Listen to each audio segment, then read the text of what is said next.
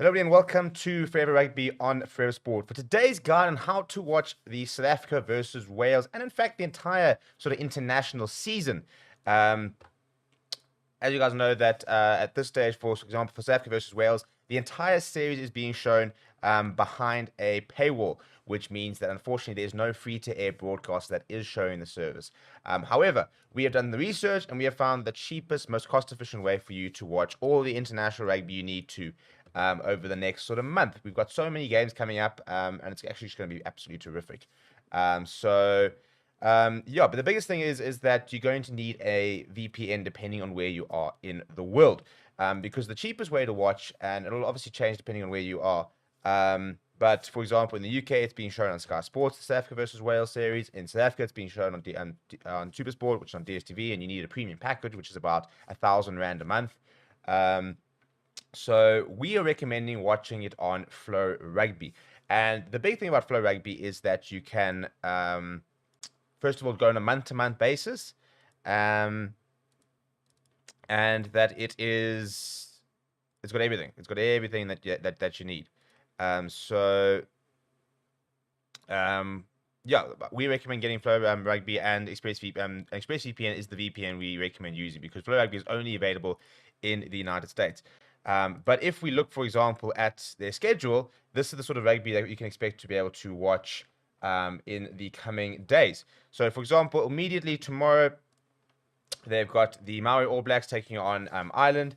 And as you see over here, it says unavailable in your area, and that is why you need a VPN, because I'm currently in South Africa. So if you do download ExpressVPN and you install it, we've got a special offer down in the comments below. They are giving Forever Sports audience an extra 3 months free if you sign up for a yearly package. And we do videos every week in terms of how to watch rugby on free-to-air channels. So if you go and get yourself a year subscription to ExpressVPN, we will then show you the most cost-efficient way every week to watch rugby. And that includes URC, that includes the end of year tour, for example, the autumn series, which is being shown on Amazon Prime, which is really, really cheap, as well as other competitions, stuff like that. The Rugby Championship will show you guys how to watch that. Certain ones are sometimes shown on like Australian free-to-air broadcasts, in which case you'll be able to watch a Springbok game for free.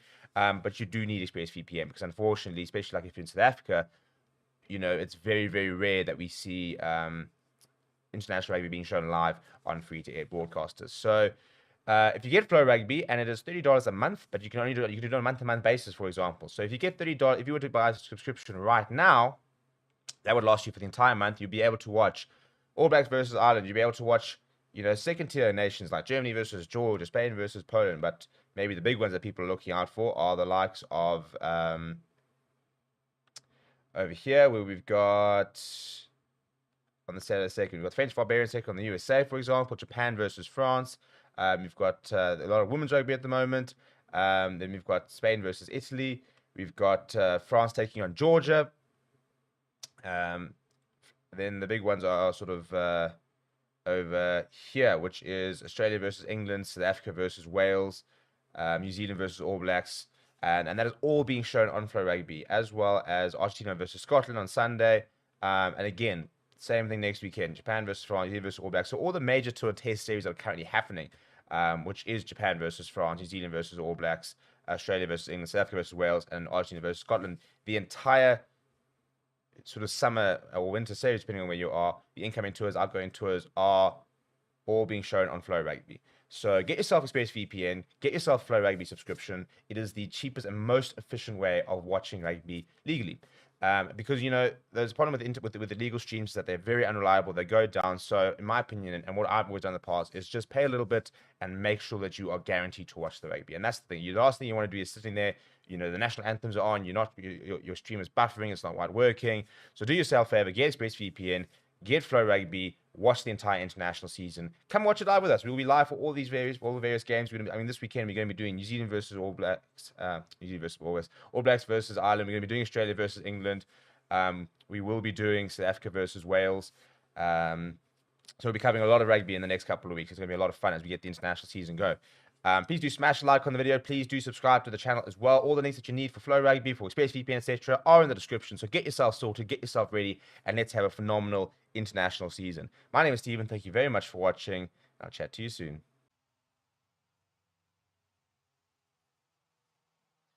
And we're live. Hello, everybody, and welcome to Forever Rugby on Forever Sports, the third and final Springbok team to face Wales this weekend in a series decider has been announced. And it is basically the exact same 23 as I said to you guys yesterday. I was expecting to see, bar the fact that Trevor Nyakani is coming at 1, and then Jaden Hendricks does start at 9. Apart from that, I don't think this 23 gets any stronger from the current squad. There's obviously arguments that when Dwayne Famira comes back, what happens when Frans Steyn comes back? I still don't actually think he makes it, When Arke Sneman comes back, that throws a bit of a spanner in the works. But in the current squad, I think this is the strongest 23 we have. I genuinely do. And if this team can't do the job, I don't know which team would be able to do the job, to be honest. A very, very strong side. And I think the biggest thing you're looking at is, for example, the bench. 7 out of 8 of the bench players are World Cup winners. Put that in perspective. 7 out of 8 of that bench are World Cup winners. They've all had that medal. They've all held the trophy. They've all drunk out the trophy. And the only one who isn't is Albert Lowe, who's a very exciting youngster coming through and who I thought played very well in the first test and deserved another opportunity. Yeah, let me know what you think of the team down in the comments below. We've got a poll running which is saying, are you happy with the side? Most people do seem to be happy with the side. I think it's a pretty predictable side. But yeah, so who's in the comments? So I see Brent Suarez here. Welcome. See, we got some inside info. Jaden was on the thumbnail before the team was announced. If I speak, I'm in trouble. I did know he was going to start though. Yes. So look, I mean, when you're good, you're good, eh? So Jaden is starting, which is really cool. And I think he deserves it. And he says, when will they play again? Well, on Saturday. Project Gaming says, it's good that Hendricks starts before Pep Clerk. It allows for healthy competition at 9. Albie says, yeah, that's got to be our strongest side at the moment. Can't be mad about that. Louis says, 3 on the lineup did not win the World Cup. Yeah, I mean, the only players who weren't part of the World Cup winning squad were Jasper Wiese, Jaden Hendricks, and...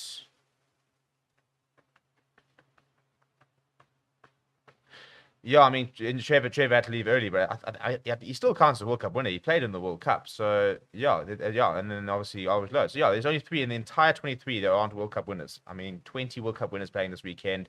It's a very, very strong side. Pretty Games, he also deserves to start with the performance last Saturday.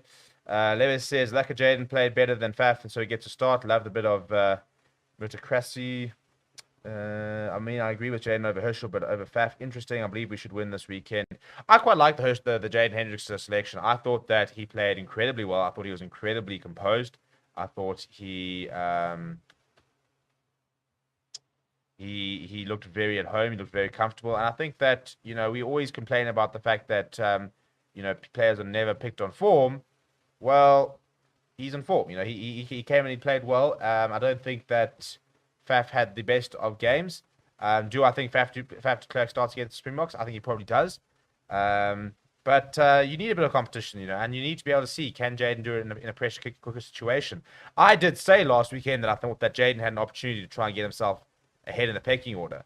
And I think he's taken it. And I think that Hershey Yankees is probably sitting there going, shit, I've actually lost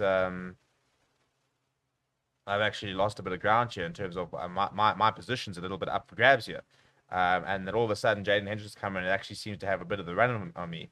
And, the hope is that kind of environment, there's spurs on players to say, okay, I need to pick up my socks here. I need to be better. You can never, ever be comfortable playing for the Springboks. Every single week, you've got to be playing for your next cap. And somebody who has done that 99 times is Evan Etzebeth, who will become a Springbok Centurion this weekend, the youngest Springbok Centurion ever. And I saw a tweet earlier, and it was saying, we're gonna have to have a conversation about Evan Etzebeth being probably the greatest Springbok of all time. And it's a bit hard to argue, isn't it? Because he's gonna have 100 caps. He could very well finish. He probably will finish as the most capped Springbok of all time. And he's won everything. He's won the Rugby Championship. He's won a British and Irish Lions series. He's won the World Cup. He's captained the Springboks. What hasn't he done in a box shirt? And the answer is there's very little he hasn't done in a box shirt. What a player, what an absolute athlete. And maybe not playing. I think he's close to his best, to be honest. To be fair, I think he's pretty close to his best. I think last season was probably one of his best seasons ever, but it was absolutely terrific last year. A couple of penalties over the last couple of weekends have been a bit frustrating. Thought last weekend he was much stronger around the park than he was in the first test, and hopefully we'll then see on Saturday in his 100th test a pretty storming performance. Maybe says, I was thinking Ox could be dropped, but I thought Thomas would take his place with that very good performance last Saturday. I would have liked to see Marcel Coetzee on the bench as just a server. Henderson played well. He passes nicely to the forward, similar to Faree, and his kick's been more accurate. Thomas was solid last weekend, says just a server. I like Jaden over Herschel. That bench is very strong. Maybe says the Jaden selection also sends a message to all the usual starters that they're not invincible, even though it does not look like they'll be replaced soon. What happened to Archie Snyman? He's still injured. He is with the squad, though.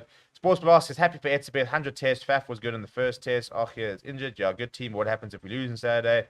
Then we lose, unfortunately. Reinach still injured, I take it. Yeah, so Reinach and Kubus Reinach, Archie Snyman, and there's somebody else as well. Jan Hussen. They're actually not part of the squad. They're actually not training. They're all doing their rehab within the Springbok squad, but they're not actually, of the 43 players, for example, they're not one of them. So they're actually not, they were never going to be available for selection. I don't know if they are going to be available for selection for the Rugby Championship. I think we'll probably get a bit of a medical update in the next week or two. Obviously, the injury to Andre Esterhuizen will be interesting to see if they will replace him for the Rugby Championship. If they do look to bring in a number 7, an inside centre. I'll be interested to see who they go with, actually, if they do want to replace him. Because no France staying at the moment. The big question is: do you bring an inside center in, or do you bring in an outside center? Do you bring in an outside back, and you kind of back, for example, Damian Willems as an inside center? I personally would actually add Tyron Green to the squad, which sounds very controversial, but Damian Willems can slot in at 12. I think he would be our second best option at 12. I don't think there are too many other 12s. But, bar bringing in Cornel Hendricks, I don't think there are too many 12s who really bash down the door just yet. I'm interested to see what Ryan Jansen from Redzburg could do next season. But, you're probably not calling up Harold Forster. You're probably not calling up Berger Woodendale. So there is a potential spot available to a player. And you could give it to an outside back, or you could give it to an outside centre. And as I said, you can go bring in like Woodendale, for example, who I think would probably be the best option for me. Luke says, for me, Gelant better than Willems. Well, to be fair, I think Willems had a better game when they got an opportunity. He didn't win 2 World Cups and 2 Lions. I said he won a World Cup and a Lion series. I have no problem with Evan being seen as the best of all time, watching get another 50 caps. Agree that Evan is a Springbok and World Rugby legend of the game. Wales has our number. We can't put them away. Well, let's see the Saturday show. Why du Toit over Mostert? I think it's a game time thing. I think that Pieter-Steph du Toit, for example, look at the games when we beat New Zealand, how big he's been. We need to get him to his best. I know he had a pretty ordinary game this weekend, but I do think that's very important that he gets back up to form. So I don't mind him starting. I personally, on form, would probably have gone with Franco Mostert. And I think that Franco Mostert starts the game a lot better and can play a full 80, whereas I think that Pieter-Steph du Toit, for example, would have a much bigger impact coming off the bench than Franco Mostert would. So in terms of that, I think that there's, that way around, I personally would have started Franco and Happy Steps coming off the bench, but I can understand the thinking. They generally, especially even when a player's either or form are coming back from injury, the general rule is that they tend to start people because they say that if things go badly, for example, then you can change things. Whereas if you, for example, put a player coming back from injury on the bench, and it's not an exact science. It's not like it always happens, but there is the opportunity where they come on at like half an hour to go, and they're absolutely nowhere, or they come on at 50 or 40 minutes at half time and they're gassed by 70 minutes. Maybe because they're not match fit or whatever, and then you sit there going, shit, now what? So I personally don't mind that selection. I think it's half 6 for one, half dozen for the other. But yeah, Reality always wins. Says deep down, Wales knows they did not beat us. They beat us in the third test, and they've beaten us. Well, they did beat us. Sneyman could have been a legend too. The guy's best goal they just have seen in the lock. As he's paced like a giraffe. Luis, they should bring in a fly half. Would love for France Dane to be available for the Rugby Championship. Este's injury might give Dane Willems a game or two on 12. Get him blood in all positions. You bring in Creel, who covers both centres and wing. Which Creel? Talking about like Dan and Richard Creel. Because the one Creel's already there. Where is Ox? He's out the squad. Ryan Jansen from Rensburg to replace Andre. People, if they're not there and they're not Andre Esterhuizen, then they're not been selected. So you can ask me where's Evan Ruiz. He's in Cape Town at Arabella, not playing this weekend. So Ox has not been selected. The only player who's out of the match this weekend from injury perspective is Andre Esterhuizen. Philip says Ryan Jansen from Rensburg to replace Andre Esterhuizen. Brody says bring in Liebach or Smith for Andre. Just need to bring to blood someone else. They're the usuals. Jansen from Rensburg will never wear a Bok jersey. I mean, he's already worn a Bok jersey. Who replaces the Kanya besides Creel? That is a problem. Why do you think Albert Lowe is on the bench over Ruiz and Marcel? I think because he was played better than them, to be honest. I think it's if we're being brutally honest, I thought that he played in his cameo. I thought he probably outplayed both of them, to be fair to him. And I think that they do think that he is more ready for this level. So I think that's why they've gone with him. And I personally have no issue with it. I think that I was very impressed with what I saw from him in that first test. So yeah, I'm looking forward to seeing if he can replicate that and hopefully get a bit more of a run out this weekend as well. And not to say that Evan Rusp and Marcel Garcia played badly. Well, I thought Marcel Garcia was pretty nebulous. And I thought Evan Rusp was solid, but nothing phenomenal, nothing that special. Certainly did not knock the door down and say, I have to start next week. So, yeah, I think it's quite a nice situation to be in because I think we've got quite a lot of we always knew we've got a lot of loose trio depth. But, yeah, Lowe is great on the bench because he brings physicality, says Guijo. Levis says, I really enjoy Zimnal's takes recently. He hasn't gotten a lot of predictions wrong these last few months. Jans van Rensburg already paid for the box. Has Oxman dropped? As seen before, PSTF Toy at his best wins games. We need to get him back. I'm so happy that Hendrick starts. He will be so crucial this coming World Cup. Who's the referee this weekend? Have they announced it yet? They have. I must just go check it. I do have it somewhere. Kutle said, would like Oxen the 23 for the ball carrying ability, otherwise can't complain. Very happy for Hendricks. He's better form than Herschel. Would double reckon he would like to have seen a 5-3 split. Lubicadi says, will we have any other time to blood new players with the box going straight into playing All Blacks as a Surgeon Wallabies? I don't think we'll see much rotation throughout the Rugby Championship, maybe against Argentina at home. But we do have a lot of opportunity in the end of year tour to blood players. And I think that's when we'll see the best. We'll see a lot of rotation during that sort of India tour. We are playing a lot of midweek games, for example, so it gives us a lot of opportunity for us to bring in new players and give players proper runs. You know, you can start in Tuka Mkunu and give them 60, 70 minutes against hopefully a really good front row and in what as close as test match conditions as we can. But I don't think we will see a lot of players being rotated in the Rugby Championship. I said, apart from that Argentina at home game, I don't think there's too much opportunity to rotate. You've got 2 back-to-back games against the All Blacks at home. You've then got to go to Australia for 2 games. We've got playing in Argentina. So it's quite a difficult Rugby Championship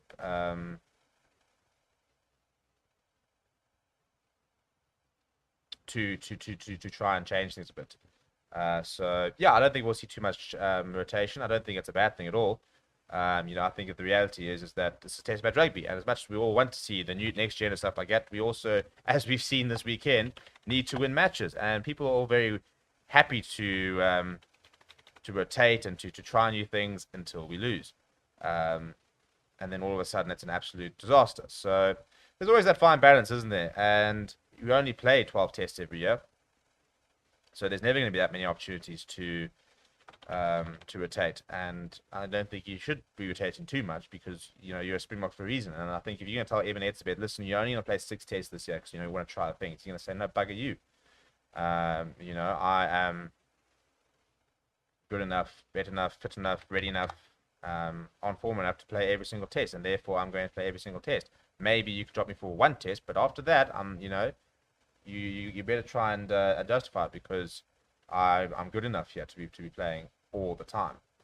So it's always, as I said, it's always a bit of a tricky balance. But yeah, hopefully we can try and get it. As I said, that end of year tour is going to be massive for us because we haven't had something like that in a very long time, where we are going to play midweek matches, where we are going to be able to give the entire extended squad a run. And look, the thing that will come with the end of year tour is injuries, because it's inevitable. They're going to be playing a lot of rugby. We've seen what happened with Ireland. But with that will come opportunities. So, for example, you could play a really good midweek game, there's an injury, and suddenly find yourself on the bench for a test against France, for example. And all of a sudden you're sitting there going, hey, I'm playing against what is currently now the world number ones. So there's a lot of opportunity, I think, for players to really step up towards the end of the year. I don't think there are that many opportunities, though, for me to actually make the World Cup squad. I think the World Cup squad is about 80 to 85% already there, to be perfectly honest. Whether you agree or not is a different matter, but I do think that we have got a pretty settled squad at the moment. So interested to see what happens with Box Selection next year. But immediately, what was I saying? I lost train of thought. Yeah, immediately we will be pretty much full strength for what I can foresee the remainder of the games until the end of the tour. As I said, there's only potentially one I can think of is that Argentina game at home. But what are your score predictions say? I don't know. I'd have to see the Welsh side before I make that. Why would you say we are so flat on attack the past two games? I really expect to see us play rugby last weekend and not the defense kick and chase game. Video's going 23 points to 18. I think that, I don't know. Well, let's wait and see what we see this weekend. I think that people are dreaming. They thought we were going to suddenly become a France and be playing this incredible flair type rugby overnight. Or even if we don't want to do it at all, who says we even want to play? You guys might sit there saying that we want to see that. But the Boks manager can sit there saying that's not what we do here, So, kind of have to get used to the fact that maybe that's just not how we're planning on playing. And whether you like it or not, you've kind of got to back it. You've kind of got to say to the coaching staff, well, fair enough. You guys know better. You guys are the guys who guided us to a World Cup, so we'll trust you. And as long as the results are going the right way, I find it difficult to not trust them.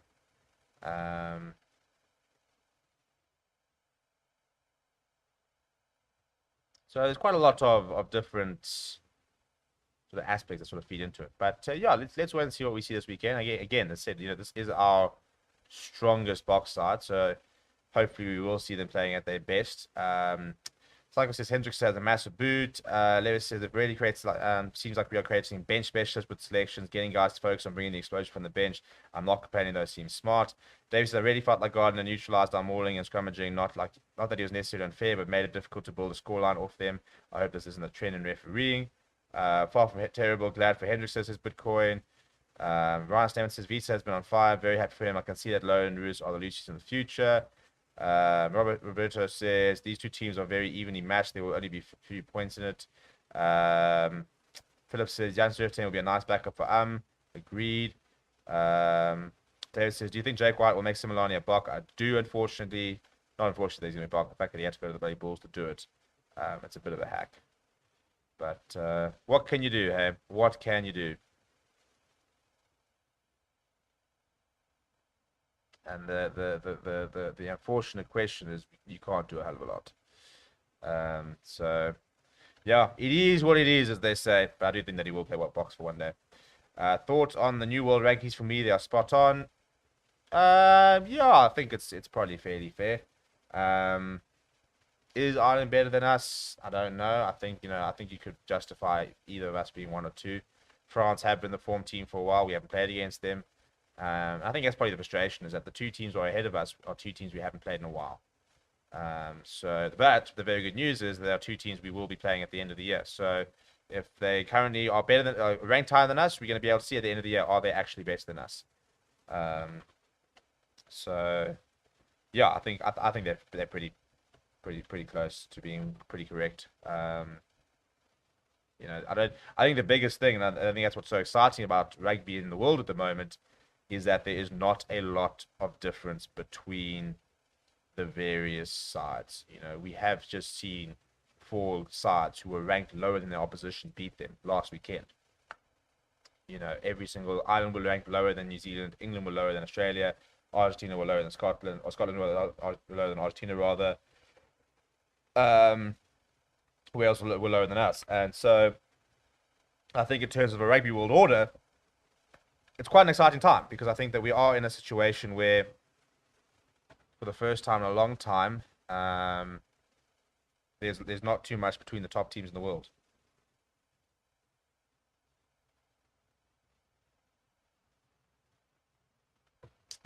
But Alpha Charles says, is this the team he's saying to face the All Blacks? I think it'll be pretty close. Grass, I'm surprised to see Henderson and Faf in the same squad. I feel they are too similar. Henderson will be Faf's replacement, though. Benedict says South Africa versus Ireland in the World Cup final next year. We to win, of course. Yes, I'm calling it. Shock the Welsh with running rugby. They wouldn't expect it. P3 says, I agree, and I've trusted the Bok Brains. Hopefully they're holding back for the All Blacks and the Aussies. Sean says, I heard Pollard was giving his boots a good polish this week. I hope so. Gareth Fergus says, of the top tier teams last 10 games, France unbeaten, Ireland lost 2, England 4, South Africa 5. Of the top teams last 10 games. Who did we lose to? Australia 2, New Zealand 1, England 1. Yeah, so. And the biggest problem is, I think, is that the British and Irish Lions series probably didn't have our ranking. I don't even know how that works with regards to ranking points. I mean, I'm assuming there must be ranking points available. But how do you calculate ranking points for games against British Irish Lions? Yeah, I'm not too phased. I'm not overly phased about it, to be honest. I don't think it's the be-all and end-all of rugby. It would be more important if it really did impact the World Cup draw, but they do the World Cup draw so stupidly early that it unfortunately doesn't. So I think we, as I said, haven't we always measured our success in trophies? So I think we've got one of the best opportunities to win the Rugby Championship that we'll ever have with 2 games against New Zealand in South Africa. So if we go and win the Rugby Championship, for example, who's going to give a rat's ass where we are in the world rankings? I certainly don't. And I think it was the same thing as last year, is we don't really care. Like last year, we didn't care what rugby we played. We didn't care how we did it. We just had to beat the British and Irish Lions. That was the be-all and end-all of last season. And we did. So yeah, I think we need to come more towards results-based, success-based, trophy-based. Some people will and you get people that'll sit there saying, yeah, but what made the All Blacks so good is that they were on top for so long.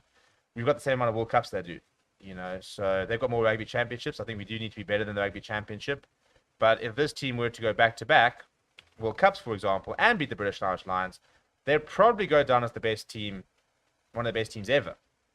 If they were to win the rugby championship this year, and win the World Cup next year, that means that this sort of squad, this sort of era, they would have won 2 rugby championships, they would have won a British and Irish Lions series, and they could have won a World Cup. And no other team has done that. Yeah.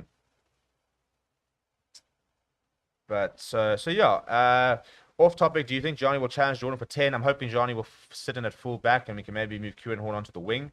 Or else I'll be interested to see Jordan. At this stage, I would play Jordan Hendricks at inside centre, given the fact that we don't have a bloody inside centre. Well, we've got Marius Lowe. So as I said, we don't have an inside centre. But I'm very, very excited that he is coming back because I was very pissed off that he left. So he owes us a lot, actually. He better come back with some proper form. Johnny Lombard.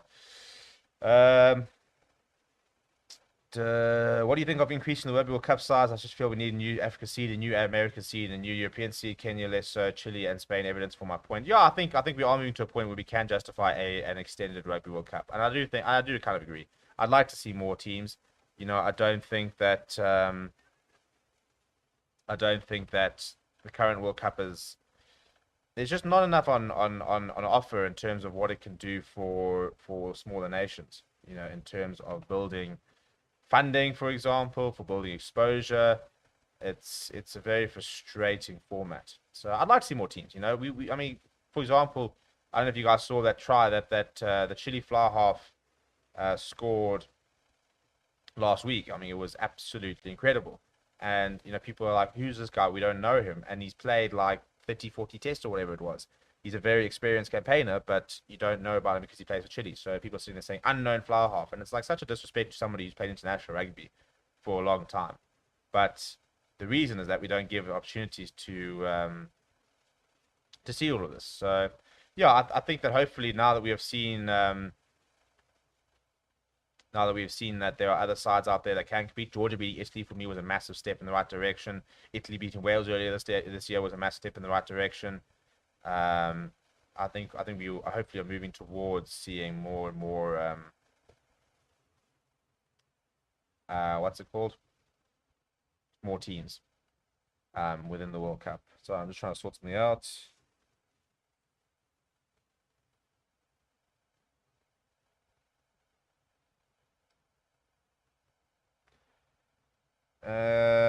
Yeah.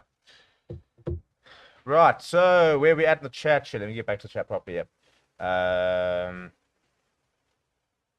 Do you think moving fast to the bench will hurt his confidence? I don't give a damn. He needs to know that he needs to play well. So it says SAA never cared that much about the rankings. Box deal and trophies and beat New Zealand. Thomas was not outstanding. Aronson was brilliant. Renal Play says, hey man, great box selection here. I'm pretty excited to see the teams play. Grant Swart says the lines are Morris low, so they don't have an inside center. Yeah, I mean, look, it's just facts though. It's facts. Sips says, I love Khaleesi as captain, but we have always been on the opinion that the captain should always be the best player in that position. Right now, I don't see Khaleesi as that. Oaks, like, did we not watch last year? Did we not watch the last international season? I'm seeing so many people sitting there saying Khaleesi shouldn't be playing. Who would be playing ahead of him? He was our current player of the year. He was the best player in a Springbok jersey last year. He's played one 60-minute match. He's played 60 minutes for the Boks this year, and now we're dropping him. Huh? I don't understand it. Our breakdown was an absolute disaster this weekend, largely because we didn't have the likes of Franco Moss and Sia Khaleesi hitting every ruck. So, unless, unfortunately, people, unless he's sort of like, taking a half gap down the blind side to score a try, he's not informed. The amount of grunt and shit work that Sia Khaleesi and somebody like a Franco Moss does, it allows everybody else to sort of play. You can't have three ball carriers and flair players in the loose trio. You've got to have someone who's cleaning out, who's doing a lot of breakdown work, who's making a lot of tackles, and that's what Sia Khaleesi does. He does a lot of the shit work that unfortunately goes very unnoticed. I certainly would not be dropping him right now. Jan says we need a big physical winger like Duran van der Merwe, but he's gone someone else. I don't think we necessarily need a big physical winger. I don't think fucking Marcus Orban is not exactly that small. Albie says really wish Spain was in the World Cup 2 times. They missed up the citizenship thing. Lucas says, out of the top 6 teams, South Africa has lost the most games with 5 wins and 5 losses. To be fair, we also did have to go play. We had the toughest rugby championship, us and Argentina ever, where Argentina more than us. We had to go play 4 matches away from home, which wasn't too lacquer. Gareth says, it's just an interesting stat. That's all. If you go back longer, I'm sure it evens out like France have 2 wins against Japan could count, but not their loss against us. Yeah, no, look. So there's always a bit of extra thing. We have lost test matches, and like last week Saturday, you have to sit there going, well, it's a last test match, but is there something we can game out? But I quite enjoyed the fact that we did change things around on Saturday. Obviously, it's like if you count British and Irish Lions game, sure, but if you count normal test matches, we lost same as New Zealand. Mapimpi is slowing down, says Squeejo. The best players was Khaleesi. Are you smoking? Well, I don't know about you, but if I were to go visit Tia Khaleesi, on the mantelpiece, there's an award that says SA Player of the Year. So yeah, there is that award at his mantelpiece. So I don't know, unless he faked it up. That is sitting on his mantelpiece. Cuba says Snob Bill Beaumont won't change anything needed in the Northern Hemisphere like Augustin Pichot. Black Label should invite a few more second-tier nations, example Zimbabwe, Kenya, Spain, USA, Chile, Romania, and have a Carling Champions Cup tournament instead of just a single match. Interesting idea. CNM were our best players last year. What you saying? Yeah, 100%. Colby overdue on any day of the week, says Matthew. We lost to a bad Wallabies and to a bad English team, and now Welsh. We don't deserve to be number one. I don't think we lost to a bad Wallaby side, by the way.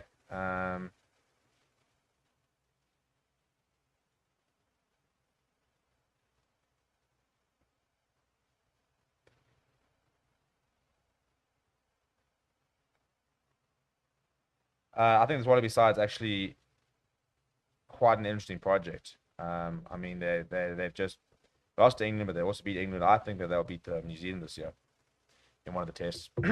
So yeah, but seedings need to be done at the most 6 months before the World Cup. It's criminal that only two of the current top four ranked teams will progress to the semis. Agreed. Ranking system is bullshit. We all know it is only means something the year after World Cup when seasons are done. Other than that's a joke. Imagine having Kirkley and Colby on both wings. Basically just two Colbys. Yeah, but I mean they're different type of players, aren't they? Joe says, New Zealand fan, see at least he got some crucial turnovers in defence last year. Series against All Blacks, he was terrific last year. Any updates on Apira Dianti? As far as I know, he's like basically got an agreement with Sharks, and as soon as his ban is up, he will join them. Congrats to Namibia again. Yeah, Namibia off to the World Cup. Why they're benching Faf? They're giving Henderson a go. Just Juan Stewart says, Kriel and Marcel Garcia need to game time with the coach staff. Want them to show form. Love your work, Stephen. Awesome channel and awesome content. Thank you very much. Gareth says, I honestly believe the rankings are the most correct they've ever been. No right now, we're on number one, but the gap between 1 and 4 is so minuscule. Should New Zealand start counting Foster's days? Yeah, I think he's the only coach who I could actually see potentially being replaced. Just because I mean, they just got absolutely hammered by not. I mean, it wasn't a massive hammering in terms of scoreline, but they were outplayed, and they made a lot of mistakes. And it's on the New Zealand side that's not playing particularly good rugby, which is interesting. So it'll be interesting to see how they come back this weekend.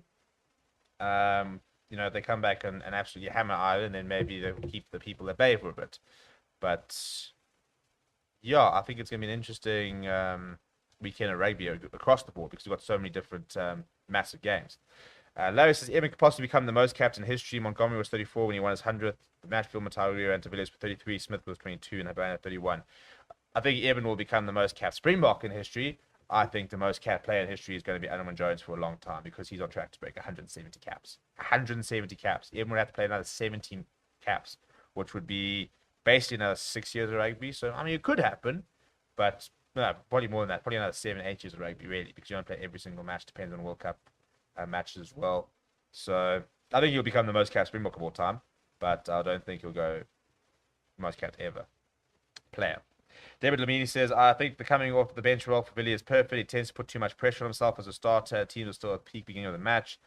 Nicholas van Rensburg says, I think this SA team could perform better than the World Cup winning side we are used to seeing, but we will see after the third test.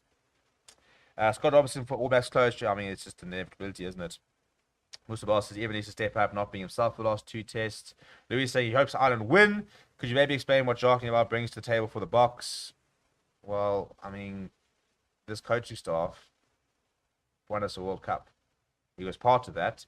He was the defense coach, and I get if you and I've seen him too. If somebody else starts sitting there saying he's a physio, not a block coach, I think I might lose it. The Oak has been a coach, has coached rugby for like 14 years. He's been part of. He's worked with the Springboks before this, by the way. Before he was even brought in, he worked with the Springboks as a consultant. He worked with Junior Boks. He worked with Munster. He's been a rugby coach, a professional rugby coach, for about 15, 16 years. So the fact that he's got a physio qualification means absolutely bugger all.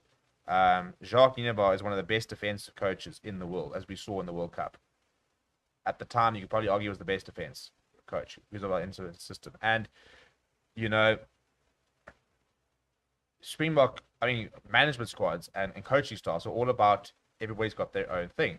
And there's actually a quote that I'd like to read out to everyone who's got this sort of rhetoric that every single time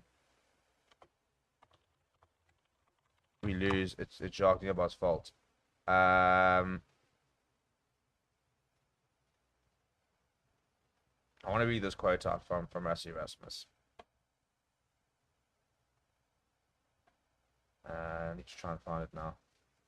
Yeah. This is a quote from Rassie Erasmus, by the way, in terms of how the new structure works. Rassie Erasmus is director of rugby and Jacques Nienaber as head coach.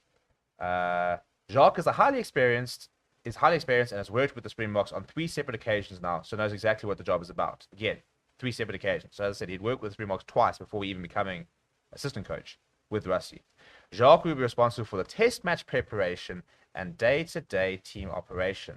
But as the director of rugby, I will be with the team for the majority of the time and in the coach's box with Jacques at matches. Okay?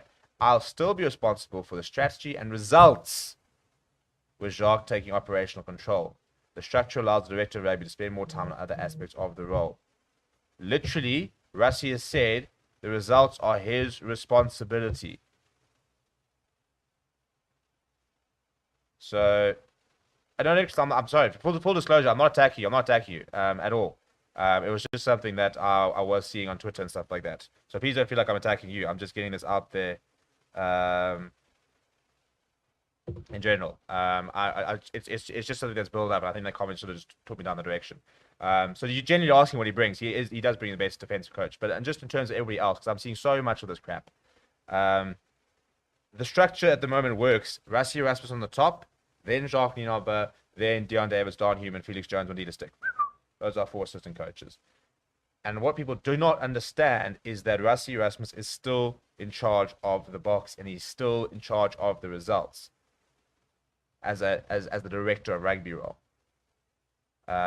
So for everyone, and Nicholas has said, I'm not going after you at all. Please don't. I'm sorry if it came across as that way.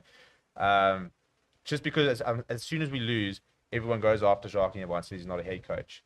But if you think that he needs to go, then Rassie needs to go, because Rassie is responsible for the results. Unfortunately, he can't be in the coaching box at the moment because he's banned. But come September, come the World Cup, it's going to be basically the same. It's going to be the same coaching staff, well, very similar coaching staff as the World Cup last time. And you sub in Deon Davis for Matt Proudfoot, and you're adding Don Human, as a scrum consultant. So yeah, and the sooner that happens, the better, because I think that Jacques Nienaber has copped a lot of very unnecessary flack about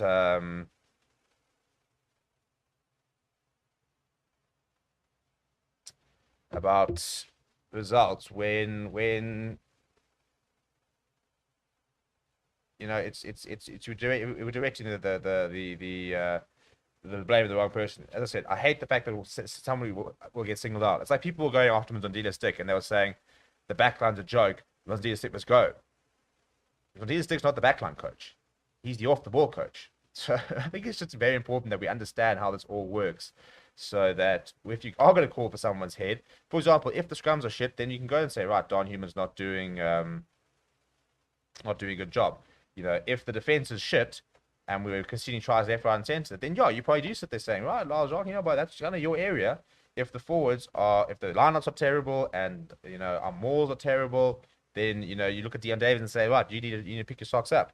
But we need to know where we lay the blame, where we put the blame. So, for example, if overall the Springboks are shit, the entire coaching staff, including Rassie Erasmus, is responsible for that. And then, in theory, if somebody needs to go, if the entire team is crap and they need to go, then the entire coaching staff should go, and that includes Rassie Erasmus. So, careful what you wish for. But yes, so Anthony says Jaden is the wrong move. He did not put the ball in their own open space in last match. Hopefully they worked on that other day. Give this video a like. Go Boca. Who do you think is the best defense coach in the world at the moment? Jacques Nienaber or Sean Edwards? It's difficult to say, isn't it? Sean Edwards is doing pretty incredible things. But Jacques Nienaber did win the World Cup. So I don't think you're ever going to be able to determine who's the best. You're always going to have a preference. But I do think Jacques Nienaber is one of the best defense coaches in the world. And the proof is in the pudding. Pimpy is not reading the defense properly. He makes a lot of mistakes. Steven, I think you actually called this exact team yesterday. I called it, but I had Faf starting, Henderson on the bench, and I had Nche over Nyakane. But I did say during the video that I would like to see Nyakane at 1. I did say that he would be my first choice. But yeah, apart from that, I did call it. I mean, I've got every now and again, you get things right. I do have a bit of an inside track in terms of by the yesterday afternoon, I knew that Hendrickson was starting, and so then I basically knew the team bar if it was going to be in Chair or Trevor. So stick with me, guys. You get a little bit inside every now and again. Camper says, although this team won't win, although this team won, let's not forget that was only because Wales gave away a penalty. The team last week lost the game because of the cup penalties close to the end of the game. Mark Dunn says, thank goodness you honestly are the sanity check a lot of SA fans need a clear and truthful look at where the box are. Very thankful for your insights going on. Well, thank you very much. I'm not sure. I mean, I'm glad that I'm considered sane, which is probably the first thing. And yeah, I just, if you guys do learn something, you're welcome. I'm far from an expert on anything. But you never know. What do you think of playing Cock over Thomas Toy? Yeah, I don't mind it. If you guys have seen what Windsor Cock's been doing in the Premiership, he's been unreal. I think what was missing last week was Delany and with them and the same team that played last week could have been a better result. Interesting idea.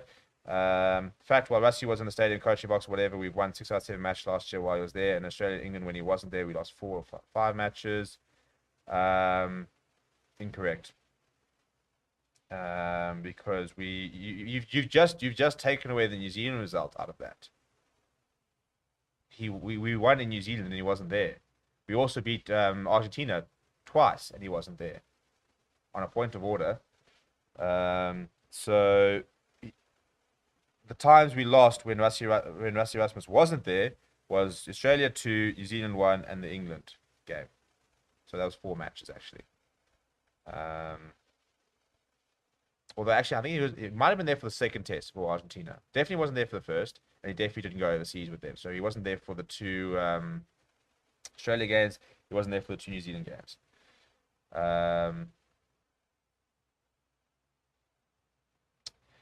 Skylar says, "What about Russ? Quacker? No. Leave Quacker out of this. Quacker was probably one of the best players in the park when he came on last time. Quacker's the GOAT, guys. He's a Quacker, but he's a GOAT." Lorenzo says, glad they're giving Yukani a second chance. Happy for Henderson low. Larry says, I think Russell will be a stalwart once they ease him into the game. Quacker has experience. Form does not trample experience in international rugby structure. Nothing wrong with being insane, Steve. He was there when he played Argentina. He was only there for the second test. I can tell you right now, he wasn't there for the first test. Grant says the box will have a loose head problem very soon. It seems something that's often overlooked. After Ox and Spicy Plum, there's not a lot coming through. Back my boy Steve Satole. I think there's a lot of very young. There's a bit of a gap there. I agree. You've got Sapira Mantanzima, for example. You've got Intuko Ntunu. You've got a couple of very young players. But you don't have sort of loose heads in the sort of the mid to late 20s. So you are going to have to just put Steve Satole in there, my boy. See Swizzle. Moose Boss says, wonder when we'll have an attack-minded coach running the box. Zach says, our centers have been somewhat quiet these 2 games. They play well. Colby, Pippi, or Dangerman. New Zealand have no genuine number 6. Happy to see Williamson on 15 and LaRue coming off the bench with Faf as long as they don't wait too long to make the subs. And Zach knows what's up. He's saying Quacker is the GOAT. Jan says, but you get my point. We did better when Rassie was in the stadium. I don't know. Rassie was there when we lost to British and Irish Lions. Rassie wasn't there when we beat New Zealand. I think we're over it. I think we're over complicating things. A lot of it comes down to what team rocks up on the day. So, for example, if we beat New Zealand down here, I think you have to credit Rassie with wins. As director of rugby, this is his win rate. You can't come down to if he's there, if he's not there, like in a physical capacity. It's just, this is the coaching staff. And whatever the wins are, it goes in the record. So, Rassie Erasmus is director of rugby. He's got a British and Irish Lions series. He's got a New Zealand victory. Jacques Ninabar, as head coach, has got a British and Irish Lions series victory. And he's got a New Zealand victory, for example. We need to move away from worrying about where Rassie Erasmus is. This is the coaching staff. This is how it all works. JP says, how about Yankees 10 play 12 combo again? Yeah, I've always liked to see it. Musa Bar says, gotta say, Don Human has made our scrummaging better. Nowadays, we love to scrum. Fred says, people are too obsessed with Rassie. Would have dropped a pimpy for Aronsa. Different wing, by the way. Really keen to see Evan Roos when he's on top form and he solidifies his position. What do you think PSF will be like this Saturday? I'm hoping better. I just want to have better. Because if we can take a step forward this weekend and then hopefully take a step forward next weekend, then I think we've got we'll hopefully have our World Player of the Year back. And that's what we want, isn't it? We need him back to his best. Nicholas says, Kwaka is a legend. I agree. We've been watching him since he played for the MS Lions like 4 years in the SS7 side. There we go. That was in the past. Doesn't mean it'll be the same result again if he was in the camp. Kwaka has the most distinguished career playing for Blitzboks and Springboks. No one has achieved more: World Cup, Rugby Championship, British Irish Lions Tour, win a Sevens title, and Super Rugby finals, and so on. Did he win a gold medal at the Commonwealth? Because he didn't play in the. Actually, he did play in the Olympics as well, Yeah, the man's got a Commonwealth gold, an Olympic bronze, a British and Irish Lions Tour, a World Cup winners medal, and a Rugby Championship. He actually might be one of the most decorated Springboks of all time, That's actually an interesting point. Has there been a South African rugby player who has won more than Kwaka Smith? Huh. That's a very interesting point. Sibo says, hopefully Arendse gets a nod over the Pimster versus Argentina. I'd love to spoil for choice. Look, guys, there is a bit of a difference between playing 11 and 14, just on the point of order. I mean, not a massive difference, but there is. But also, chaps, remember that Max Pippi scored 3 tries at the end of the tour last year. So again, he's played 1 match. Let's see how he goes this weekend. However, I do think that Bassi, for example, definitely wasn't putting pressure on him with his performance on the Saturday. Jan says, do you actually think we will win the World Cup next year? I think we can win the World Cup. Whether we will, I don't know. We need the PSF's toy winger from 2019. Chester says, hi, everyone. Listen, I would have dropped Pip because he hasn't been his best lately, so maybe give someone a fussy another chance. We've seen what he can do. I think that is the best coaching staff and team in history. 2019 Rugby Championship and World Cup 2019. No Rugby 2020, 2021 British Irish Lions Series. Let's remember the big picture. Fred says, I've always been a fan of Kwaka. I like forwards at a pace. Noise says, Bucky's for what? Has won more. I don't think Bucky's has won an Olympic gold. I mean, a Commonwealth gold and an Olympic bronze, though. So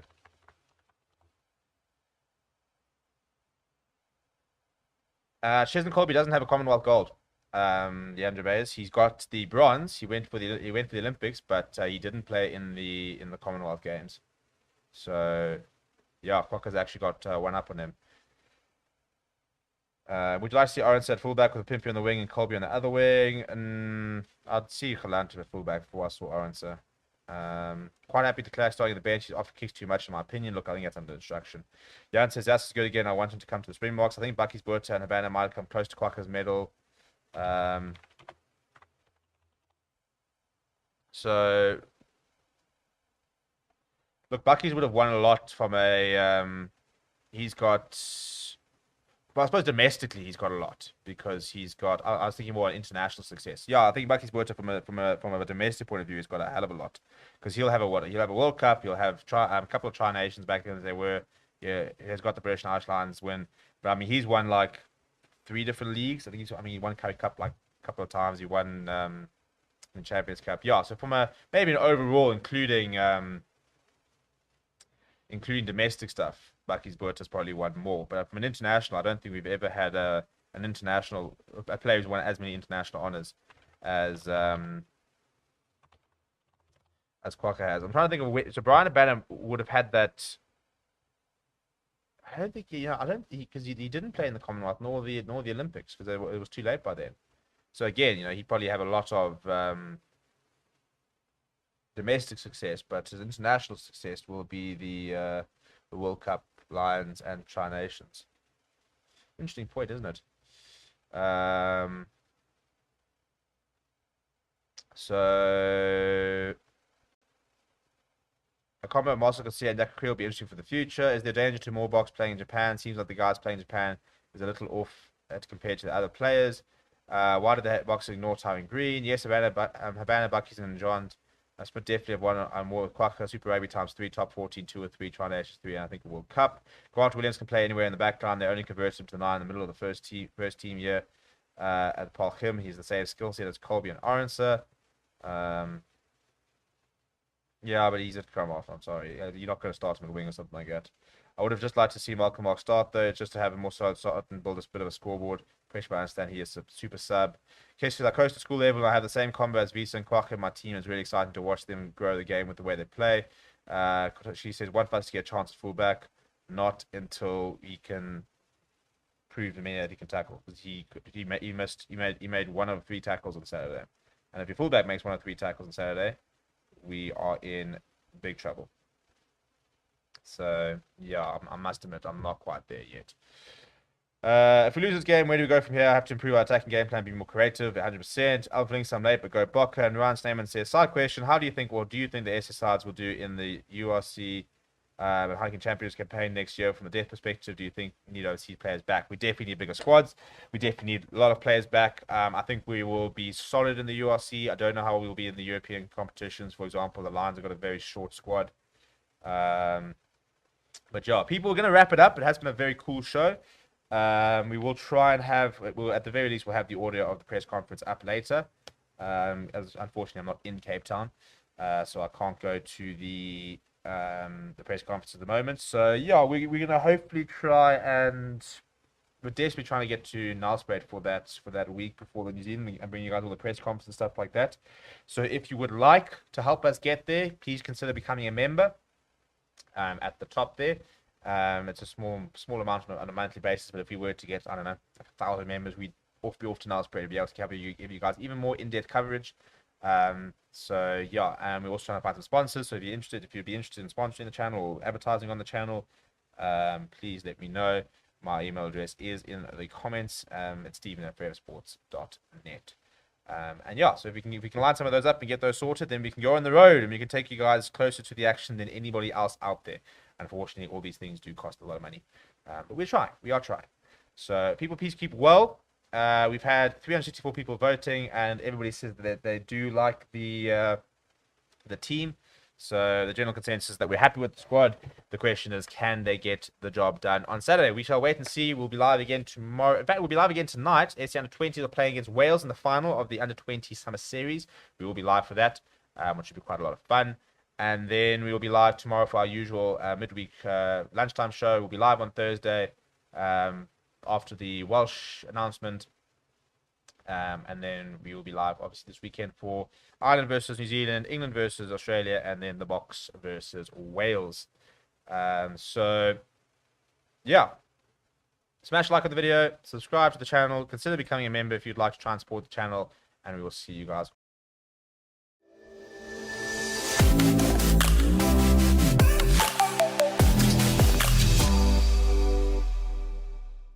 Hello everybody and welcome to Forever Rugby on Forever Sport. For today's guide on how to watch the South Africa versus Wales, and in fact the entire sort of international season. As you guys know that at this stage, for example, for South Africa versus Wales, the entire series is being shown behind a paywall, which means that unfortunately there's no free-to-air broadcast that is showing the service. However, we have done the research and we have found the cheapest, most cost-efficient way for you to watch all the international rugby you need to over the next sort of month. We've got so many games coming up, and it's actually just going to be absolutely terrific. Yeah, but the biggest thing is that you're going to need a VPN depending on where you are in the world, because the cheapest way to watch, and it'll obviously change depending on where you are. But for example, in the UK, it's being shown on Sky Sports, the South Africa versus Wales series. In South Africa, it's being shown on SuperSport, which is on DStv, and you need a premium package, which is about R1,000 a month. So we are recommending watching it on Flow Rugby. And the big thing about Flow Rugby is that you can, first of all, go on a month-to-month basis, and that it's got everything. It's got everything that you need.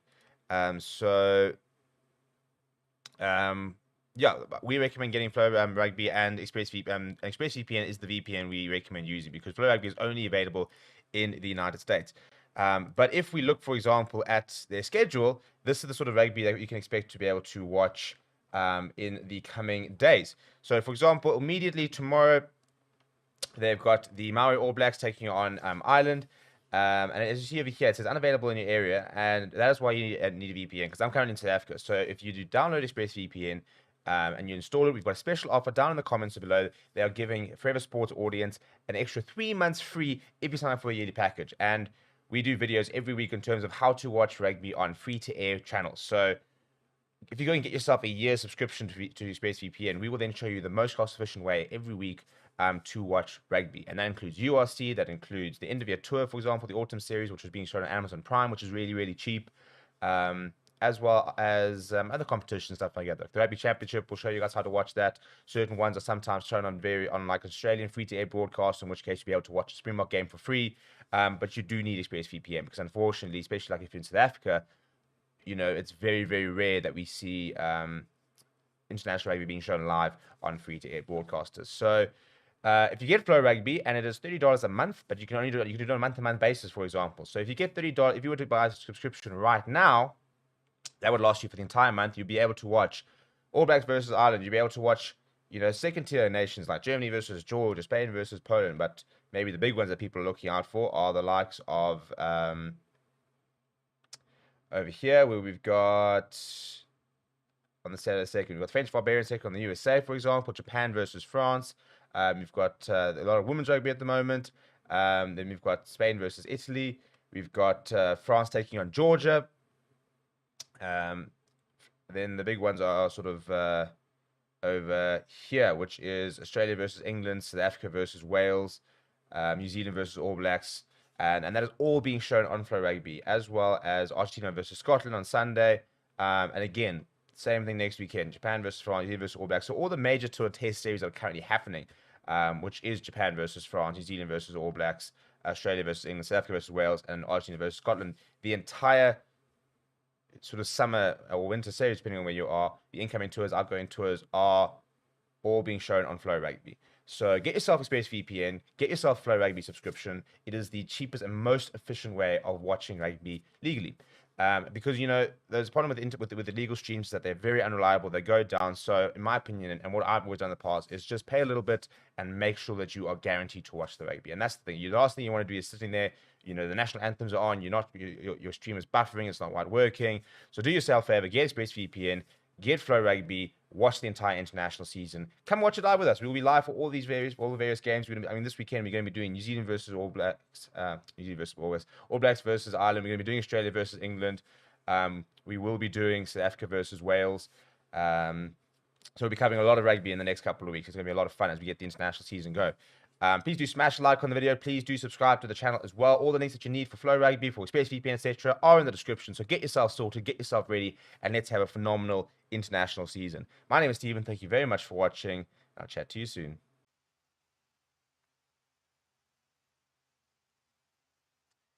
And we are live. Hello, everybody, and welcome to Forever Rugby on Forever Sports. We are just 2 days out from the decider, Springboks versus Wales on Saturday in the Cape Town Stadium. All or nothing, really. All or nothing. Nothing but a win will be enough for the Springboks to seal the series after being beaten by Wales last weekend. The series currently sits at 1-1. It's not the only one that's going to be 1-1. We've also got Ireland versus New Zealand, which is also titled 1-1. England versus Australia at 1-1. And Argentina versus Scotland also at 1-1 on Saturday. So we are set for what should be an absolute cracker of a day of rugby with 4 deciders throughout the day. So I can't actually remember the last time there was a period now. For example, this is only the second mid-year sort of rugby period we've actually had since the World Cup. And last year was a British and Irish Lions series, which means that apart from South Africa versus Lions, there were relatively weak sides. For example, like the Irish side, the English side, the Welsh side, Scottish side that were traveling last year, they weren't their strongest side. So it's the first sort of full-blown outgoing tour, sort of summer, autumn, or summer, winter season, depending where you are, that we've had since the World Cup. And I can't think of another time where we had such a close sort of series across the board, where we've got 4 different outgoing tours, which are all coming down to the last game. So we've got 4 effective finals on Saturday, which should be really cool. We will be live for England versus Ireland, Australia versus Ireland versus New Zealand, Australia versus England, as well as obviously the Springboks versus Wales. So plenty of rugby coming your way. We will hopefully have a press conference this afternoon up from Wayne Pivac, as well as Dan Bigger, who has been past fit and will start this weekend. We are also trying to find the press conferences for the box as well. So we're going to try and do something along the lines of that. We'll hopefully try and have some stuff up from I think it's Damien Williamson and Stephen Kitsoff. Sorry, it's Chesn Colby and yeah, Chesn and Stephen Kitsoff today. We'll have some stuff up them later. Unfortunately, it'll only be audio because at the moment we can't afford to go across the country and follow them all and stuff like that. So yeah, if you feel like becoming a member, or you want to, if you know anybody that would be interested in sponsoring the channel, try and get us on the road. That is what we are trying to do for in the next couple of weeks. Try and get to like Nelspruit, for example, when the All Blacks come. Make sure that we're in Durban when Argentina comes. Obviously, we can't exactly go to Australia for those 2 games, but we will make sure we endeavour to bring you guys as much as we can within our limited budget at the moment.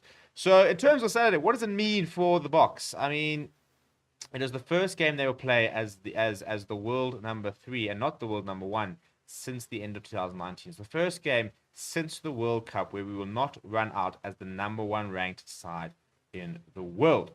And you know, whether we think it's a big deal or not, you know, I do think that the Springboks have a lot to prove this weekend because they're under a lot of pressure in terms of the way they're playing the game, in terms of the results that they're having, in terms of a lot of the big players, for example, like, you know, your Pollards not playing at a particularly good level. So there's quite a lot of frustration and quite a lot of negativity across the Springbok fan base. And I think a lot of it, most of it's probably quite unjustified. I think a lot of it's just people who, you know, with what's going on in the country at the moment are kind of sort of, you know, they're waiting for that Springbok relief and they're not quite getting it, and therefore they're quite upset. But I think some of it is quite justified because I don't think we are playing our best rugby at the moment. And, you know, 1 game you can excuse, 2 games with a different team, you can kind of go, okay, you know, it's just people's, you know, experimenting. But if we don't see a comprehensive performance this weekend, you know, there are a couple of alarm bells that will start ringing because I think that we are looking at a New Zealand test in a couple of weeks' time on the 6th of August, which is very winnable. And I don't think we've had an opportunity like this in a long time to really go out and try and do the double over New Zealand because they are playing back-to-back matches in South Africa and Nelspruit, and then the cauldron that is Ellis Park, where we have always been very successful against New Zealand. So this is very much an important game this weekend in terms of momentum, in terms of building momentum, in terms of sort of trying to sort of silence a few doubts and just sort of saying that that we need to that we can still play very good rugby. So I think that's kind of where we are at this weekend in terms of what we're going to be trying to do, in terms of what we want to see. And I think that it's the right team to do it. You know, it's all the big names, and you can't use game time as an excuse for the rest of the year. So I think that every player has had a minimum of 40 to sort of, or 30 to 40 minutes. Most players anywhere, at least, you know, apart from the likes of like your Albert Lowe, Smiths, you know, the people on the bench in the first test and people on the bench in the second test haven't maybe had 40 to 50 minutes, but it's no longer an excuse. You know, you're playing international rugby now. You've run out there. You've gotten used to tempo. We cannot use game time as an excuse anymore. You know, we've had 2 games, unfortunately. You know, we can't be going to New Zealand game going, yeah, well, you know, you can't expect Pollard to be at his best because, you know, he's just coming back and he doesn't have enough game time, you know, and stuff like that. Game time is no longer an excuse. We now need to see results. We've had 2 matches. We've lost 1. We've won 1. It's been very tight. We now need to win a series, and we need to go into the Rugby Championship, and we need to try and win the Rugby Championship because we've been given a very good opportunity to do so with the fact that we are playing against New Zealand twice in South Africa. You know, you win those 2 games, and I mean, those are the first 2 games. In many ways, you know, traditionally what has been the hardest and still remains the hardest in terms of the rankings, we've got the hardest 2 games first up. If we were to win those 2 games, you know, you're then thinking, right, well, we only have to beat, if you are then assuming that New Zealand could beat Australia at least once, for example, then you're sitting there saying if you beat Australia once and you do the double over Argentina, you've won the Rugby Championship. You don't have to win every single match in the Rugby Championship. I think that's probably quite important. You don't have to win every single match. So if you can do the double over New Zealand, you know, it in many ways it kind of comes across as one hand on the trophy. Yes, we still have to go overseas and play against a good Australian side, but it's not an Australian side that we expect to lose to. It's an Australian side that we expect to beat, and we get quite frustrated when we don't beat them. And that's not to say that, you know, we won't lose games, and we can lose games. But if you want to win the Rugby Championship, we need to go overseas and beat Australia at least once. You probably need to win at least 4 out of your 6 games. If you win 5 out of 6 games, I think you win the Rugby Championship. Obviously, if you win 6 out of 6, then you'll walk it. But yeah, you do have to win at least 4 games. Sorry, 6 games of your potential. That is 4 games of your potential 6. You've got to try and beat Argentina twice. Try and beat. Usually, it's always a case of you in the past you'd beat Argentina twice. We often beat Australia twice. Often lose against New Zealand in New Zealand, and then it would come down to the game down in South Africa. Can we beat Australia in South Africa? New Zealand in South Africa. So there's always that 1 or 2 games you can potentially lose if you want to win the Rugby Championship. But we'll talk about that more next week and the week after when we start building towards the Rugby Championship. So let's go to the comments. I see Terence Suarez here. Welcome. Ahmad Urstaden says, let's go Boca. Andreas says, greetings from Cyprus. How's the double? Hope you're well. Andrew says, love your detailed show. Keep up the good content. Thank you very much. Mr. Over says, how's China fight up for the weekend? It's my stag. Hope I remember the game. You definitely won't, but all the best for it. Callum Paul Ross says, if we execute our chances in their 22, we put more than a try past them in terms of final scoreline. Larry says, off to work now, 2 to 10. Have nice, guys. Nice one, guys. Cheers. Doug was saying, box by 6, battle of the boots, similar to World Cup. Grant Swart says, South Africa will drop a collective overreach if the Box don't win on Saturday. Yeah, I mean, and especially if we were to lose on Saturday, to lose an incoming series against Wales, who when they arrived here were 9th in the world, is not going to be a particularly good look. So we can't afford to lose. It really is a do or die match on Saturday. I don't think the importance can actually be overstated in terms of there is so much at stake on Saturday.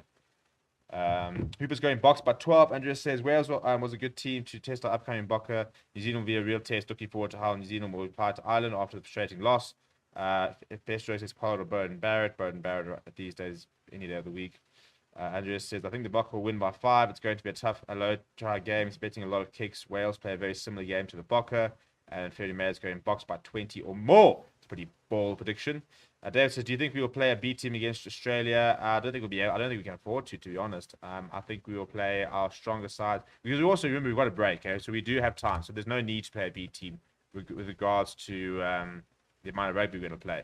If you look at our fixtures, we're playing back-to-back, 6th of August, 13th of August. And then there's a break for a week. And then we play Australia back-to-back, 27th of August, 3rd of September. Break for a week, back-to-back Argentina, in Argentina, and then in South Africa. So there's no need to rest players because we will have those sort of 2 weeks in between each segment of the tournament. And I think the hope, if you play your best side against New Zealand, Australia, and Argentina in Argentina, you're sitting there hopefully thinking that right, we've hopefully wrapped up the Rugby Championship, or else we either can win it or can't win it. And as long as if it's not a must-win game, that last game, the 24th of September, Springboks versus Argentina, would be a nice game to try and rotate a little bit. But I don't think we're going to see. There's no need for us to rotate against Australia, because we will have had 2 weeks from the New Zealand test to the Australian test. So by any injuries, you leave on the 14th of August. You're in Australia for 2 weeks, ready to go as your first team. And then we finish on the 24th of September. We have October off, and then we've got a jam-packed November, which will see us play Ireland, France, England, and Italy, as well as a couple of midweek games. I'm really looking forward to that. Peter and Bakes going 42-12. Lance says, hope Pollard keeps his head. His kicking needs to be accurate. Pollard is subbed at half time for Damien Willemse. That's what the prediction comes with. I don't think we're going to see that. Cat says, very unlikely considering we lost twice against them last year. Sakele says, do you think any of the under-20s do a quarter? I think Sasha does a 10. No, I don't. Chaps, I know I love watching the under-20s, but these guys need to actually play at this level, at senior level, for at least a season or 2. I really don't like... unless, look, there are some players who maybe are physically ready, but generally I don't like seeing backline players being rushed. We've seen it with Johan Goosen, even Pollard to a certain extent. Players who have had injury issues when they come into the side very early, very young. So, Sasha Ngomazulu is an incredible talent. Let him go play at the Stormers for another season. Probably another 2 seasons. He's not going to be in the World Cup, so why do we need to rush him? Play him. He's going to have a full Stormers season ahead of him now. where between the Currie Cup, the Champions Cup, the URC, he will hopefully get some game time. Then 2023 World Cup will happen. He'll have a full season, and then we're sitting in 2024, 2 years down the line. He'll be 22 years old. He'll have 2 seasons under the belt. Then we can sort of start saying, right, is he ready? Because physically he'll be fully developed. He'll be ready. He'll play at the level for 2 years. He'll be ready. There are forwards which I think you can sort of justify to a certain degree. I think something like Ruan Venter, for example, he's played at URC level. He looks very comfortable at URC level. So I think I'm not saying he should be playing for the Springboks, but I think that he's somebody who could be physically ready for international rugby. I don't think there are any of those backline players really are. It takes a while for them to really develop. I'm not all of those players. I mean, something like Reinhard Ludwig, for example, has played at URC level, but not a lot. So let them play a full season of as I said, this under 20 group will come into the plans post 2023 World Cup, and not even all of them, because to be honest, 22 is still pretty young. I saw a whole thing that Jacques Nebar spoke about the fact that your average World Cup winning side, the average age is sort of 28 to sort of 31 of the players, and they usually have about 1,100 caps across the team. And that's where we're trying to get to, where next year our squad will probably be sitting with an average age of sort of 28 to 32, and we're looking at about 1,300 caps, across the side. And I think that's what we don't sort of realize, the fact that they've looked at it and they're saying, right, traditionally, experience wins you the tournaments, experience wins you World Cups, and therefore we need to put our experience into these players, so they are ready and that they are in the right sort of frame to contend for a World Cup. So, I think that 2024 will be the next generation years. This Springbok squad, were very much sort of in their mid to late 20s, but the bulk of them during the last World Cup side, and now they're sort of into their 30s. So we will see. But I mean, after this World Cup, we're not going to see Frans Malherbe in the World Cup after this. We're not going to see probably Bangi Manambu. We might see Malcolm Marx, but we probably won't see Sia Khaleesi. We're not going to be seeing Dwayne Vermeulen anymore. We're probably not going to see Franco Master much longer. I don't think Evan Smith maybe gets to the next World Cup. He'd be 35, 36, I think, by the following World Cup. So maybe he'll still be around. But Mapimpi won't be around. Billy LaRue won't be around. David Lindy probably won't be around. Even Chisholm Colby's getting older. So that's when the next generation really starts. But even then, we're looking more at the current youngsters. Your current 24, 25-year-olds who will be sort of 29 come 2027. So I definitely wouldn't be putting any of the under-20s into the side at the moment. Lance says, let's drop Fussy and get Leighton for the championship. Fred Kruger says, Box need to implement a few sleight of hand plays to confuse the Wales defence instead of running at them directly all the time. Terry G says, the Bok management used the second test to beat up the Welsh. I expect Wales to be fatigued in the box to run away with this one. 18 points. Money and Jordan W, the Blitz box. Jordan, with the Blitz box. Yeah, they should be. I'm not excited. Our national backline don't know how to square defenders and pass. Cape Town Stadium sold out. Reckon the loss of last week might hurt ticket sales. No, I think there'll be a packed Cape Town. Why would you not go and watch the box? I mean, this whole thing of it actually really irritated me that everybody was really excited to see the Springboks play. Everybody's really excited about that team. It was a form team. Everybody was like, cool. And then we lost. And it was like, oh, well, we drove all this thing. We spent all this money to watch you lose. Chaps, there's no guarantee you're going to win. You had an opportunity to watch the next generation of the Springboks. I would have happily paid as much money to watch last week's team play as this week's team play. They're all Springboks at the end of the day. It's a Springbok game in Bloem. You haven't had that in like 3-4 years. I don't even think we had one in 2019. So the problem is the last time we might have had a test in Bloemfontein was probably 2018, maybe.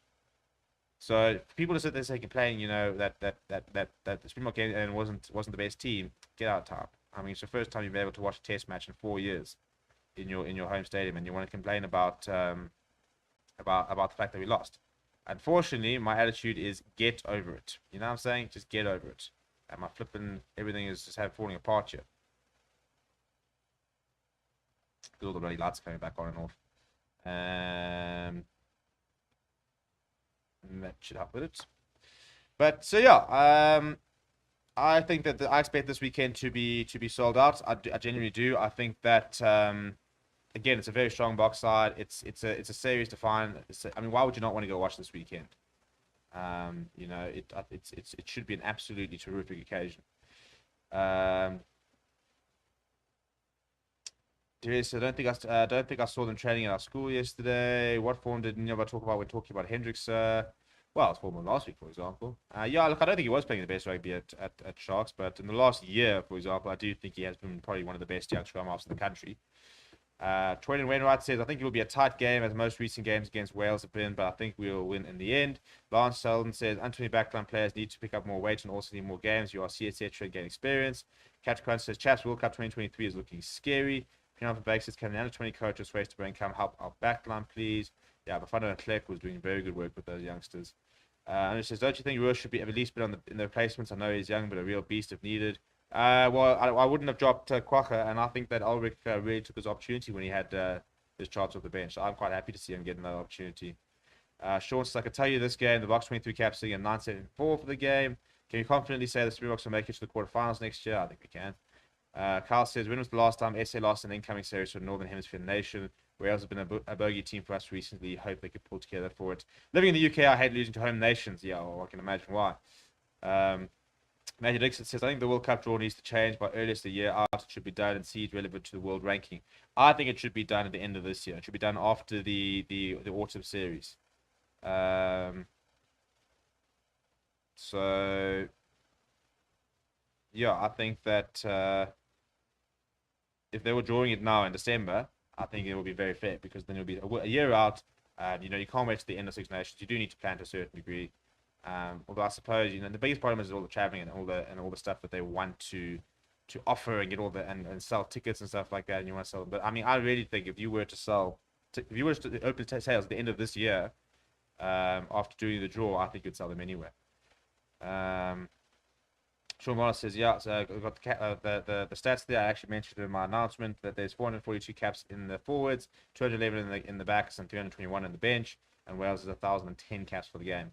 Kelly says, only problem with Cape Town Stadium is tickets are so expensive, especially in these times. Bloemfontein was the first time in 41 tests we didn't score a try. I'd say the supporters are correct to feel like they wasted their money. Nah, Shane. If you think going to the box is a waste of money, then don't go to the box. I understand that it's not ideal, but it comes with it. Welcome to sport. You're not watching a movie where it's all pre-planned. In many ways, it's quite historic that you watch the box lose. Tian Berg says the Cape Faithful will come out in force. HH says, wait, if I paid to watch my team must win, nobody told me this. Callum says, I still can't believe the absolute tensions after our loss last week. Testing the amount of depth and giving the best available Welsh team a good test and only lose by 1 point should be applauded. When did this happen, says HJH. Talking about thing. Do you not see a problem with our backline not being able to create space? Yeah, that's what I'm saying. I think this week becomes quite a defining week for us in terms of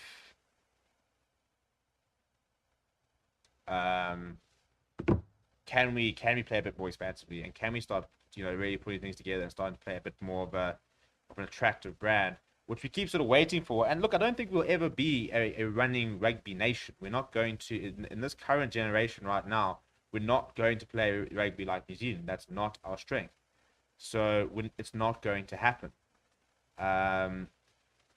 But can we be a bit better? Probably. But at the same time, you remember how we moaned the entire World Cup about Blilaroo, and we moaned the entire World Cup about our style of play. The entire World Cup, literally the entire blooming World Cup. And then what happened? We won the World Cup. And all of a sudden, everyone was like, oh, this is quite cool. This is fantastic. We won a World Cup. How cool is this? Brilliant. And all of us and they forgot the fact that the Springbok management got criticized the entire World Cup for being boring, for not playing expansive rugby, for not playing a good brand of rugby and stuff like that. So let's wait and see. I don't think we're ever gonna move away too much from our game plan, but obviously we will want to see more ball in hand. I think. Grant Swart says, Dan Lillard is destroying our entire game time with his chop tackles. He is simultaneously making Tommy Raffel's job easier. Stop Lillard winning the game. Yeah, I mean, Tommy Raffel's playing brilliantly. And that little axis between the two of them is very effective. Not your everyday culture says, we better win this game. Bianca says, do you think our game plan in general is to lose the small matches so we come out firing the harder contest? I don't think we ever plan on losing a game. I think there are certain games where a loss isn't a massive deal for us. I do think that we...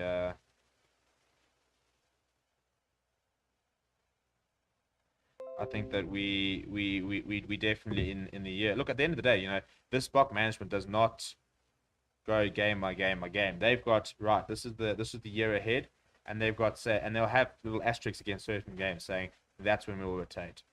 That's when we'll try a few new things. They've always got a very long-term plan. So I don't think we ever intend on losing games, but I do think that there are certain games which are certainly have more value to them than others. Pinos says, Paul Ross that Depth couldn't score and try first time for my test. Yeah, okay, I don't know what you're on about.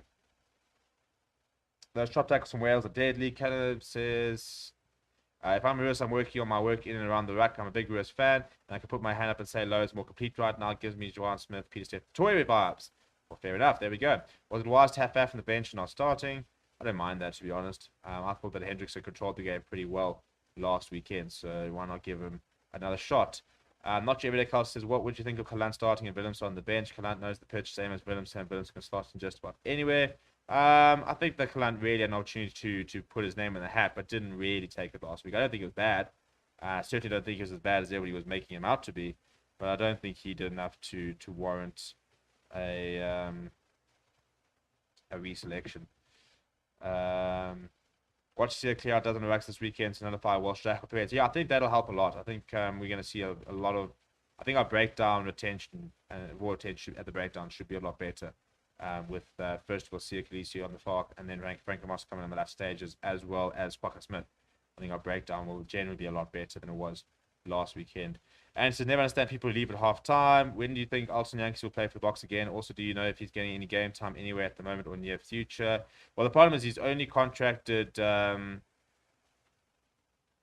a Japanese side at the moment. So their season starts again in October, November, I think.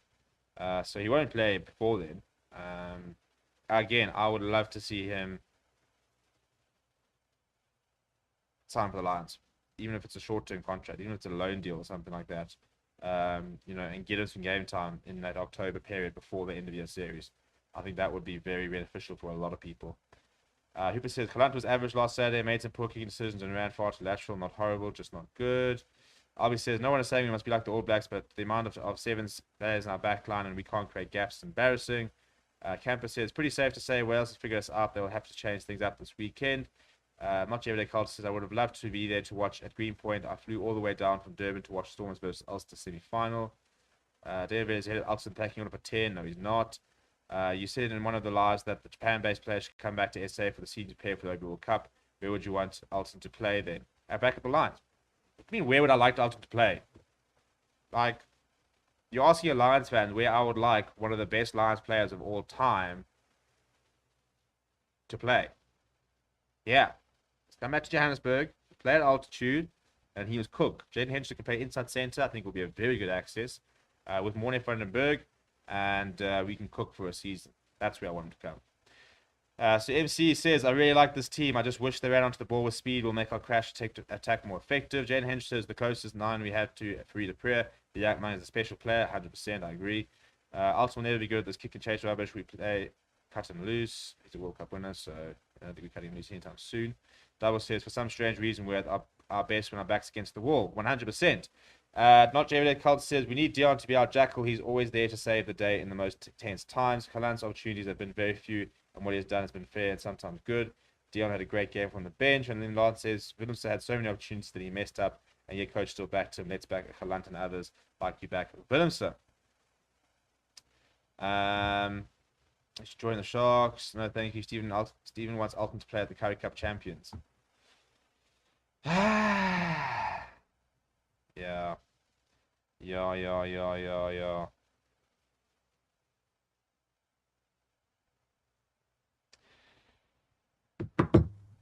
I would like the Currie Cup champions to all come play for us, to be honest. I'd like to go and steal quite a number of the Pumas players, including the Pumas coach. That's what I'd like to do. That's in an ideal situation. That's what I would love to be doing as the Lions. I would love to say that Jimmy Stonehouse is coming through to take over at the Lions. He's bringing a couple of his buggers with him.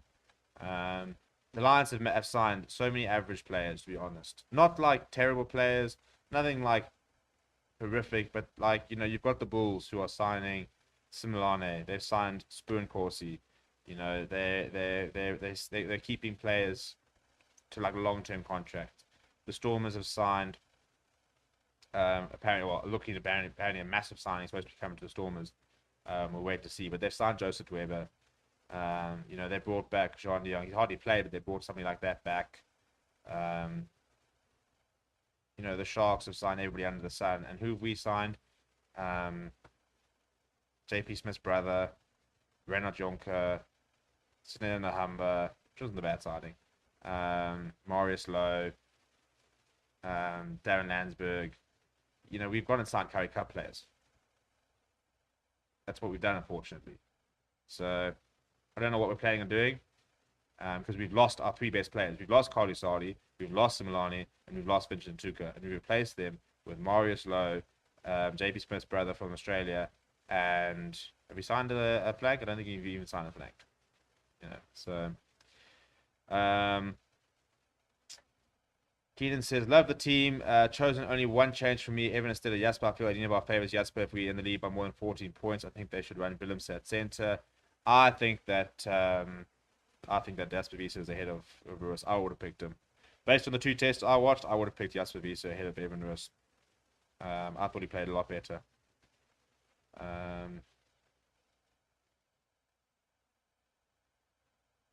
So I don't really mind that. I think that Evan Ruiz will get another opportunity, but I've got no issue with Jasper being picked this weekend. Where's Sardi going? Going to the bloody Sharks. Everyone's going to the bloody Sharks. I mean, he's going to be backup for Thomas Toy. The Oaks signed to be a second choice. It hacks me. It actually touches me. Sean Barnard, yeah, Anthony and Nahamba has signed for us. Yeah, he's probably one of the more exciting signings. I would have liked Ron Williams. But I don't know why we aren't going after. Seeing was in Norche. I don't know why we aren't going after like a Dan Duplessis, a Faison Barter. You know, these are Koboka, for example, guys falling off the pecking order. Bring him in. Bring him in. People said, I don't hear any praise for Pollard last week. Thought he had a good game considering thoughts. No, I don't think he had a good game at all. I think that's why everybody's panicking about the fly-off situation, because Alton had a mare, and then Pollard wasn't any better. Well, wasn't much better. The Stormers signed Cheslin. Hearing the rumors that could very much be true. We'll wait and see. Jan speeches, Jasper was better, not that Evan is bad. Sardi's a great player, agreed. The Stormers are trying to get Colby, but he's earning mega bucks there in France. So you still don't think Damien Bennett is second choice 10? No, I don't think he's second choice 10. He hasn't played 10 in this entire season for very good reason. So MC is saying, after the Sharks, not everyday Carl's saying Willemse shouldn't start at 10. Terry G says, product 10, Willemse 12 will create many more creative players and kicking options. Bring Delander on as an impact player. Are you going to do a URC transfer video? Yeah, we are. So after this, we're going to be doing a bit more general stuff after this weekend, because obviously this is now the break in between international seasons. So yeah, we will start doing more looking at who's going where in the URC and stuff like that. So I mean, we're going to have daily shows throughout the weeks, the next 2 weeks. So they'll probably be a bit more URC focused, even Champions Cup focused, looking at where players are going overseas and stuff like that as well. As we sort of start to build that towards New Zealand. Are you going to... Lance says, Sardi could have signed with the Stormers. Stephen is going. Well, it's the wrong side if he is. Anyone who thinks David Vince is the best 10 the Springboks should go watch the second half of the first test again. You mean the half where he and Billy LaRue very much shared the fly half responsibilities and took turns being first receiver. We're also talking about the Dame Willemse that people didn't even want to be in the Springbok squad last year in about October, November, because they said that he can't kick for goal, that he can't play at fly half, he can't control a game. People were literally saying, why is he part of the box squad less than a year ago? Now he's our first choice 10. The reason he had such a good season is because they took the responsibility away from him and they said, don't worry about playing fly half. They brought him on Liebach and said, you're our fly half, Tim Sweel's our fly half. Willem said, you're going to play at 12, you're going to play at 15. He played a lot of 15, then he moved to 12. He got selected in the dream team as a 12. Let him play there. Everybody hates him when he was at fly half because he really struggled at fly half. So if he has to play it because of injury, no issue whatsoever. Fantastic. He can do the job. I'm definitely not starting him at fly half though. Villy also going to Stormers. Apparently not. Apparently it's either Villy or Cheslin. I'm hearing more rumors about Cheslin. But Willem's 10 experiment has been done. He's passed back to the box setup as utility back, 100%. Under 20 showing us that we do have a 10 to work on. Do you see a Pure Giant to come back to the World Cup? Honest opinion, so sad about the doping.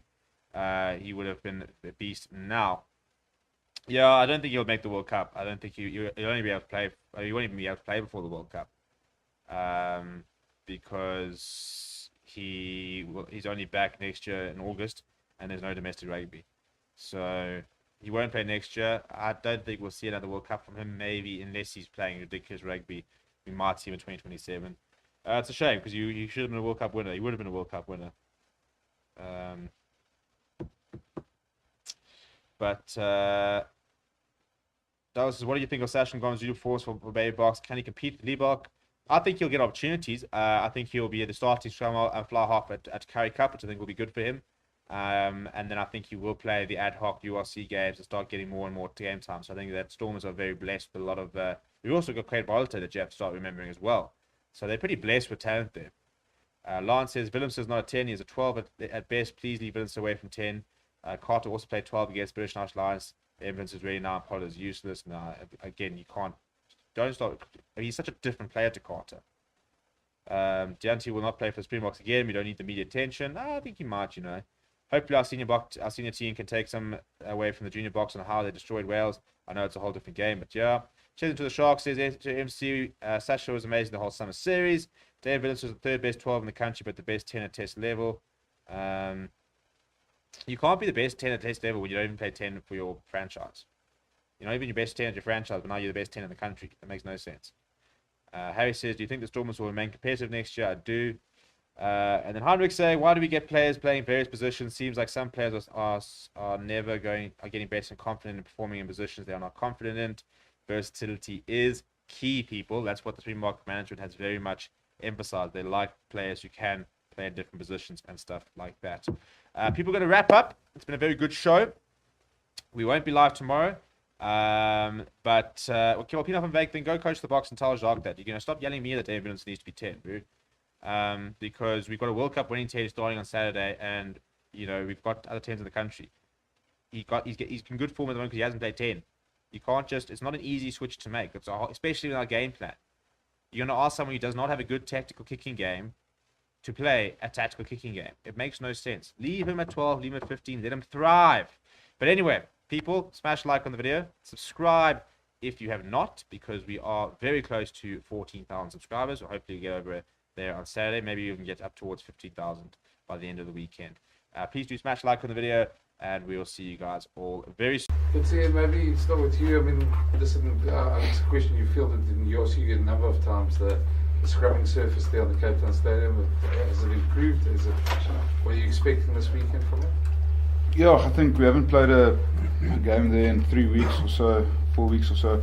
So, not 100% sure what the surface looks like at the moment, but I think with the URC it was a bit slippery, and certain areas of the field wasn't in great shape, but we were promised by the groundskeepers there that they're going to fix up the surface, and hopefully it holds up very nicely this weekend. With the injuries that Wales had, do you see perhaps an opportunity there to have an attack at the scrum? Yeah, I think Wales has got a good set piece and a good scrum, and you can see in the second half they at certain scrums they did gain a bit of dominance. So I still think it's going to be a tough battle when it comes to set piece. Hopefully the surface holds up very nicely, and then both teams can have a full go at each other. So even though with the injuries, I still think they've got a good quality pack. Did you feel, sorry, I lost one just from me on that. Did you feel that in the last couple of tests that you guys maybe had referees that allowed you to scrum? I know you guys like to keep the ball in a bit longer, look for a bit of the scrum contest. Did you feel it was called a bit quickly? Yeah, I think also from the refs' point of view, they want to get the game going. So, but you have to have clear dominance with the laws. Have to go through the middle, go straight. Any collapse, the referee will tend to actually let the game go on. So yeah, for us as a pack of forwards, we want to push straight and want to get clear dominance to actually earn the penalty. So we don't want to really take corners or walk around the scrum. So through the middle, and if it's a clear picture, we want the reward for it. Steve, how has the break shoot affected you guys? Have you been spending a lot of time with that, and does it make it more difficult, or what is the effect been for you?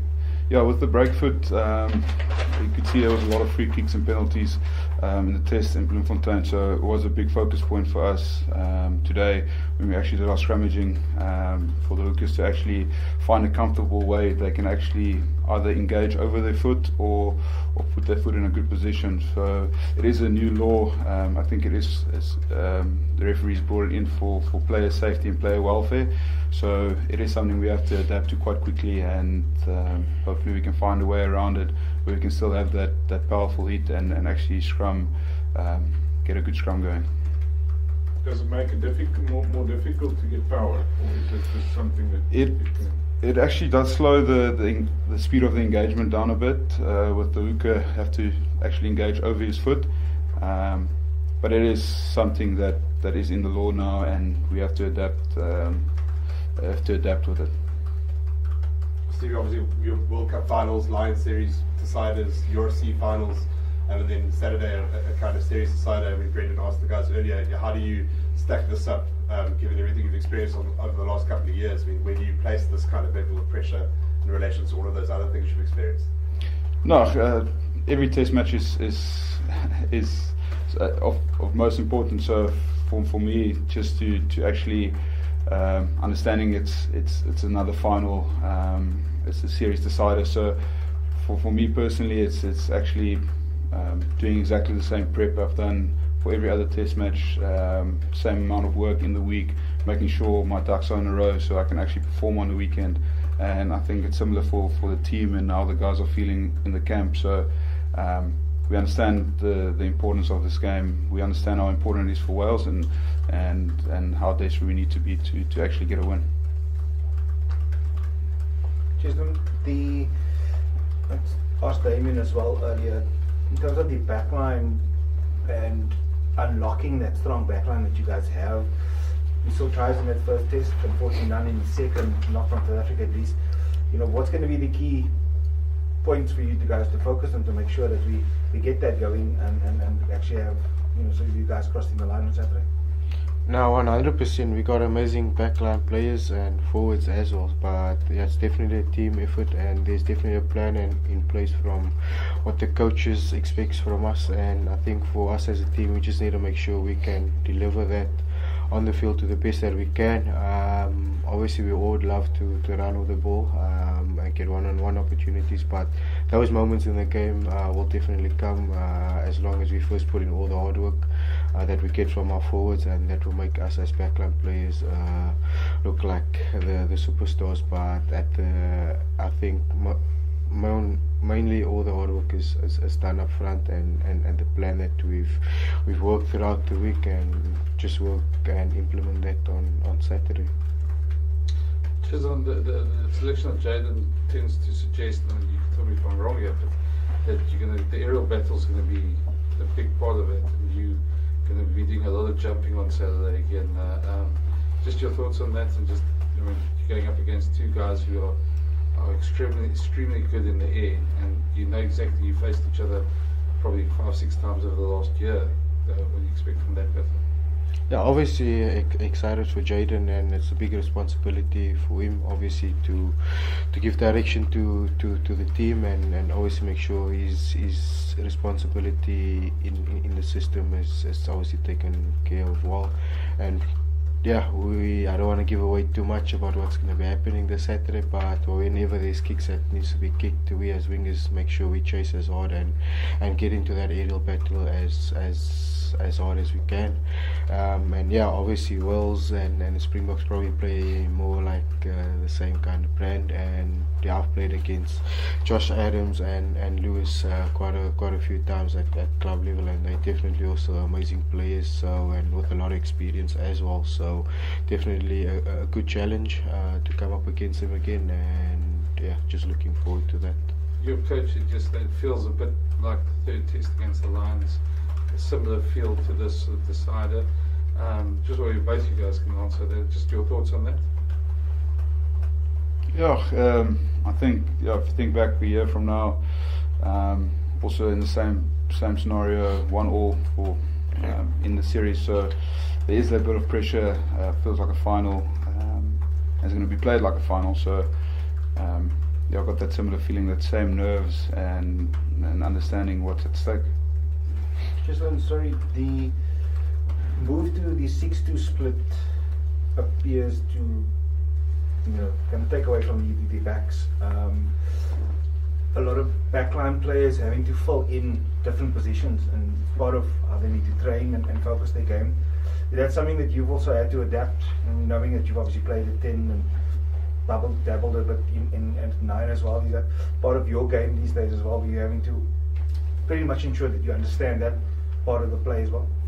I think as a professional athlete, firstly, you need to, if you want to sharpen and become a good rugby player, you need to make sure you understand everybody's role within the team, obviously. And I think we're quite fortunate enough to have amazing players that can cover numerous positions. A guy like Damien Williams can probably cover wherever you need him on the field, and there's a lot of guys to mention as well. And yeah, the 6-2 has obviously been there for us and been working for the Springboks. So I don't think there's a lot that changes. Obviously a few responsibilities and positional switches, but there's a lot of time that we get throughout the week to work on that. And yeah, we never go out on the field to obviously make mistakes. We to go out there to do our best and make our country proud, and that's all we can do to play well. Jason, you have a great record in these playoff final games. Going back against the the Lions and also the World Cup final. We are in a similar, almost like a bit of a similar situation. I mean, what needs to happen for you to get into that rhythm and produce that magic that we see from you? No, I think I just tend to find myself in good positions on the field at the right times. But yeah, I think if you look throughout those games, and whenever there was opportunities, not just for myself but for us as wingers to finish, it was mainly because of a few passages before, whether it was either scrum, good defence that made opportunities for us to counter-attack from, and that's opportunities you don't get a lot obviously at test match level, and especially in finals. And for us as South Africans, every test match we play as a final, because we know how much it means to us as players, and we know how much it means to this country, and that's how we treat it each and every weekend. For you personally, you're a Newlands boy from the Cape, but is there a lot of meaning for you to play in the DHL in Cape Town as well? I know you've done so before, but just again now for the Boks. Yeah, no, just chuffed to get this opportunity again to obviously play this weekend firstly, and then to play hopefully in a full pack Cape Town stadium.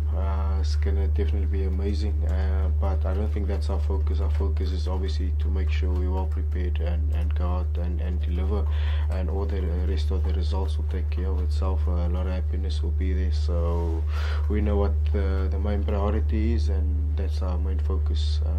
And whatever comes with it is, as I said, it will always be a bonus. But obviously amazing to get supporters back into the stadiums, and yeah, those are people that support us through good times, through bad times, and through the difficult times of COVID too. So yeah, just amazing to have supporters back in the stadium and see all the green and gold jerseys. Guys, one more question over there, and then can we take 2 Afrikaans questions, please, and then we wrap it up. Thanks, Steve. I wanted to ask you about that. When you played at that stadium a lot this season, I think you played in front of a capacity one, you had full 100% capacity. You've spoken a lot in the season about the venue and the spectators there. I mean, does Cape Town mean a bit more for you than it does, if the decider was elsewhere? I wouldn't say like playing in Cape Town means but more than say we played the decider in Joburg. So I think, as Jason also said, the most important thing for us is actually preparing well in the week and having a great game on Saturday and trying to swing the result of the game in our favour. So, but playing in Cape Town is always special for me. It's I mean, grew up there, friends and family, and it's an amazing supporter base. But at the end of the day, for us, it's just to actually rock up, play a great game of rugby, and make the fans and the supporters and the country proud, as Tristan also mentioned. And making sure we do whatever we can to actually get the result in our favour. Steve, just in Afrikaans. Vir julle as 'n voorheen is 'n pak wat die fokuspunte moet wees om seker te maak dat julle oor die lyn kan kom Saterdag. Toch, ek dink soos enige toetswedstryd, ek dink as jou setpiece moet funksioneer en jy moet op 'n manier dominansie kry, so jy moet voor voetbal gee vir die ouens soos Chase en hulle om die punte en die 3 aan te teken. So ek dink as ons lynstaande optimum funksioneer en ons scrums, ons kry goeie voorvoetbal op die scrums en ons kan 'n dominant maul kry, dan gee ons onsself baie goeie geleentheid vir ouens soos ons outside backs om die spasie te vind. Last question of the pass. Ja, het is dan net jou indrukke oor die Namibische wedstrijd wat voor die, je gaat voor je thuiskade spelen wat dalk 'n volgepakte stadion, die stadion, of Kaapstad stadion. Net jou gevoelens oor die occasion. Yes, ja nee, vanaf die series begin het, dink ek vanaf Loftus Bloemfontein was daar 'n great atmosfeer gewees, en 'n goeie build-up gewees tot in die stadiums en die week met oefening as 'n span, maar ja, vir my gaan dit ook nogals quite exciting wees om terug te wees in die Kaap om voor 'n volle stadium te speel en net 'n klomp groen en goue treë te sien. So ja, ek sien regtig baie uit vir dit en hopelik kan ons nie net die mense in die Kaap trots maak nie, maar die res van Suid-Afrika, almal wat ons ondersteun van waar ook al. Ons hanteer almal dieselfde en ons respekteer almal dieselfde. So ja, groot geleentheid en ek dink die manne het regtig goed voorberei hierdie week en dan moet nou net van ons as spelers af wat ons gaan doen op die veld. Ja, daar was 'n bietjie op die van die laaste toets, ons alles weer gaan sien. Ja, nee, hopelik kan ons 'n paar treë sien, maar ja, ons weet dit gaan nie net gebeur nie. Ons gaan klomp harde werk wat in moet gaan en ja, soos ek sê, as geleenthede sal ek seker elke speler wat op 'n veld gaan uit en af gaan net hulle bes te doen om punte aan te teken vir die span. Okay. Awesome, thanks guys.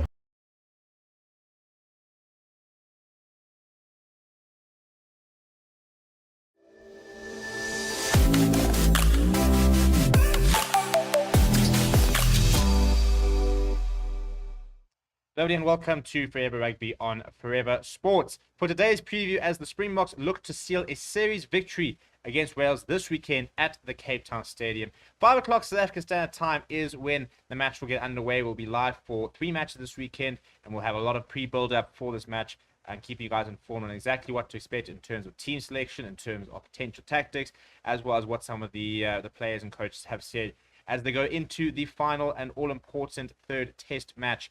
For the Boks, they are back to full strength, very much as strong as they do get. Wales very much going with continuity, and I think it should be a pretty epic Test match of pretty big importance. Springboks, the first time they'll be playing since the World Cup, not as the #1 world-ranked side in the world. And Wales also having gone up in the rankings and also on the cusp of what would be a historic series victory in South Africa, something that they've never done. So I think it's going to be a very emotional, very important, very tense encounter, and I'm hoping that we're going to see a very, very high standard of rugby on Saturday after 2 matches which have had their moments but maybe haven't really lived up to the billing that we kind of thought would be, but very much have so in terms of the drama that has been there in terms of 2 matches we would have driven one in the final sort of dying stages of the game. Before we look at the 2 sides, please do smash like on the video, please do subscribe to the channel as well. If we look at the 2 sides, we'll start with the South African side. And as I said, they've gone back to full strength. I think this is the strongest 23 that they can currently pick of the 43-man squad.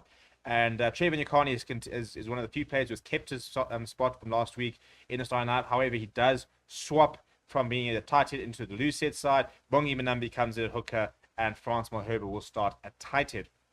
It's a massive front row. It's a very physical front row. It's a very heavy front row. Maybe not the most mobile front row compared to the one that's coming off the bench. But in terms of trying to gain early set-piece dominance, this is the front row that to do it. Evan Etzebeth will be getting his 100th test cap this weekend in front of the stadium where he started it all. He came from the Stormers. He played Craven Week for the Western Province. So very sort of how cool is it that he will make his 100th game in front of what is basically a home crowd, even though he is off to the Sharks next weekend. He is joined by Lua Tiago, comes back into the side. Siya Kolisi will captain the side. Him and Jasper Wiese will join Peter Steph du Toit in a new look, probably the strongest loose trio we have.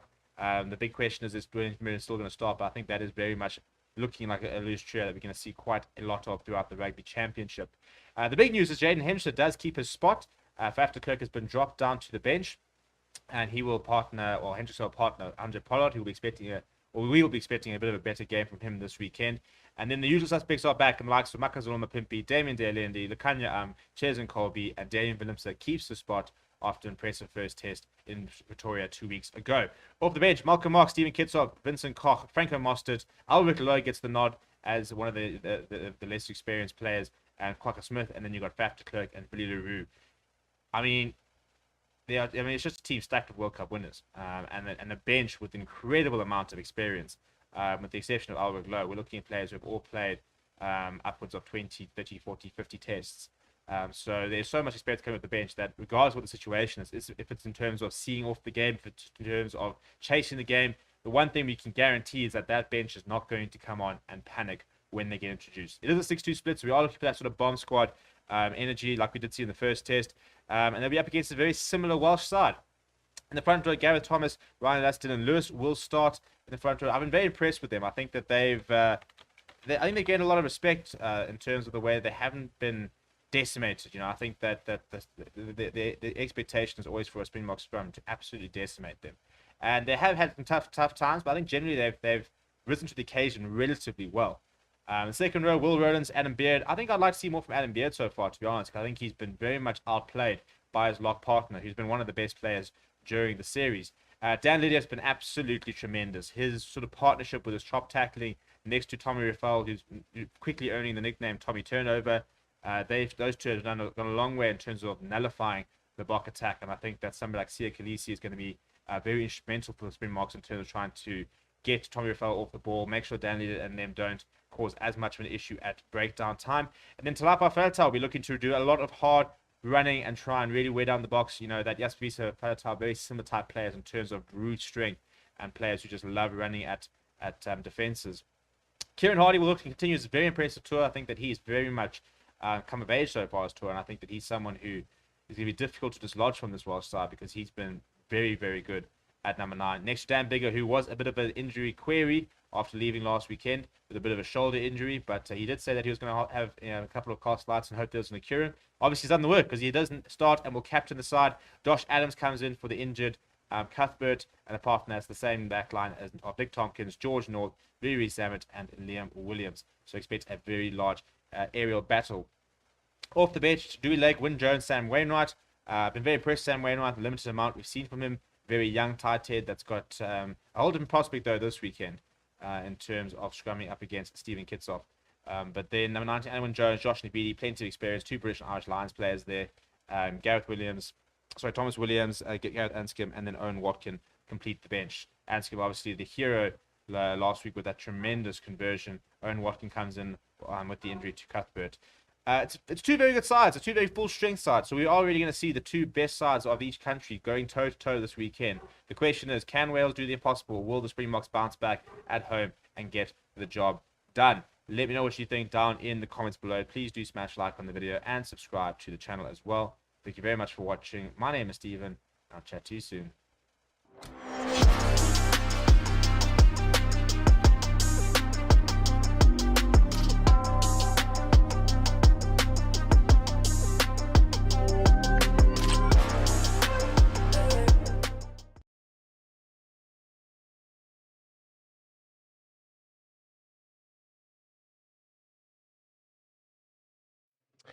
Hello and welcome to Forever Rugby on Forever Sports. It is finally here, the moment we've been waiting for all week, the fourth and deciding test between the Springboks and Wales kicks off in just over an hour. And the question is, can the Springboks be the first Southern Hemisphere side to stop the Northern counterparts from winning a series? Because today we have seen New Zealand being beaten by that was an incredible match, by the way.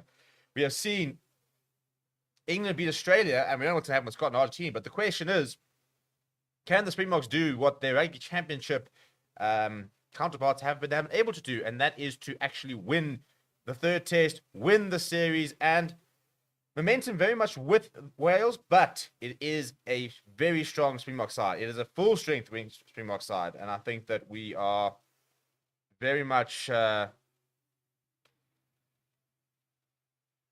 think we're very much ready to go all the way. Somebody's saying no sound, which I'm a bit confused because I can see sound coming up here. So let me know if there isn't any sound or if it's just somebody else. I think I'm okay. So can somebody just say, yes, there is sound? I need a yes or no before I continue. Yes, no, maybe. Anybody at home? There. Well, I'm assuming that there seems to be sound. I'm assuming other people would be saying there wasn't any sound. But how are we at? Where are we at? Okay, cool. I haven't seen a couple of yeses there, so sort of panicking there. There's sound. It's only on the left ear. I should be able to fix that actually. Wait. I know how to do that.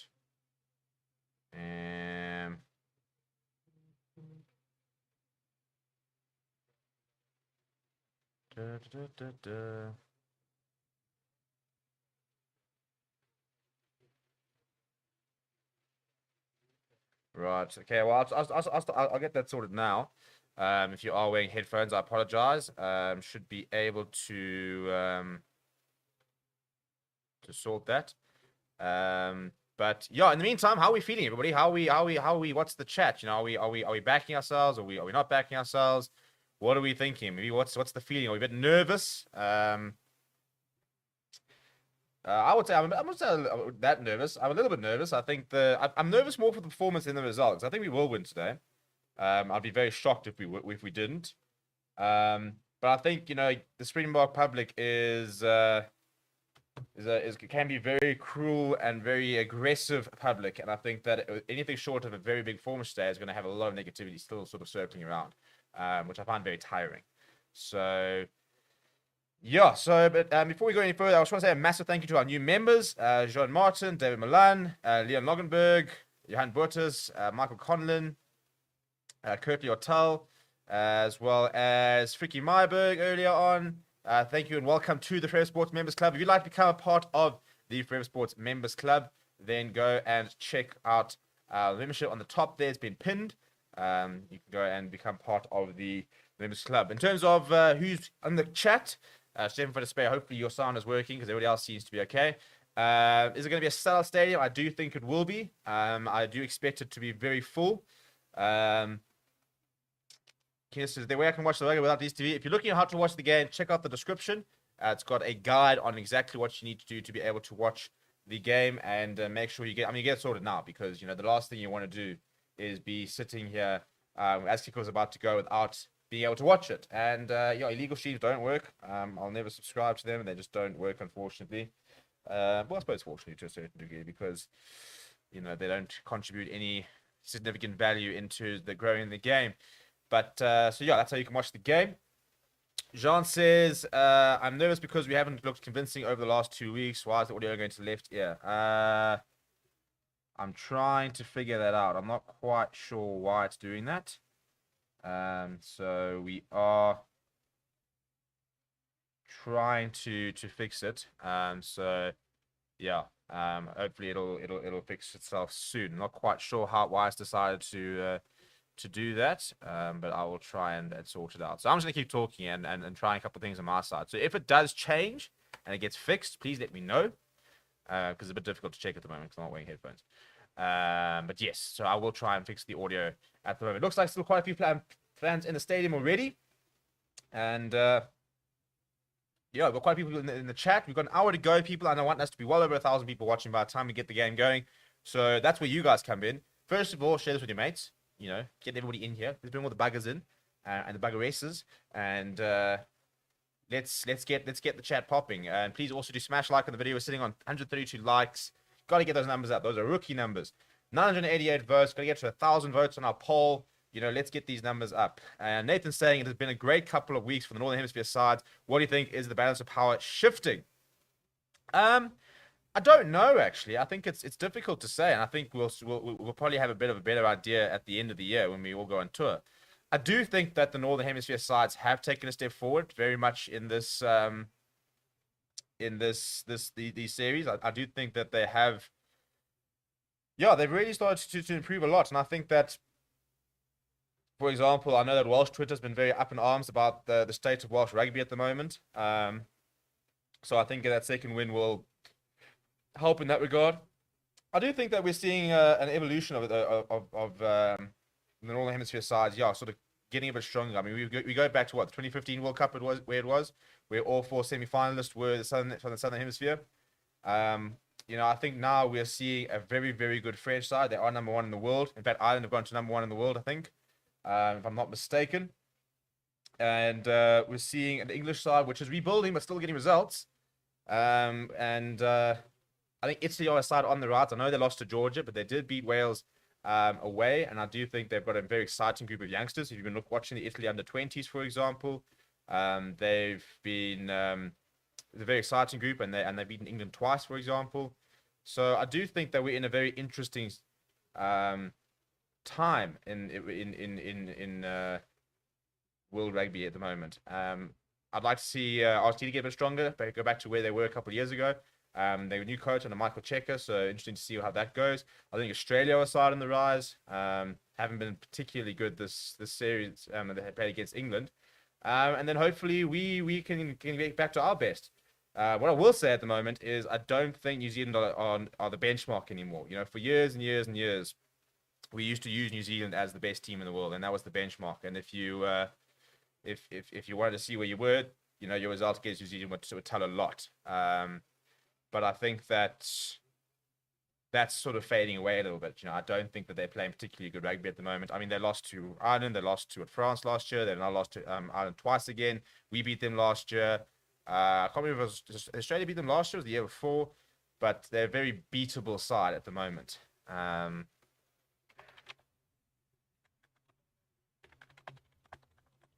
So I think that they're starting to fade a little bit. And I think the aura is also starting to fade. Because I think that a lot of it, you know, when it came to the New Zealand, was a lot of the fact that you didn't really give yourself much of a chance when you're playing against them, you know.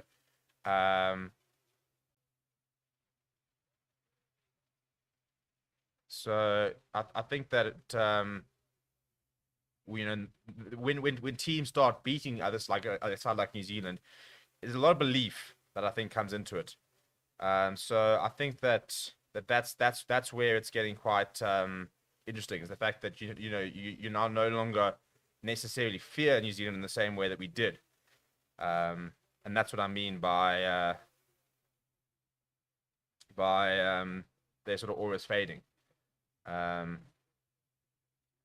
Right, I think that should sort out the audio, by the way, in terms of it only being on one side. So if you are listening with headphones and you can let me know, please do, because I think that I've sorted it out. I hope you sorted it out. So yeah, if you're listening with headphones and there's still an issue, please do let me know. But New Zealand looking like a failing side, Australia inconsistent. Argentina haven't really progressed in the last few years. It's left to South Africa to carry the Southern Hemisphere flag. Wayne saying Wales are a bogey team. World rankings remain the same if we win. If we drop to 4th, if we do not win, 100%. If you want to watch the game, as I said, check out the description. We've got instructions there. Welcome Johan van Vuren and Jejo Kun, the latest members of the Forever Sports Members Club. Nathan says New Zealand looking like a fading side. Australia inconsistent. I went through that, didn't I? Is it live? We are now live. Bazball is Fosterball. Wayne saying New Zealand cannot play under pressure. They are not historically pressured, so they struggle. Audio seems to be fine, so that's quite cool. And it's me again saying Metallic, White House, Kane, etc. have lost the hunger. Cool. Good to see that we have sorted out the audio. Let's find out where everybody is, Salve. I think, yeah, I wanna find out where you guys are watching from. Let's get a check-in going here. So let me know where you're watching from. Let me know who you're supporting. What I quite like to do is to see if we covered all the various different continents. And I think last time we did it actually. We had South America, North America, Asia, Europe, Australia, and I think we had Africa. So yeah, let's see where we're at. So we've got somebody from York, Wayne's from York, tuning in.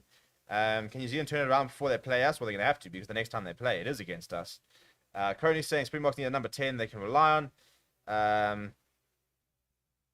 Watching from sunny England, says Anthony. New York, go Box. There we go. Across two continents. I'm assuming there must be a couple of South Africans in South Africa here. So I'm sure that Cameron will be at Teatar Stadium watching on our way now. We've got another Joburg boy in Luke Lawson at Leeds. So, well, there we go. So we're already in Australia because we're in New Zealand. So we're in Australasia. We're in Europe at the moment. We're in North America. We are in Africa. The question is now, can we tick off South America? We tick off Asia. And then we're pretty much sorted. Canada. So how many countries is everybody from here at the moment? We got to take New Zealand, Canada, UK, States, South Africa. We've got five people already checked in from around the world. Watching from the rich suburbs of Brakpan and Saint-Jean. Where's my neighbor? You see, that's what I need to see. You know, people bringing their neighbors into this. South Africa watching from USA. Looking forward to the game, says Garen. Brian watching on from the Drakensberg. Adam in Australia.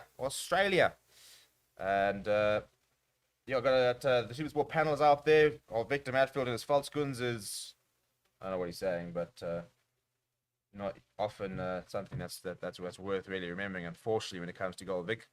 But good to see Brayton Paulster in the studio. Obviously had a very tragic family tragedy quite recently, so thoughts to him and his family. But good to see him back in the comms box. And my phone's having a heart attack. Down. I'm trying to decide when I open the first beer. I had quite a few beers last night. I'm not sure how we're gonna feel, but I feel like 4:30 is probably about beer time. Like half an hour to the game, crack open the first one, then we start moving. Then we start accelerating. We used to do a thing where if we scored a try, we used to open the brandy. I don't know if I've got brandy though, so we might not be able to do that today. Well, I really like Bongi Manambi, and now he's got a Manchester City shirt on. Well, there it goes. There goes the whole aura that was Bongi Manambi. He's a City supporter. I mean, who supports City? Literally nobody. Hannah says, watching all the way from Egypt as a South African. Clive from Switzerland. Jaden, South African, watching from Portugal. Kales River from says Dion. Saying, does the fact that SA teams do not compete against New Zealand and Aussie teams like we did in Super Rugby impact their sharpness for Test Rugby and Northern Hemisphere teams benefiting or amount online? I think it's too early for me, because a lot of people are sort of talking about that. I think we'll have to wait and see whether that really is the case. How much, playing against weak opposition in inverted commas is a big factor. So we'll wait and see on that note. Jean says, Victor Matfield called Hendricks the new free to prayer. Cannot be forgiven for that comment. Look, to be fair to him, I think he's... Look, if he were to go on to be as good as free to prayer, I'd be very surprised, because free to prayer is a very special player. But in terms of the way he plays the game, I do think that he is slightly sort of free to prayer-esque in his approach to the game. So I don't think it's the worst comparison. It's just difficult because free to prayer is probably arguably the greatest scrum off South Africa's ever seen. And we're going to have to wait and see if Hendricks can even lock down a starting position and start to add to that kind of legacy. But yeah, the game starts in 50 minutes. 5:05. It's currently 4:15. South Africa Standard Time for the South Africans out there. So yeah, less than an hour to go until kickoff. And Lunga says it can't be a Northern Hemisphere weekend. Go Blocker, save the blushes. Bertrand, the latest member to the Fair Sports Members Club. Welcome. Moose is watching from South African Soweto. Do you think Jesse Creel deserves a crack over Am? Well, I think he will get another game. I definitely don't think you're going to drop Am, for example.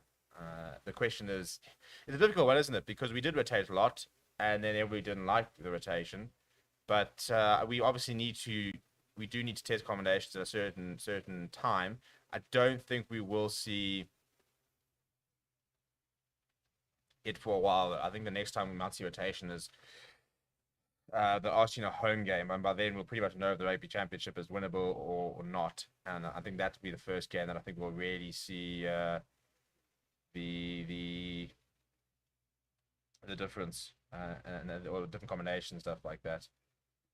But Wayne says, is it just me or was the reserve All Black scrum half not great? Takatava, he didn't have a great game. Decent player though. Hendricks can take Hershey Yankee spot though, says Jean. I agree. At the moment on form, I would probably go with that as well. Garen says, I really think the Boks can get the win. Also a good chance of beating All Blacks in Australia this year if we play to our potential. And Wayne's not back in the JC shout. Emerald saying, hope it's a really good game today and as sluggish as last week. Where in rugby ranks is in your opinion? I think he's the best outside centre in the world. That's what I think, genuinely. And I think that the only person who could probably have a say something about it. Yeah,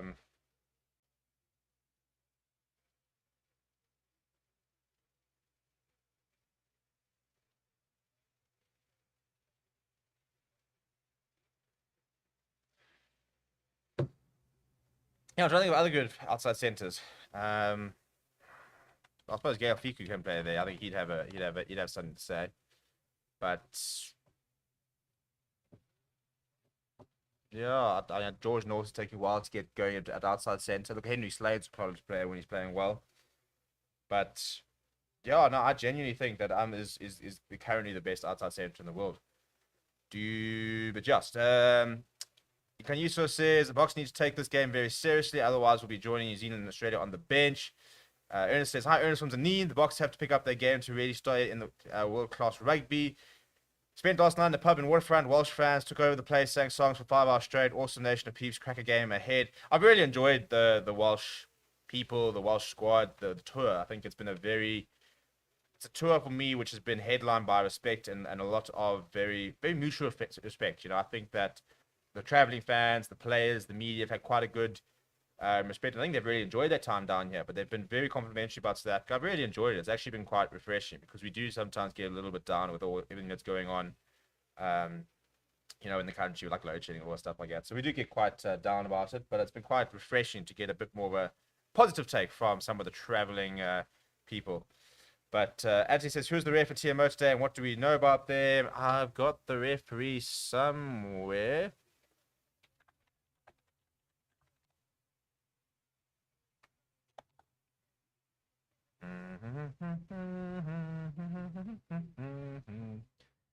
And it's Carly today, I think. Is it not? I'm pretty sure it's Matthew Carly. He's quite a young ref, I suppose. I think he's like in his 30s. He will be the man in the whistle. And Lunga says, win or lose, Bokke for life forever together. It's best to peak only towards the World Cup. Let's be patriotic. I agree. Elise from Westberg, asking the Bokke to please kick some ass. I think we're all on that stage. Again, if you're looking to try and watch the game, check out the description. That is how you can watch the game.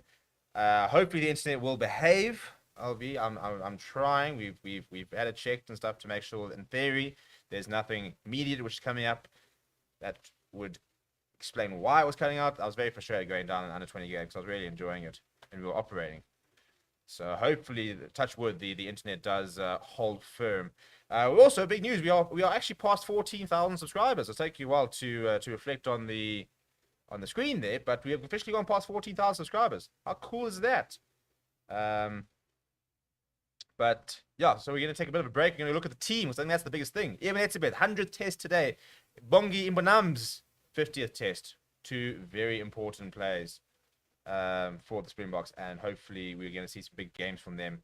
I mean, the occasion for Evan Etzebeth, the youngest player ever to play 100 games for the Springboks. He's already a Springbok legend, but I mean, he's probably on track to go down as our most capped Springbok of all time. I don't think he'll go down as the most capped player of all time because Alan Wynne-Jones is looking pretty good to get up to 170. So Etzebeth will have another 70 to go. But look, you never know. If he plays up to 35, 36 years old, he could do it.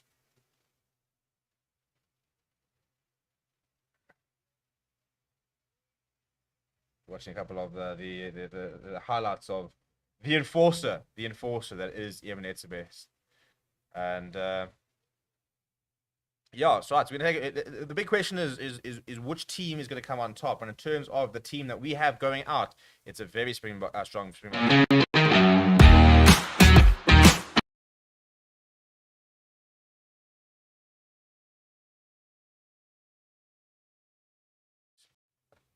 Not quite sure what's happening there. Yes, we are going to look at the team though, and you go get your beers, and I'll chat to you guys in a little bit. And this is how we're going to line up as we take on Park in about 45 minutes.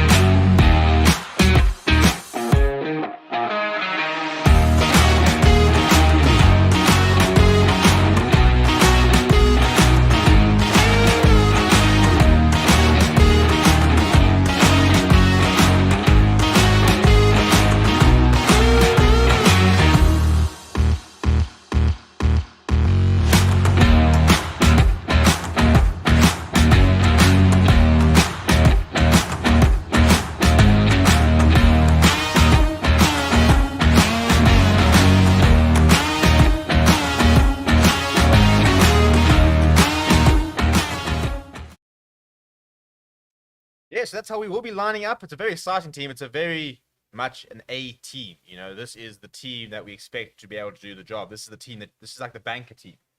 You know, like, you know, in terms of if you were to send out a team that you pretty much expect to win, this is the team that we should be able to get the job. You know, this is as close to a World Cup winning side as we probably currently have within the current squad. So, in theory, the expectation is to go out and put in a very strong performance. And we're talking about beating Wales, not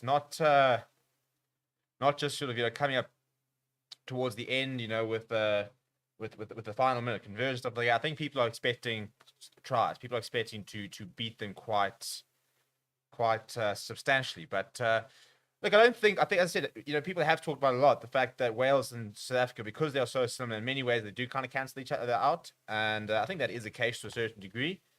I don't think that should ever be an excuse, though. We need to be able to grind out victories against any team, and that's the thing. So yeah, I think obviously number one thing today is to get a good performance in, and a good performance is going to be key.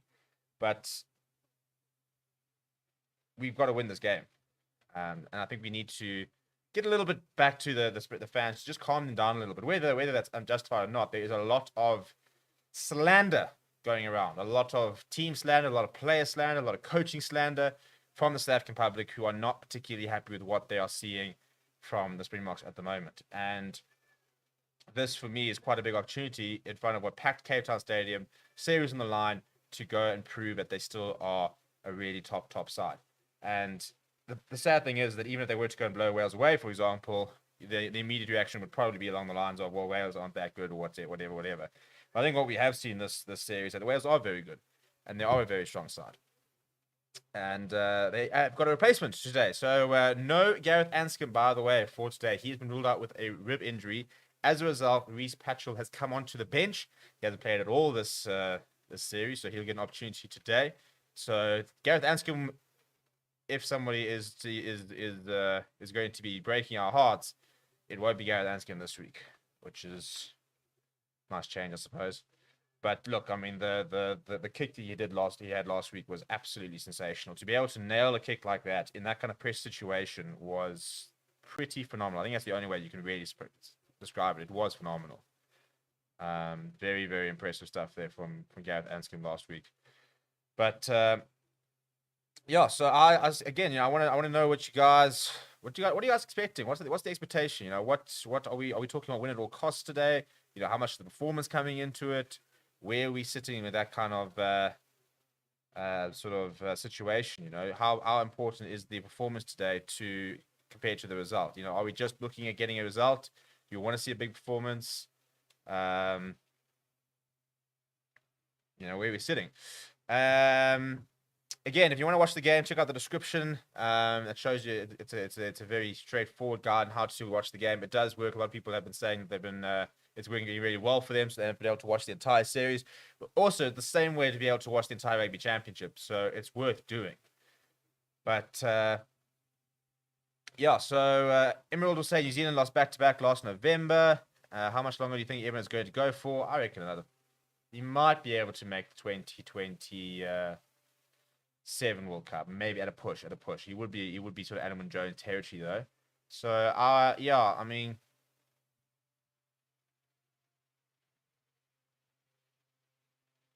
I think he's going to go for at least another 3-4 years. But Emerald says Ireland beat them and France beat them a week later. They did. But I'm from Marnus, Western Cape. Saw they're practicing this week in Marnus. Good luck. Bocker says, moreover, they should probably get rid of Foster and bring in Raz or someone. Wales and South Africa in recent years have been very tight games. Anscombe is injured, so Patrick comes into on the bench. We spoke about that earlier. We have sound. Well, there we go. Stephen Van der Spade's got some sound. If I could change someone in the 23, remove Cock and bring in Chair or Thomas, the tank engine, to Toy, he makes meters off the bench. He makes careless mistakes. Dude, contender. The man is back with some heat because he's playing Oxen Chair at tight head. Chief, Oxen Chair is a loose head. But good to see you back, contender. Welcome back. Patchell is a class kicker as well and loves throwing the ball around, holding in. This is Aiden. Dear.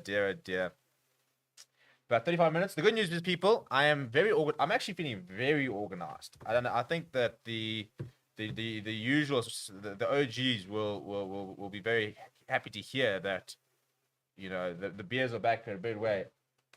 This is how organized I am today. I'm a little cooler box. How banging is that? A little bit of ice in there. Got my beers ready to go.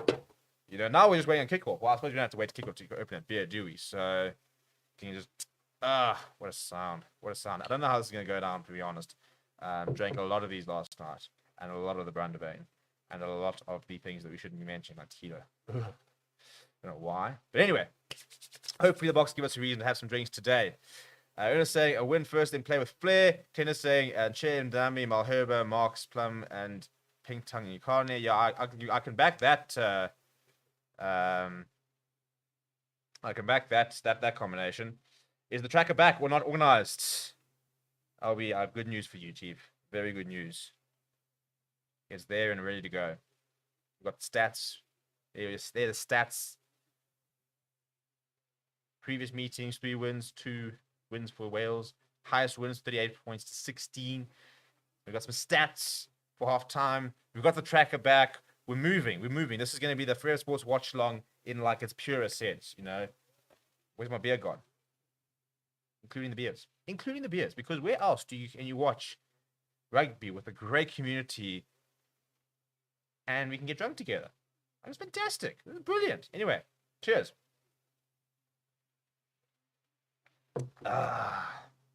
Sweet nectar, that's beer. Eden says they should call me up. Got a leg like a cannon. Watching the game here before I fly to the Netherlands, says Francois. The Buster 12 says so Rusty gets suspended for pointing out obvious bad calls made by the match officials. Then you have Eddie who keeps saying similar stuff with utter disregard, no consequence. Yeah, we need Eddie to go and make a video, don't we? Springboks will bottle this, reckons George. Cheers, lads. Yeah, everybody. Who's drinking what? You know, who's drinking what? I also can't believe you weren't subscribed. Imagine not being subscribed to this. Obviously says it's 2:30 a.m. I ain't drinking anything but coffee. Fair enough. But yeah, should we have a drink check-in? Who's drinking what? I've got my beer. Maybe we'll head to the better brandy later. But I'm on the beer. So is anybody joining me on the beer, or is everybody on the coffee train? What's the chat?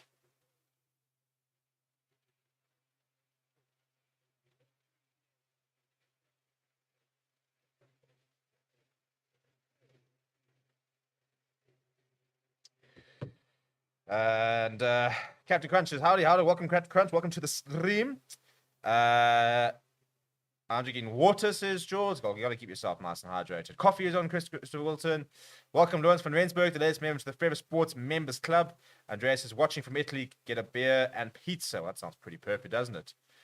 Fence says, only thing getting bottled is Wales. Old speckled ale is me again. So there we go. Somebody else is on the. We got 2 beers on the beers with me. Let's make a drinking game for the game.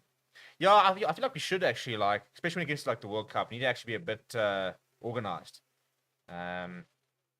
You know, problem is, you know, we can't get too hectic. So it can't be something like every single time the SPVC makes game line advantage you drink, because you know we wouldn't make it past the first half. So yeah, we should investigate some drinking game potentials. Something that's not too hectic, but something that adds a bit of spice to the game. You know what I'm saying? And Everything Hip Hop says even today's game will be tight. Wales might steal this one. Emerald saying I'm from Ireland, so having some beer today. Yeah, in the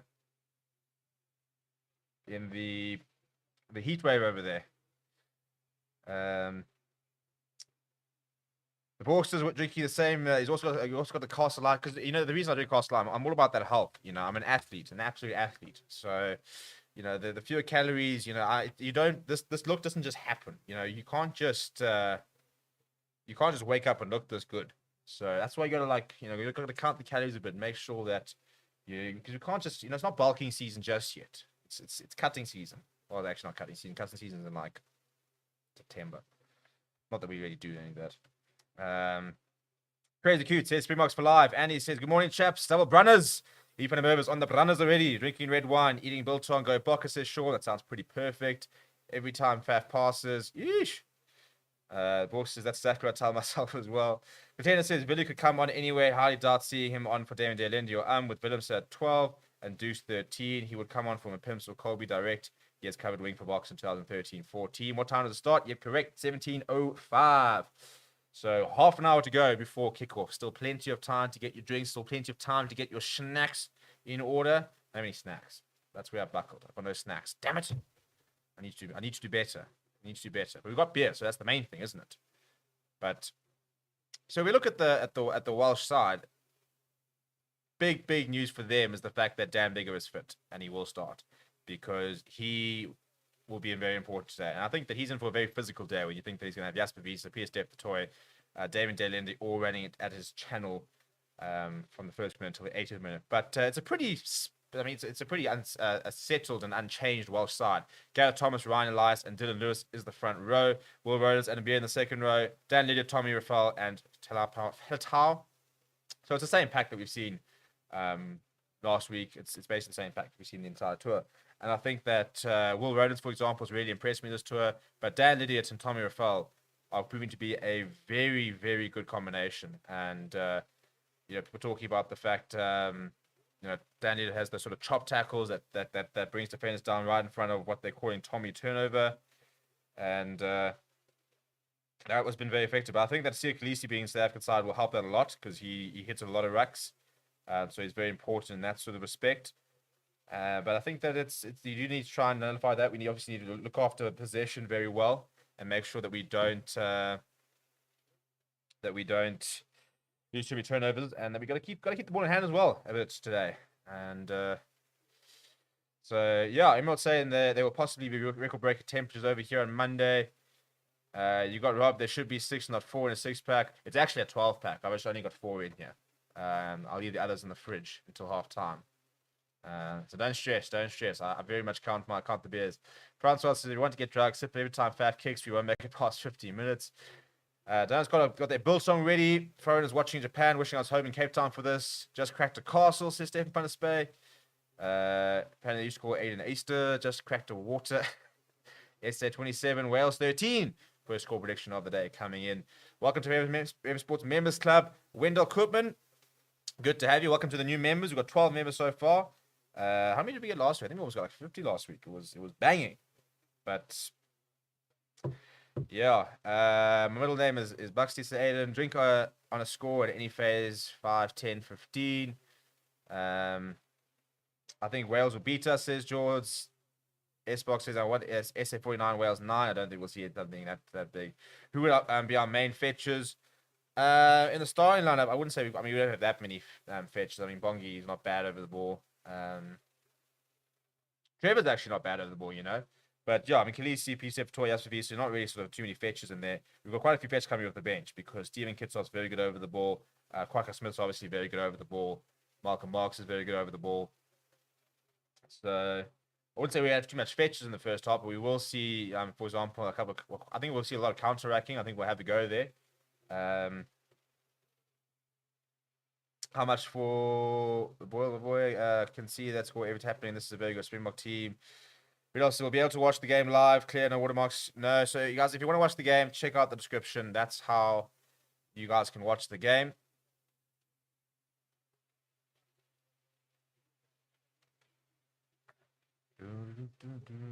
Watch everybody warm up. And I think the big threats for Wales, actually, I haven't gone through the backline, have we? But it's Kieran Hardy, it's Dan Bigger, Josh Adams, Nick Tompkins, George North, and Louis Rees Zammit, and then William Williams. The big danger man in that starting 15 is probably Falatau. I think Will Rowlands has been very good on attack. Falatau's your big sort of ball carrier. Watch out for Reece Evans, who's playing pretty well at the moment. We've seen a very quiet George North, and I'm really hoping he doesn't stick today to have an absolute scorcher. But the aerial battle is going to be important. We know the aerial battle is going to be important. There is going to be a lot of up and unders. There's going to be a lot of box kicks, and Liam Williams, for example, is somebody who the Box need to try and target and need to try and get him off his game, because if he's playing well, he's very good under the high ball. He's very safe, and he can become a very bit of a nuisance in terms of how much he can bring to Wales. Leaders of Warwick, the ladies and gentlemen, to the Fair Sports Members Club, welcome.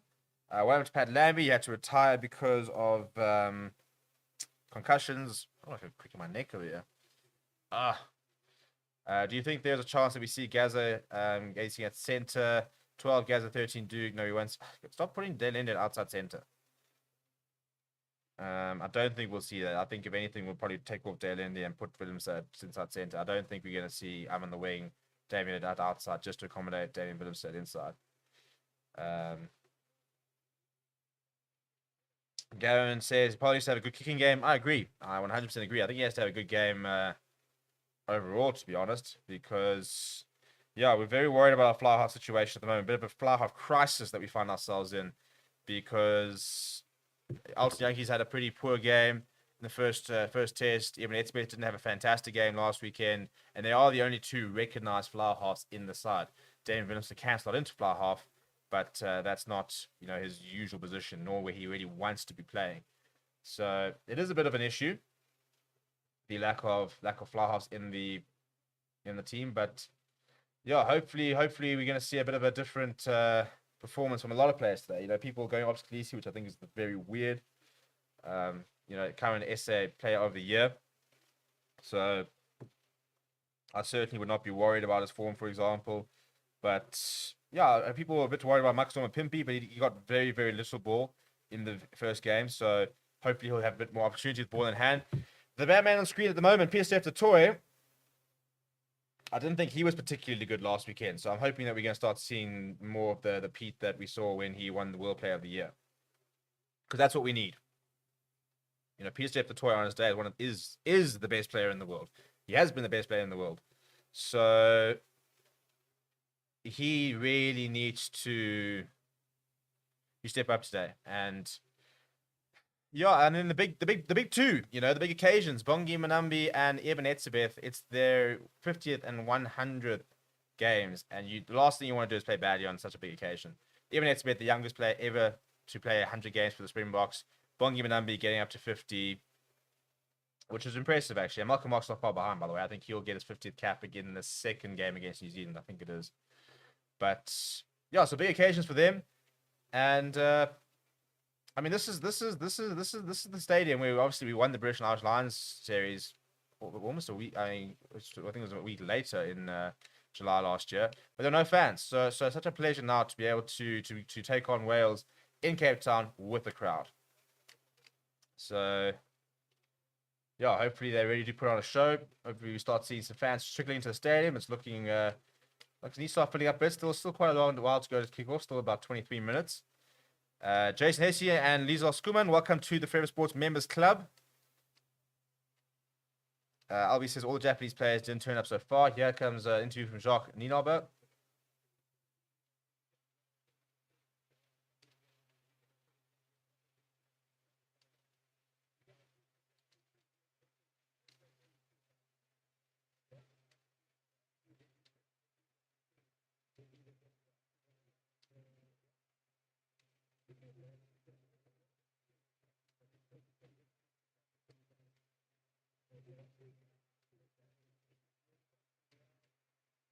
Listening to Jacques Nienaber, yeah.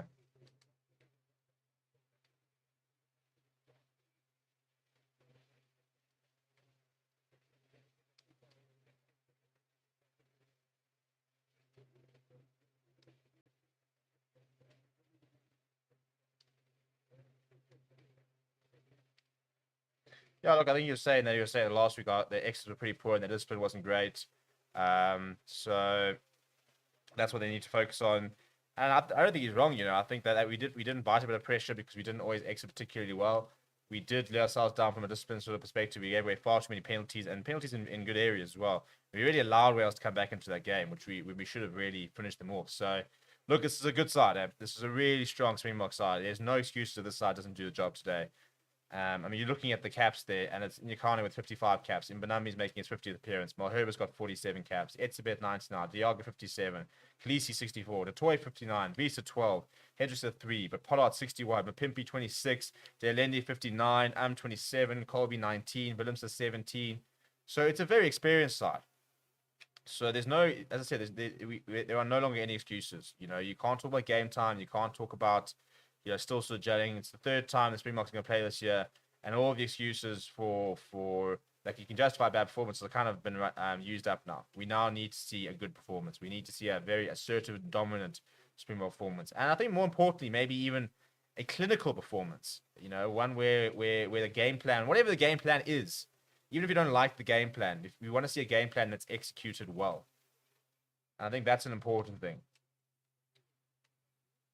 Is that even if you don't like the way we do it, if that's what we're supposed to be doing, if that's the plan, we need to see it properly. We need to see it be executed well. We need to be able to actually look and we have to see a bit of a pattern play and get an idea of what we want to be doing and how we want to be doing it. So that's what I would like to see today is a very good execution of an existing plan. Tennis says problem with playmakers that they can't tackle. I bet that they should make the run against the likes of Ox, Skitsov, and Nikani. It's better than practice. Sia, Lacanio, Faf, and Yankees need to catch a bloody wake up. I mean, again, Circally, see, I don't know why Sia is part of that. I mean, even Lacanio. I mean, the guys played they played one game this season so far for the Boks. So I don't think they were that bad either. Kurt says Boks needs to deliver like second half of tier. First tiers, come on boys, watching in Vienna. As I say, it's sold out. Apparently not. What's up? John saying it's not. I haven't seen anything about it, but I imagine it'll be pretty full. The members club is a small subscription to the channel. It's a monthly debit order, and it gives you access to a couple of extra features and stuff like that. It's a small little sort of token gesture, which it helps us fund the channel, helps us fund all the stuff. You want to try and get to Nelspruit or Mbombela to cover like the All Blacks training and stuff like that. So like the members club really helps us in trying to sort of pay for all these things and stuff like that. And also, I actually want them to scrap the British and Irish Lions team and make a North versus South series every 4 years. Gareth would love to see Damien have a decent running game today. Anyone seen that kid? Fastman play unit? I haven't. Francois says discipline is going to be the deciding factor. We need to keep possession, looking at FAF, and keep our discipline. Penalties has cost us before. Sbox saying that hope the grass is firm. Someone should have messages the pitch maintenance team that we will play test rugby today. We don't want the ground to neutralize our scrums. Yeah, we did have those issues in the URC. So let's hope that the ground will hold up today.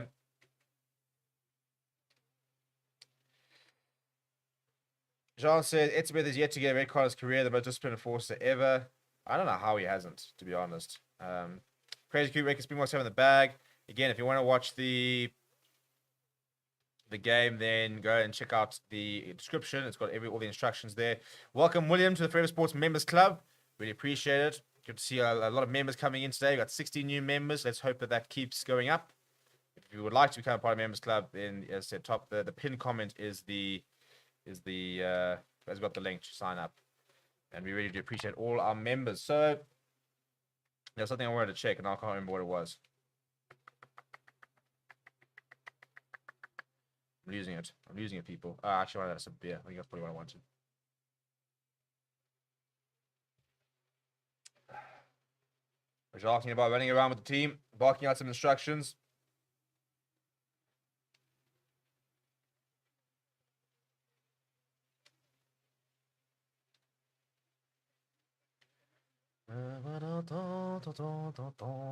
Less than 15 minutes to go until kickoff. We should probably start seeing the teams going down the tunnel probably quite quickly.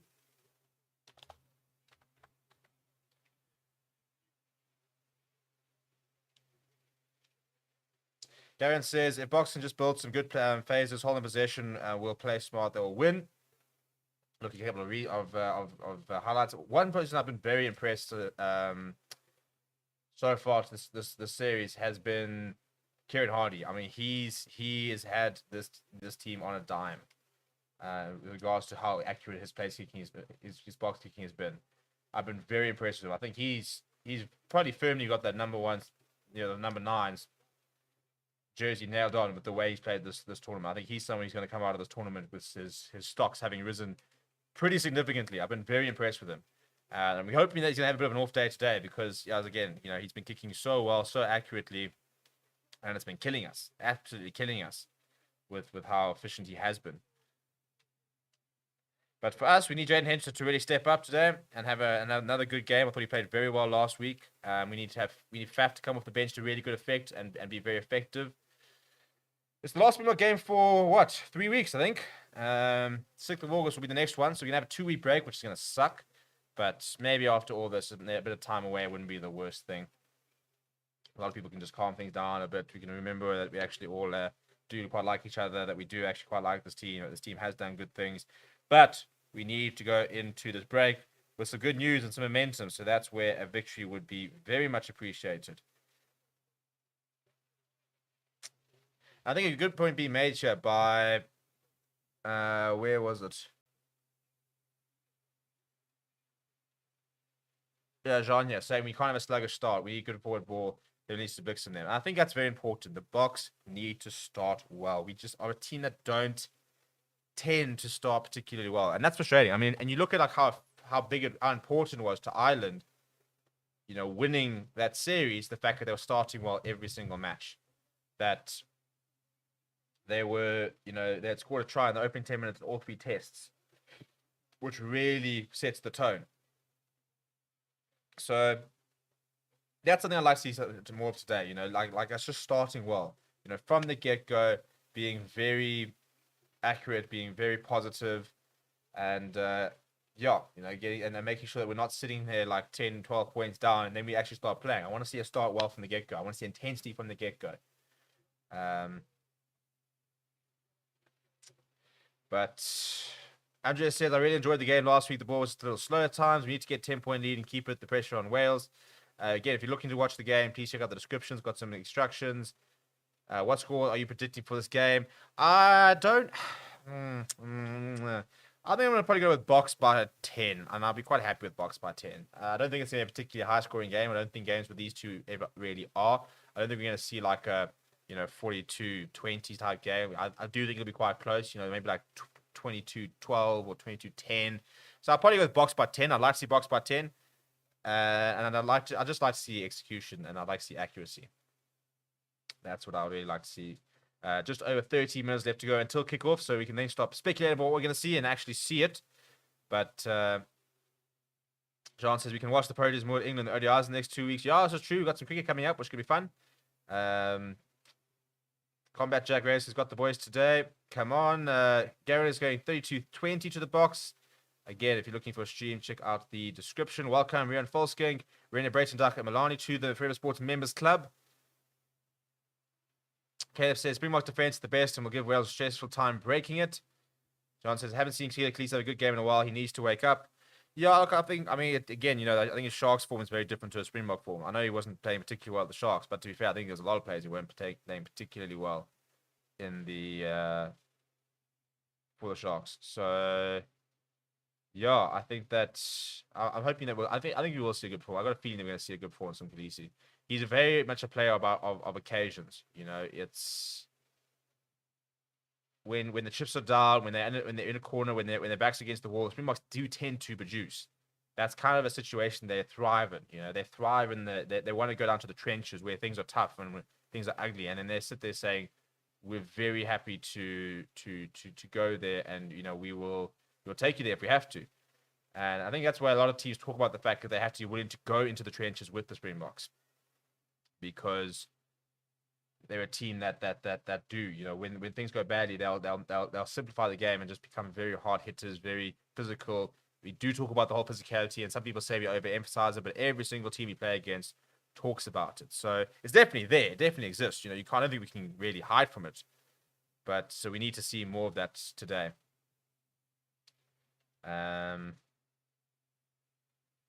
Garen says the bomb squad will make the difference. CPO Ring saying, got to give it to the Welsh for a Northern Hemisphere hat trick, then sweep later. I just think Squidge point out that every time the Welsh have made it to our 22, they managed to put points on the board. Watching up from the States is Michael. Again, if you're looking, if you're using ExpressVPN, do you want to be on USA?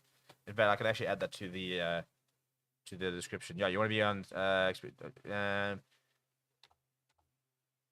connect to a USA server. That's what you want to be on. Connect to a USA server. Subscribe to Flow Rugby. Yeah, so if you're watching Flow Rugby ExpressVPN, you need to be in USA. So just connect to a USA server, and then you should all work very well. Jay Bazet notes going Box 34, Wales 18. Even says go Springboks. Emerald says I have a feeling it will be a high scoring game today. And Anthony does asking all sorts of interesting questions, so you can go and answer those. Onwabo says Springboks will win. Go Springboks. Well, let's hope so. Let's give us a reason to go out and celebrate. Let's give us a reason to go out and have a good Saturday night, because you're not going to have Springbok gravy for another couple of weeks. So next time that they will be running out will actually be in the Mbombela Stadium, and it'll be against the All Blacks, and it's going to be an absolute cracker of a match. I'm really excited for that game, and I think that at the moment New Zealand have got so much to prove, so much to really come back and and get better, that I think that, yeah, I think that I don't think it's gonna be as easy as a lot of people are saying. I do think that it's gonna be quite a difficult. I think it's gonna be quite a difficult game, but yeah, I think that there was ever an opportunity to really do a double over New Zealand. I think this is it. 2 home games, a New Zealand side which for me has lost a lot of its sort of aura. You know, they're not playing particularly well. They're struggling and they're under a lot of pressure. Ian Foster's under a lot of pressure. So I think it's an interesting sort of dynamic going into the Rugby Championship.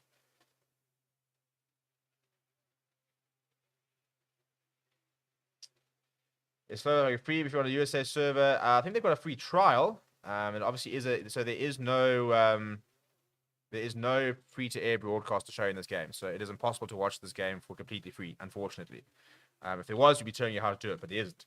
So yeah, the best thing to do is download ExpressVPN, connect to a USA server, sign up to Flow Rugby. I think there's a 7-day trial actually, but let's see if there is. There used to be a 7-day trial, but yeah, I really recommend Flow Rugby because you're gonna be able to watch the entire Rugby Championship as well. So get yourself sorted and make sure it's gonna work every time. A lot of people saying that it's been working for them throughout the series. That's how they've been watching it. So that's what we recommend. Kurt says we need positivity. Skull says for me, Southern Hemisphere teams are experimenting with new tactics and players before the World Cup. So as I said, everybody watching, asking how to watch the game, check out the description. Job says, let's go Bocco, watching from Australia. Hopefully no Northern Hemisphere hat-trick. And New Zealand have just lost a Jet-to-see car. No ways, SA to Trump Wales, says Stephen from this Bay. Well, we're going to be finding out in about 8 minutes' time. We should have the teams coming up for the anthems very quickly. I think, players to watch today. Players to watch. I think that's an interesting one. For South Africa, I want to see big performances from Trevor. I want to see a big 50th game from Bongi. I want to see a big 50th game from Leo Diaga. I want to see improvement from Peter Steph the Toy. I want to see improvement from Pollard. I'd like to see Mapimpi with more ball in hand. And I'd like to see David Willemse with another confident display. And I use the word confidence very deliberately because I think he is a player of confidence. When Dame Willemse is playing well and he's playing with confidence, he's an incredibly dangerous player. And we need to get, we need to sort of feed on that. But for Wales, the players I'm worried about are Reece Aaron in space. I'm worried about Faratau. I'm worried about Tommy Turnover at the breakdown. I'm worried about George North, and he hasn't given us much to be worried about. But he's George North, and he's got that ability if he plays well to turn a game on his head. So I'm hoping that he's not going to suddenly do that today, because I'll be very, very sad if he does. And he probably will just be that bloody swine. Jan says thanks, working out. Well, there we go. So your hands got it all working. Space VPN, Flow Rugby, and yeah, it does work very well. So that's what I recommend it. Ethan is watching from South Africa. Chesney's Magic need to get the ball. Yeah, unfortunately, I don't think we're ever going to get through this entire stream without finding out the Australian results. CPO Ring says we need a 10 that can actually do the primary job of a 10. Yeah, I think the 10 is a bit of a worry at the moment. That's why I'm saying you need to see an improved performance from Pollard today, because there's a big red flag. The issue is if he goes down injured, then what do we do? And if, for example, him and Yankees were to get injured, then I'll be very interested to see what sort of are they going to bring in. They're going to have to bring in flower halves. Who would they bring in? Who would they start? Would they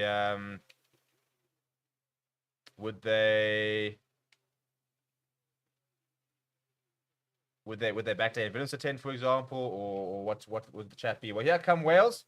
Dan Digger leading out his side. It's a very nice jacket. Castoria are making very cool kits, by the way. I dig it as a brand.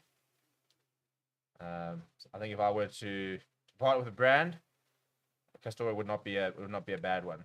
So if anybody from Castoria is watching, I'm ready to be kitted out. Kit me out. Beam me up, Scotty.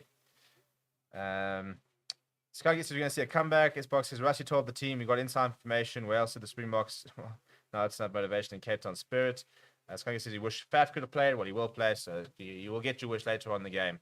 I think he's something that needs to have a good game as well, because for all intents and purposes, they basically have said he has been dropped. Also, by the way, big news, Faletau will not be playing. So Josh Navidi will be starting at 8. Tane Basham is on the bench. Well, that's a very big... That's a very, very big... well, keepers. They've got Eben on fire. That's quite hectic. Yeah, come on, Eben. Yeah, Eben.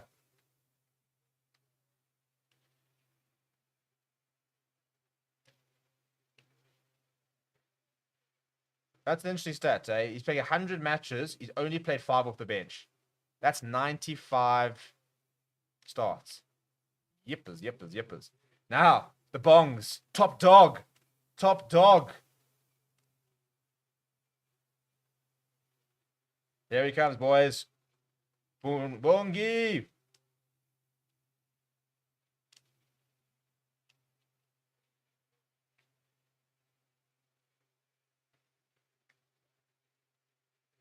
Go and say hi to Evan. The buggers. The buggers. Goosebump stuff. Goosebump stuff here. In front of really their home crowds in terms of players who here come my MPs. I'm sure it was Cape Town where they bailed coming out here. Still one of my favorite clips ever. There's Zoink. The one guy went, and the other guy went. I'm seeing a couple of seats up in the rafters, but it does look like it's relatively full.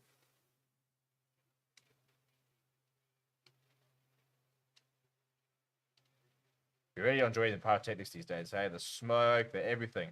Now these are the same guys, because it is, yeah, it is, because the guy on the left, fucking huge. Unit. Tell you what, if somebody goes down, I reckon we could throw a couple of kits on these guys and they could play.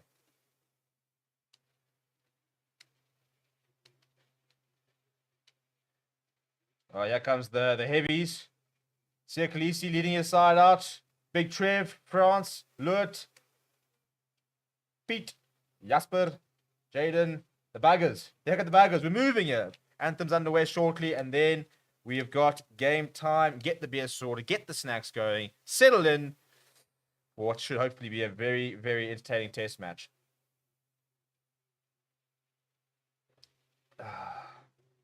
Yeah, I've got an Airburn 100 on fire back there. It's pretty cool.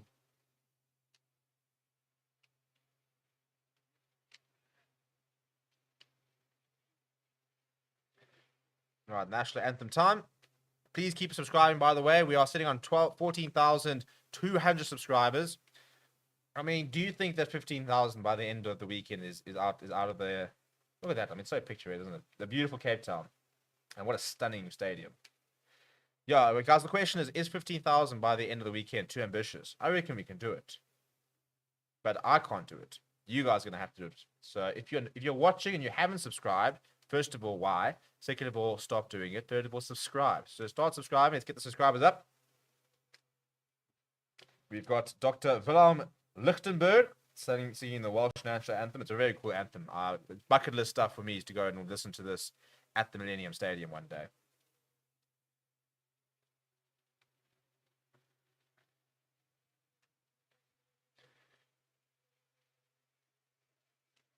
So Josh Nabidi at 8, Tame Basham on the bench. They're going to miss Faletau for his ball carry abilities. However, Josh Nabidi is a proper player.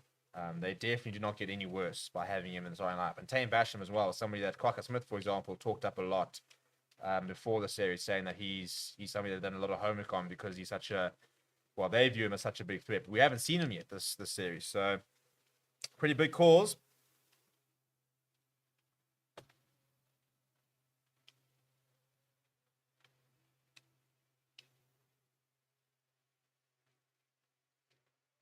It's such a cool anthem. I goosebumps if I ever make sure the Millennium and hear it.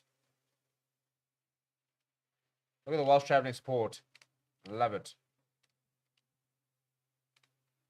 You put a massive DHL on the stadium. I mean, really, guys?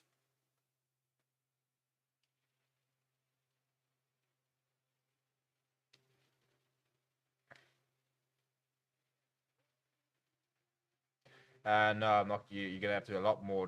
I'm gonna have to have a lot more beers before I start singing the national anthem here. If you're looking to watch the game, people, check the description. That's how you can watch the game. I can't show anything on the screen here. I will get taken down very quickly. So Check the description on how to watch the game. It's very, very simple. And Johan is in the chat and will confirm that it does work. Welcome, Dion Jonk, the latest member to the Favorite Sports Members Club.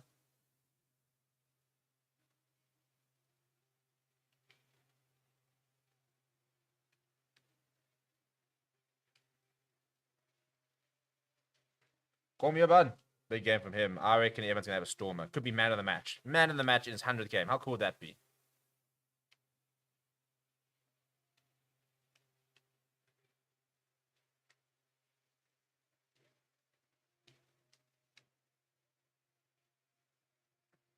Almost looking a bit emotional there, Zebin.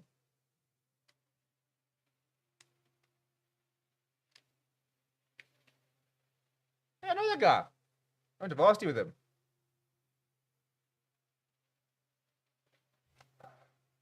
Actually, having said that, I probably know quite a few people here. That's all. I think it was Rachel Kavisi there.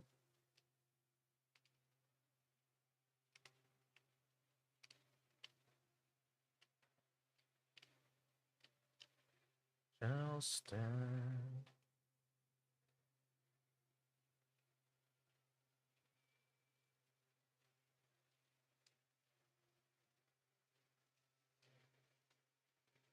Well sung. Well sung.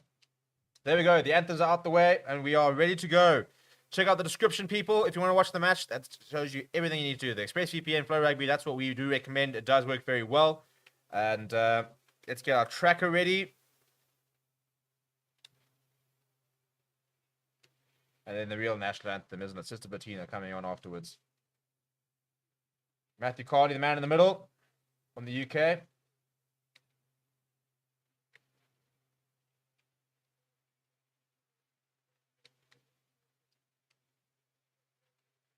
Matthew Pierce, Hanyani Shimangi, the two English commentators. Good choice as well. Good choice. Matthew Pierce, the go-to commentary in South Africa.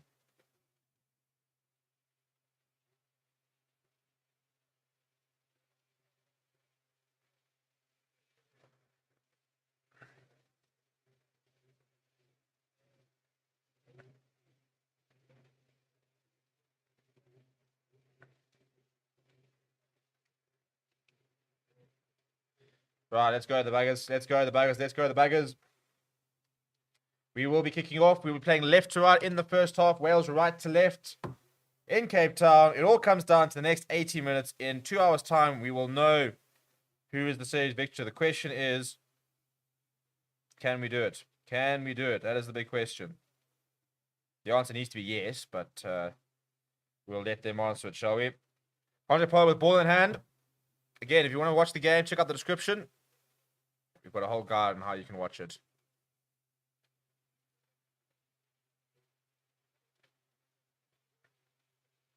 Right, and Polo gets underway. The whistle is gone. And he goes deep towards the right-hand side. It's giving an early touch of the ball for Josh Navidi. It's a pretty good take. And Bongi Manambi makes the first tackle of the game in his 50th test match.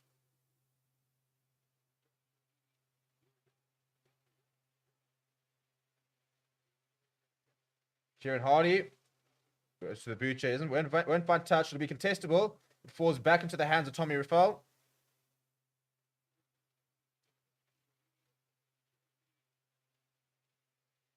Dan Lydia's first carry of the day. Bongi Manambi with another tackle there, nice and quickly. Kieran Hardy just rolling back here. We're going to see another box kick. Looks like it's got a bit more distance. It will be a tester here for Pollard. Oh, sorry, it's Jasper Visa under the high ball. Nice and solid. Josh Adams is chasing there. But Visa does very well to take that. It's available for Hendrickson. He goes to Bongi Manambi. With Leo Diago on his back. Now back to Hendrickson. And the first up and under of the day from the box. As Andre Pollard lifts it high for Makazona Pimpy to chase. And comes forward off Liam Williams. The Kanya wraps it up. So scrum advantage for the box. Chevin Nikani at first receiver. Now they're looking to spread. Damien Williams sees a bit of space out wide. Puts in the box kick in behind. I think that's going to go a bit too far. They're going to come back for the penalty.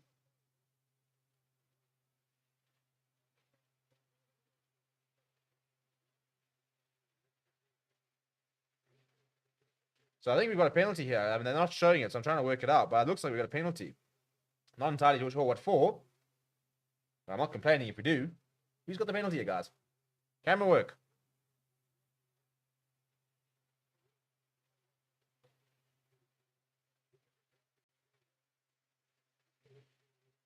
Yeah, so there's a penalty against Liam Williams. So, and early sign of intent. We are going towards the line. Come on, the lads.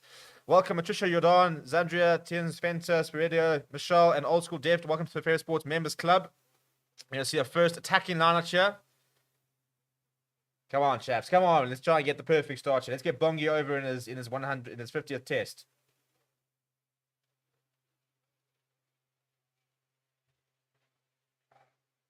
Bongi goes to Lurtiaga. First things first, he has taken it. Wales have defended the ball pretty well throughout the series, so important that the first one's good. We look pretty well set, but not getting too much ascendancy. He's trying to sprint towards the right. Bongi Manambi does have to use it. Gives to Hendricks, so goes to Damon Dealendi. With a stationary start, does make a few meters. Hendricks goes to Lurtiaga. Lurtiaga through a gap. Up into the 22. Hendricks to Eben Etzebeth. Solid carry, takes in a couple of Welsh defenders to bring him down. Ryan Last got the hand, but he's at a penalty advantage for not releasing. Henderson goes to the other side to Lekanya sees a bit of space, puts in the kick in behind. To Makazolo, Mapimpi. We're through. We're moving. Wales are pointing at the line. Well, what do we say? You know, we want to see the backs do it. We want to see attacking play. We are going to check it. They are going to check it to see if it is good. But it looks like Makazolo Mapimpi could very well have gone over for a try within the first 5 minutes. This could be the perfect start. Even if it's not, penalty advantage right by the poles. So we should have our first points of the game. Lekanya ladies and gentlemen. Lekanya As long as he hasn't stood into touch, he stood into touch. Well, it was a nice idea. We've got a penalty though, so we can take the 3. So first points of the game should be pretty much wrapped up. There'll be no try, unfortunately, for Makazols. But okay,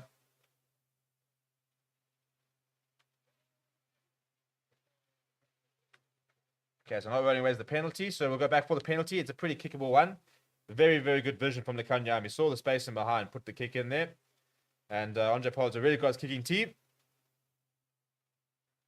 And he couldn't have asked for an easy kick to start the game off.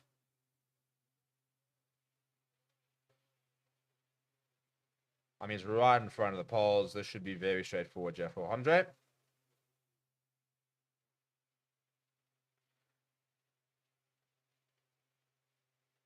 And he does, straight through in the middle. So, Springboks take an early lead. Well, we said we need to start well.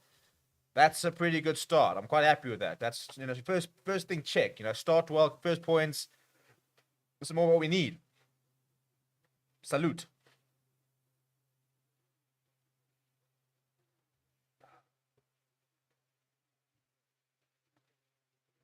Right, bigger with the restart. It goes pretty short, actually. It'll be tested for Mapimpi, and they've almost won it back, but the ball eventually falls back to Mapimpi. Henderson gives it pretty flat to Lurtiaga. Big collision there. Henderson looking for quick ball. Goes back to Pollard. Pollard lifts it in the air.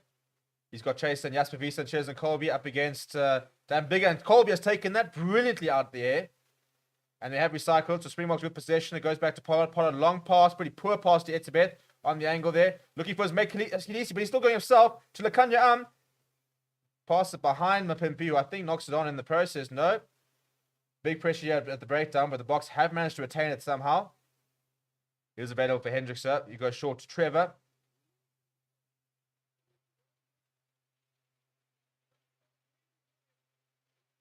And now we're going to see the first box kick for Jane Hendricks. It was slow ball.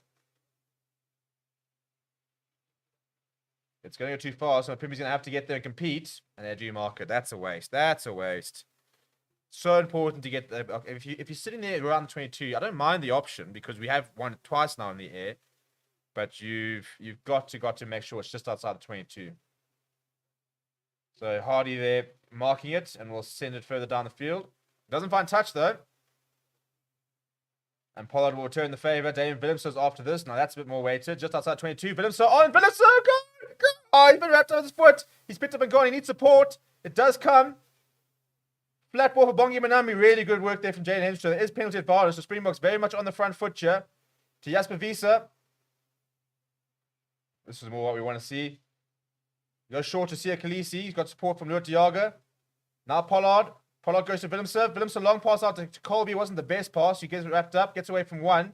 And George North will bundle him into touch. So he'll go back for a penalty. But is this not what we wanted to see? Ball in hand. Attacking. People running into collisions with a bit of purpose. Really crisp delivery from Hendrickse. I mean, it's only 7 minutes in, but this has been a very solid start so far. Now, big question, yeah. It's right up against touchline. What does Sia want to do?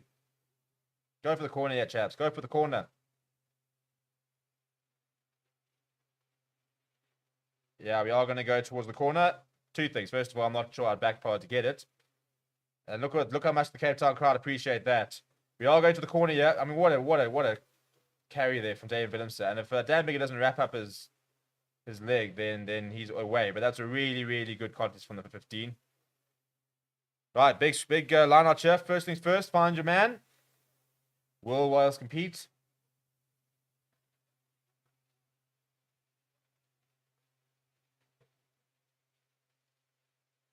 They go to the front of the lineup to Luatiaga.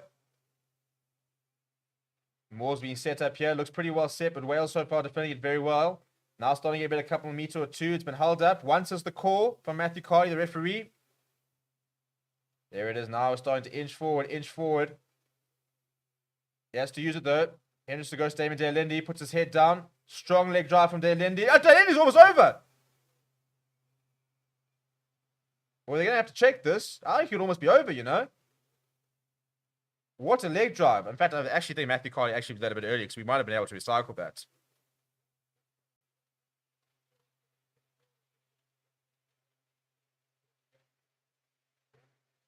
Welcome, Corbus and Andre, to the Free Sports Members Club. Andre is saying the boys have their tails up. Henderson are putting in a shift. Intent is all you've been asking for. Daniel says an amazing start. The pressure is on us in Argentina since it's up to us to win our saves for the Southern Hemisphere. Well, we're going to check another potential try. We've had one ruled out already.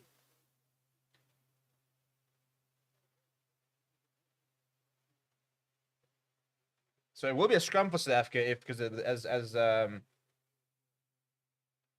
is he over the line there?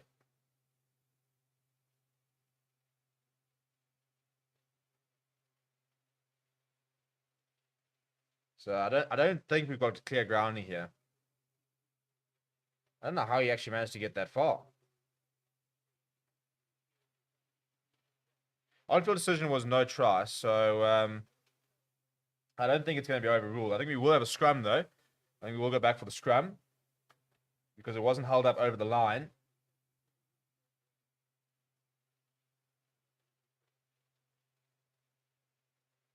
I mean, his hand goes onto the line. Yeah, I don't think there's any conclusive evidence. I don't think this is going to be awarded. But this is a proper start so far. Yep, we'll go back for a 5-minute scrum. And I'll take that. I don't mind that at all. Two possible tries.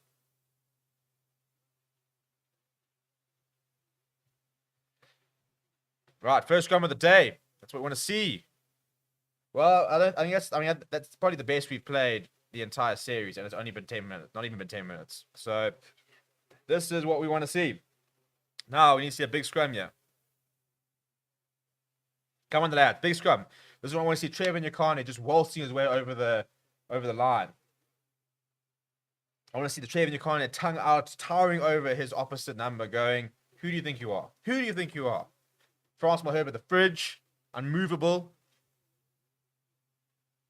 Let's see the power here, lads. Let's see the power. Daniel says, do you think we will win this year's Rugby Championship since we've been seeing the All Blacks are played? I think if we win this game, we will go into the Rugby Championship as favourites. I think the All Blacks are under a lot of pressure, and we also got them at home twice, but there's no reason we can't win the Rugby Championship. Right, first scrum of the day. Let's see what we can get. Let's see if the pitch holds up, more importantly. I'm seeing a little bit of it coming up already. Welcome, Tanya and Tulio, to the Premier Sports Members Clubs. Right, the big thing is we need two things here. We either need a try or a penalty, take the points, and get the scoreboard moving. Early pressure, starting well. It's something we haven't done particularly well recently. So I'm enjoying what I'm seeing so far.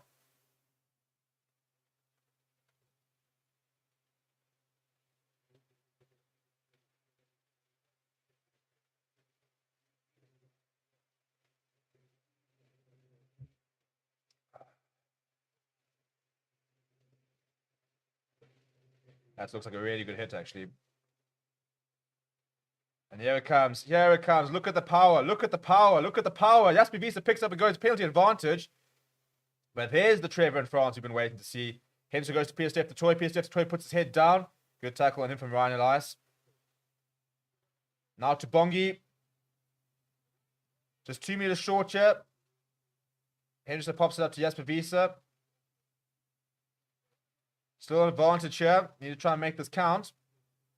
It will be a minimum of 3 points here, unless we do go for the line. I'll be surprised, though. But we want more from that. Pollard goes. Oh, we thought about the little kick in behind.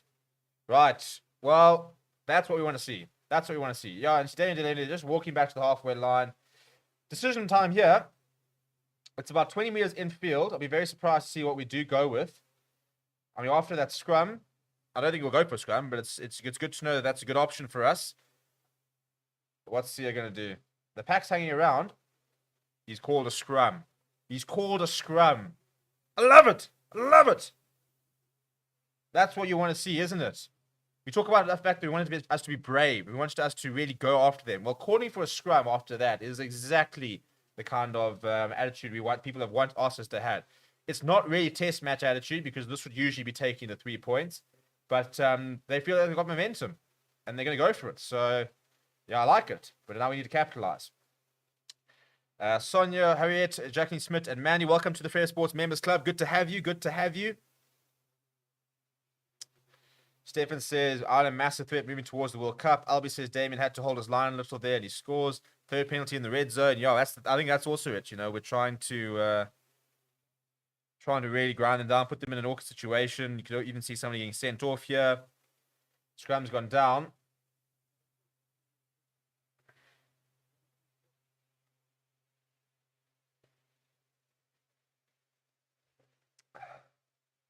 We really want to see a big game here from Trieza.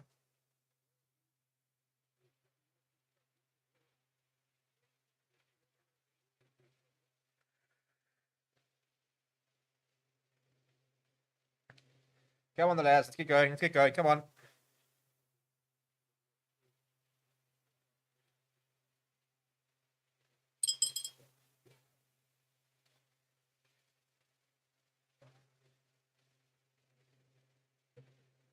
Yeah, looks like a decent hit again. And we're going. It's going penalty advantage. And it is a penalty. Number 1 outside in. What is a call for now?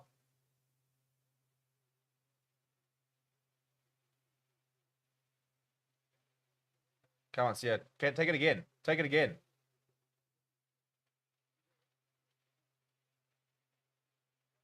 Yeah, another scrum. I love it. I love it.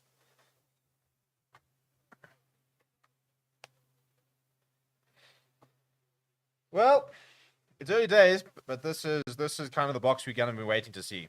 And we did say we had to see it so far. But the biggest thing is we can't just see it on performance-wise. We need to see it on the scoreboard. So currently only 3 points up. But if it keeps coming like this, penalty try suddenly comes onto the cards. And there was a penalty advantage there, just wasn't able to use. But so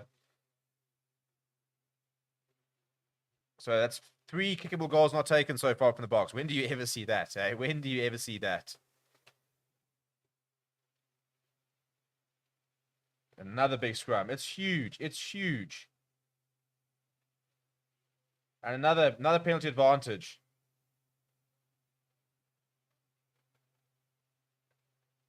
Hinge is taking it quickly this time, though. Not sure it's the right decision. PSS Toy now, driving it up. Lord Diago goes himself. Oh, it's a bit almost. This is good. This is good. Henderson going to Jasper Wiese. Just short. Pops it up to Pierre-Steph the Toy. Now Pollard, and Pollard over. Banging, banging. We're moving. Try number 1, 40 minutes in. The patience paid out. 3 huge scrums. Didn't take the points. We backed ourselves too quickly. Not sure it was the right decision. Ran a couple of phases and then Pollard just puts his head down. There are 2 Welsh players down. I think there was a head clash there, so that doesn't look particularly good. It's Ryan Elias. Not sure who the other one is.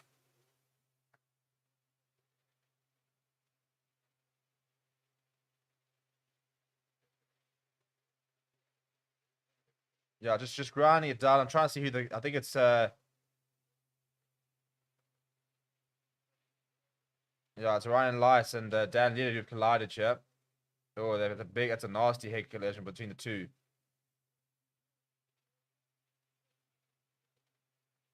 Well, it's impressive physicality.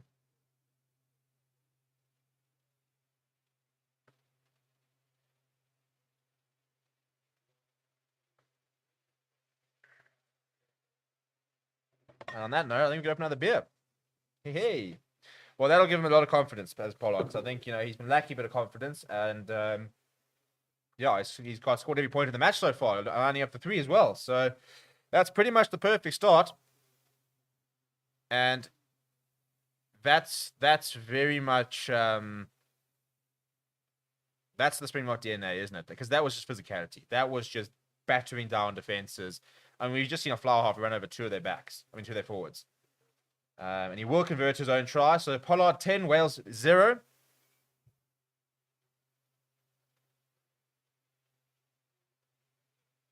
He just puts his head down and gets in between the two. Good acceleration, good physicality. Bang, over he goes.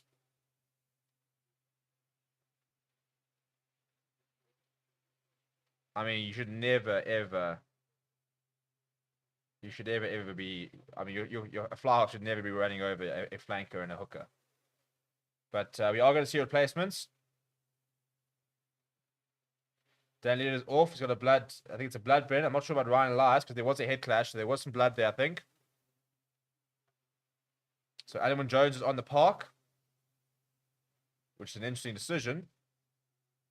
So one imagines now we'll see... Actually, just to see who you got. So I assume that Ryan will go onto the... Or only Ryan Beard will go onto the flank. Or Will Rowlands. Actually, I don't know what they're going to do here. The officials are having a chat. Not quite sure about what.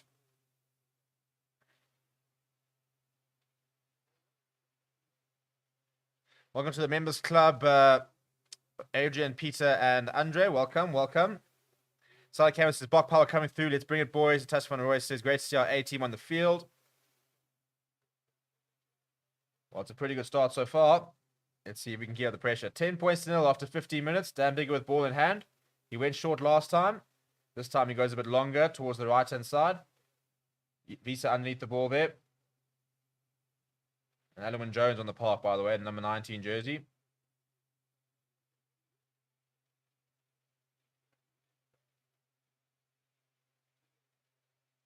You can't find touch at Hendricks because he wasn't outside the 22. Mapimpi is chasing hard. Liam Williams comes away with it. That's very well taken up the end there from the Welsh fullback. Hardy going to Riffel. Big tackle on him. First body carry for Ellerman Jones, who's met by Damien De Alendi. Quick ball from Hardy. It's a really good line. Tompkins steps inside of Luatiaga, gets hit by Lekanya. The pass goes backward. Chesney Colby's out there. It comes off Bigger, and Josh Adams is busy sweeping.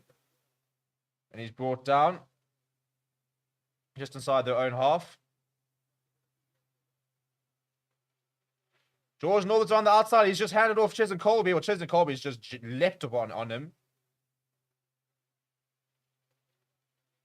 Adam Jones it's a really good pickup from Ryan Elias. Now Adams over the top to Reece Salmon. This is really good from Wales. Reece Salmon now puts his head down as Wales get into the 22.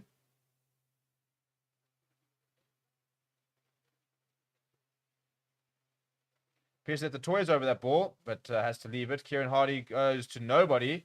Picked up by Josh Adams. He goes to Tompkins, goes around to George North. And Damien Vince to slip the tackle. Jasper Visa manages to hold on. Luatiaga there. This is very good from Wales. They go into the 9th phase of the game.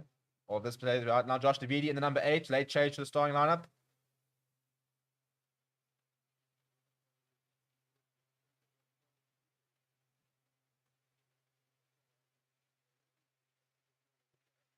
Owen Jones.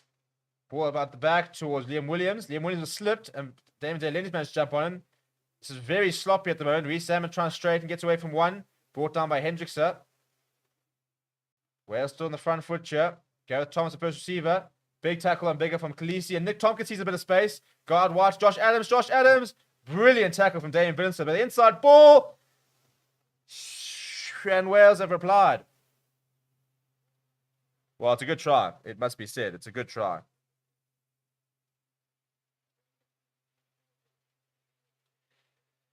Well, that's not what we wanted to see. Tommy Rafel, look, he deserves the try the way he's played this series. It just got a bit messy, and I'm a bit worried that we've seen George North occupying a lot of space in the wing. I mean, we saw earlier the handle from Cheslin Colby, which wasn't great. And just the scramble defense here.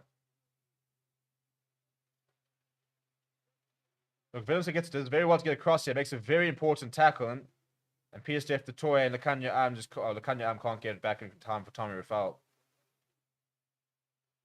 Yeah, Colby comes inside. Willemse makes a good tackle. And the offload inside is a good one. Well, game on. Game on. Isn't that what you want to see as well? But Wales very much using the width very well. You know, we've seen a couple of skip passes. They want to get that ball out very wide, like wide, like up against touchline wide. So interesting to see how we adjust. And Dan Migga pushes that conversion, so it'll stay at a 5-point lead. 10 points to 5. Not ideal, people.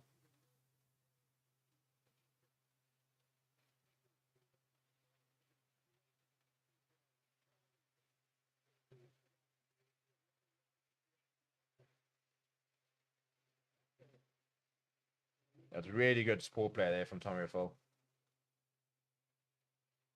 Josh Davidi under the high ball once again. Not the biggest number 8 in the world, but pretty quick off the mark and very solid.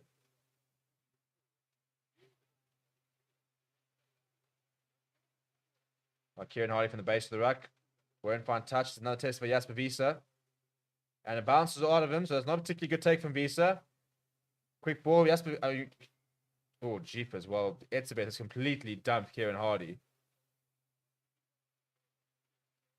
But there was a knock on there from Visa, so they'll go back to the scrum. But that's a huge tackle from Etzebeth onto Hardy. He didn't actually have the ball, but nothing wrong here. 2 knock-ons. First one was from Green, so it will be a Wales scrum.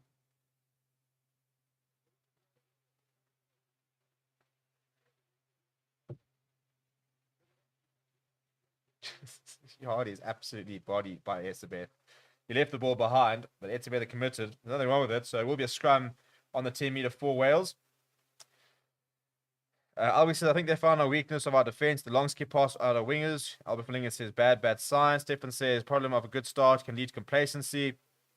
Emerald saying, yeah, it's turning into a cracking game now. Robbie says, I can feel this is going to be a good game. I have SA to win by 5 from Ireland. Albert says, I want Boca to win, but it looks like all Southern Hemisphere teams are going to lose.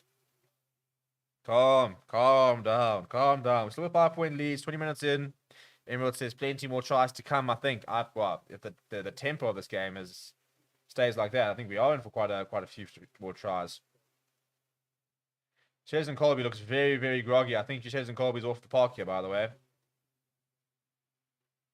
Yeah, he's very, very groggy. He's got a big blood all in his mouth. He's at the very least going to have an HIA.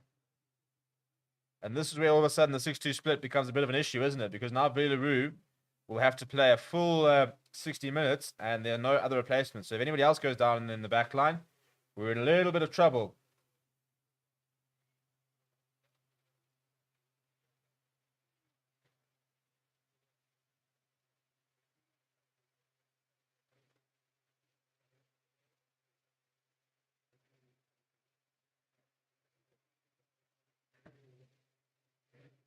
So it's a pretty big loss to the Boks, losing Cheslin Colby in the first 20 minutes. But Billy LaRue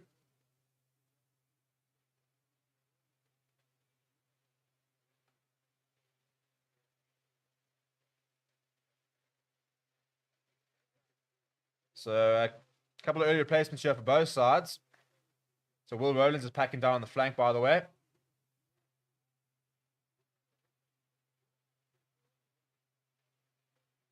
Right, big opportunity here.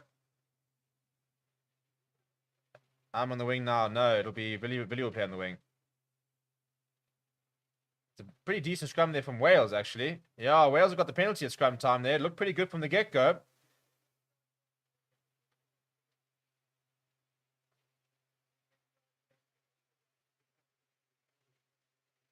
So there's two things. Either they're going to put Willie LaRue on the wing, or else they will shift the centers around.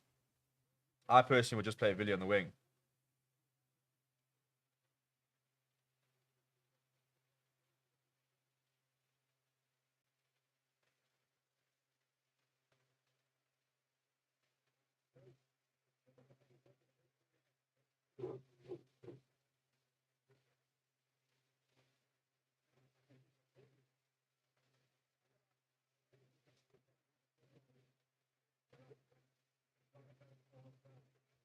Yeah, contender against all odds with the injury enforcement there. Looks like the Kanyam has gone to the wing, and Dame has gone outside, and Dame Villen's gone to the inside. So this is going to be very interesting now.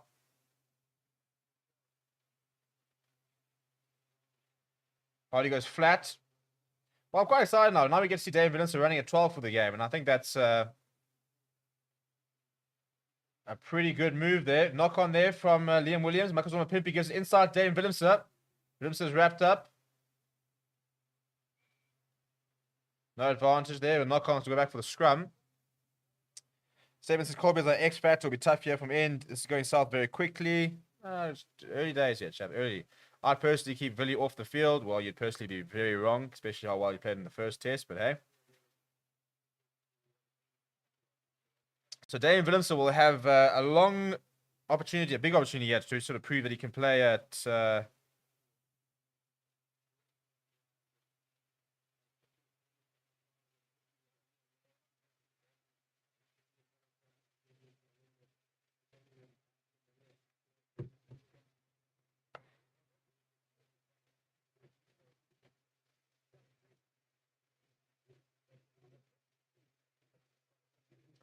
Right, scrum here. So far we've seen the dominance with the side with the put-in, because Wales did win a penalty last time they had the put-in. But big opportunity here for the Boks to try and win a scrum penalty. They're just outside the 22. It has gone down on the tight head side. And penalty to the Boks. So we'll have a free exit now, which is my use. Steven says, agree on Colby, great loss. Steven says, need to, never been impressed with Billy. Guys, come on. Come now. Come now. Why is it so easy to score tries against us? I mean, before this series, we had one of the best defensive records in the world. Yeah,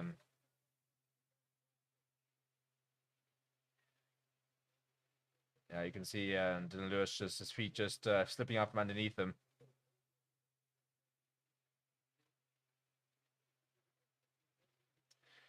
Robert Boy says, hope Villy has taken his Ritland today. Forgot last match. Well, last match, he was one of the best players in the park when he came on the second half. So, not sure I'm going with you there.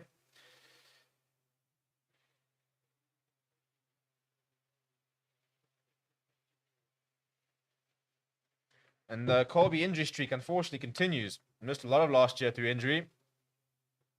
Now we'll wait to see if he'll be available for the Rugby Championship. But Bongi Manambi feeds Pierce Steph the toy. And the penalty advantage for coming in the side from Dylan Lewis. Back-to-back penalties conceded by him. But it's a pretty good-looking more so far. Bongi Manambi controlling things at the back. And he's just done another penalty advantage. I mean, Dylan Lewis just lost his head here. Williams at first receiver to Pollard. Pollard to Maxwell and Pimpy. And Pimpy, long ball over the top to you can't catch it. So they'll go back for the penalty. Billy LaRue, I think it's a look of disgust from the Pimpy in that pass. But good to see. Dylan Lewis is single-handedly handing us the game on a silver platter. So long may that continue, because he's becoming our best player at this rate.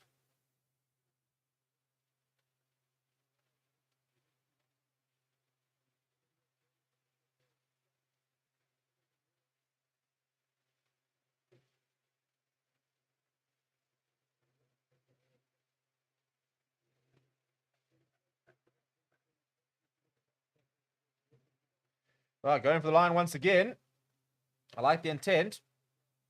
He's found touch halfway between the 22 and the try line. So if we can get another more going like we saw there, this could be a very good try scoring opportunity. But I like the intent here from the Boks. I think that probably was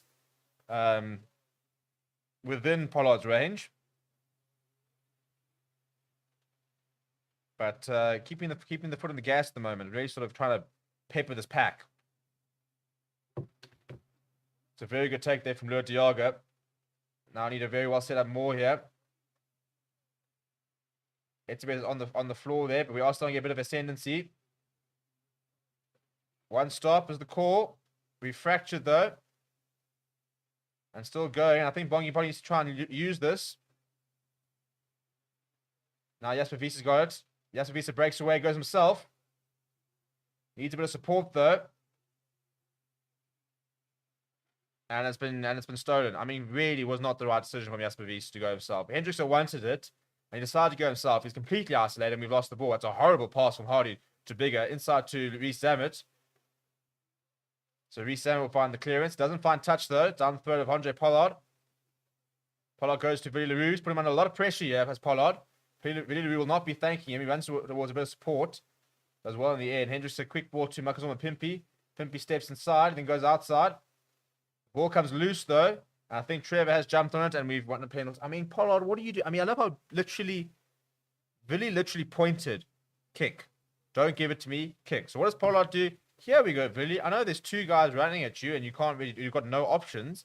But yeah, have it. Have the ball. I mean, come on, guys.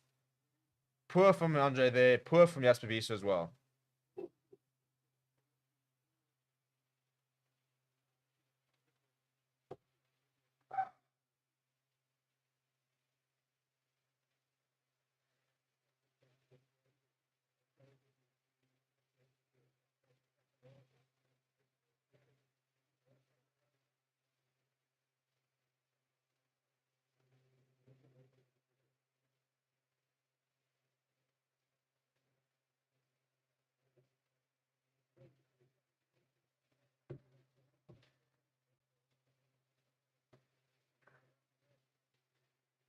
Yeah, you see the ball just comes loose, and Trevor Nyakane dives on it.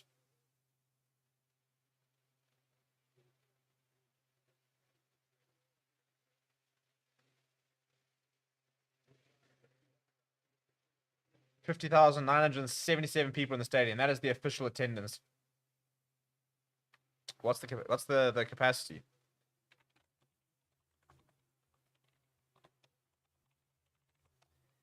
The capacity is 55,000, so 4,000 shy of a full house. A bit frustrating, but it's not a bad crowd by any means. But yeah, sounds like Colby might have a fractured jaw, so that doesn't look good for the number 14. That could be out for quite a while. Probably won't see him in the Rugby Championship, which is a big opportunity because Curly Orense, I think, really didn't press in the first test. So interesting to see if he gets backed, if Colby is injured, because obviously the next game's against the All Blacks, so it's quite a big game to try and back somebody in. But a bit of a break in play here, and we will resume the penalty for Wales. So far, it's been a very enjoyable test, though, in the first 28 minutes. Seen a much better standard of rugby than we did in, I think, the first two tests. I think it's pretty fair to say.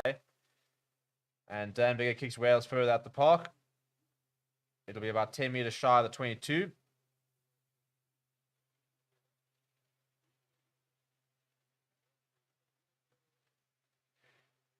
Two penalties conceded by South Africa, 8 penalties conceded by Wales, and yet just 5 points the difference.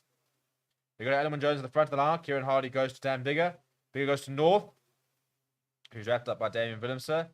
Kieran Hardy goes to Bigger again. Bigger decides to go inside. Gets away from Fleecy, wrapped up from Babongi Manambi. Will Rowlands now wrapped up. Kieran Hardy goes to Ryan Elias. Tompkins, quick ball, but kind of ball's bouncing a bit. George North picks up, adds a bit of speed to it. Oh, that's a huge tackle from Damien Willemse. Goodness me. Well, it was a 2-on-1 situation, and he decided to go for Liam Williams, and he's absolutely hammered Liam Williams as the ball goes into touch. It's a no-look pass from Liam Williams. He had Navidi outside him, which would have been the right option, except for the fact that the pass was pretty terrible, and for his work, Williams decided to just smash Liam Williams for good measure, really.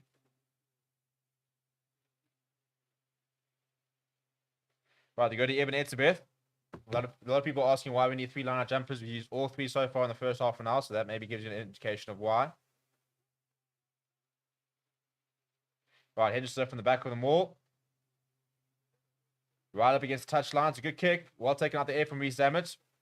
Pimpy and Willemse applying the pressure.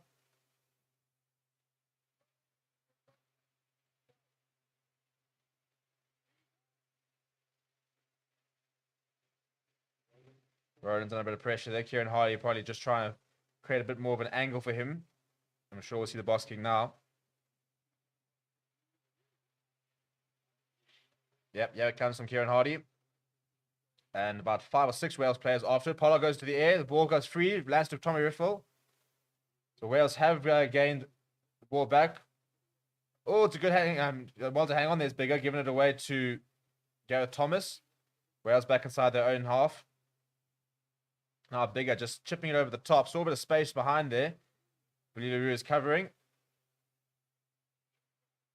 Viliru is inside, so he can find touch.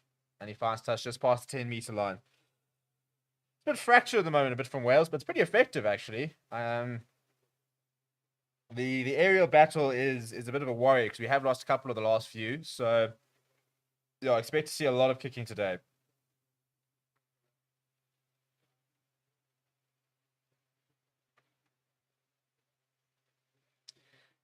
Simeon says, Visa's getting too excited. Bitcoin says, so easy to find space against us. Avish says, poor decision making is costing us points. Brandon says, we're going to win it green and gold. Well, half an hour played in the Cape Town Stadium. Points currently set 10 points to 5. Was a great start from the Springboks, but haven't been able to really take the opportunities. They've had a lot of them, and they've tried to be positive. They've tried to keep the pressure on. Haven't really had much success with regards to converting to points. But so far, I'll tell you what, is the physicality's arrived. We have seen some monster hits. Evan Etzebeth on Kieran Hardy, Damien Williamson now on Liam Williams. There have been some pretty big hits on here today. So, look, the Welsh team will be feeling this match tomorrow.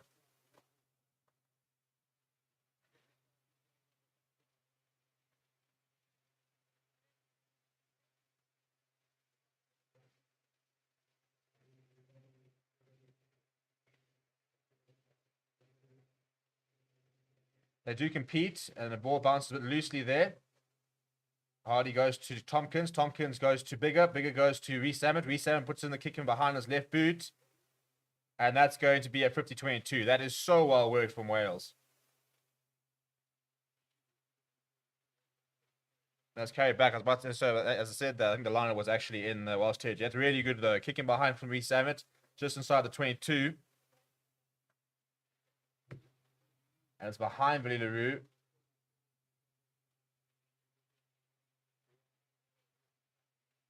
So defensive line at for the box. And they go short. Hendrickson then goes flat to Kisia Khaleesi. We don't see him as a ball carrier enough, I don't think. But pretty well worked so far. It's a nice angle for Jaden Hendrickson as well. Asking for a couple of blockers.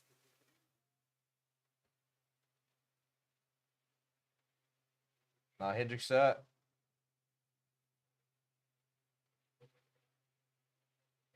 I mean, Peter Steph Toy has just given away the dumbest penalty you will see all year. He's pushed the player away and conceded a penalty right in front of the poles.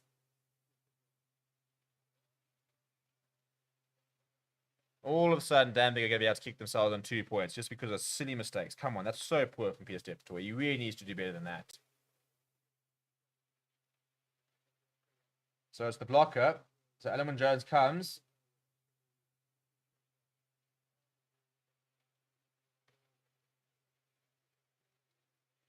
It's pretty soft, having said that. Like, the penalty was for pushing. Push is a very loose term, I think. That's pretty soft, I'd say.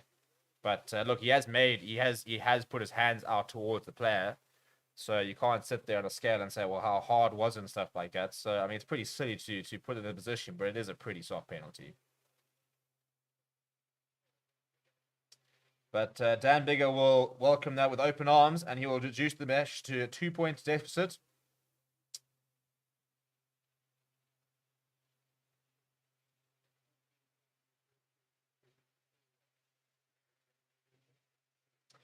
Right, Jeff, how about we get some possession and we get into their half and actually start playing rugby in the right places here. Polo goes towards the right-hand side. Lekanya that is brilliant from Lekanya Goodness me. And inside to Trevor Nyakane. Trieza. The box into the 22. Really good work from Lekanya Flat ball there from Jasper Visa. Quick ball from Hendrickson to Peter Steph the Toy, trying to make amends for that penalty.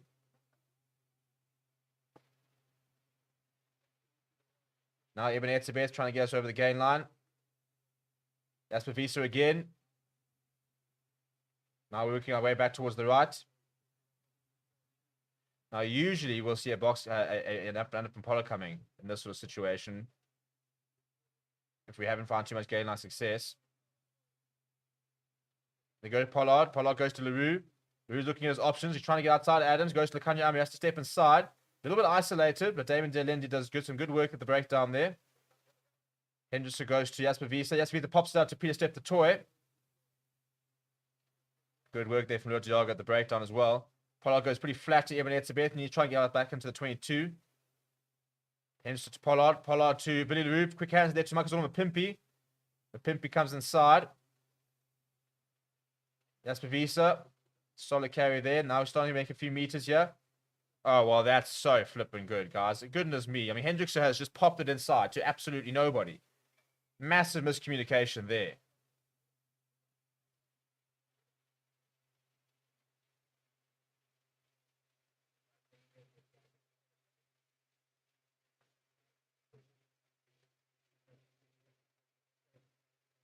And Matthew Carley stopped play here, and I think he thought that Dick Tompkins had taken a knock. I think he was actually a bit quick to blow the whistle, but to be fair, always err on the side of caution. That was very, very strange, though. I think he got he obviously got the call from Hendrickson that he was on the inside, from Willemse.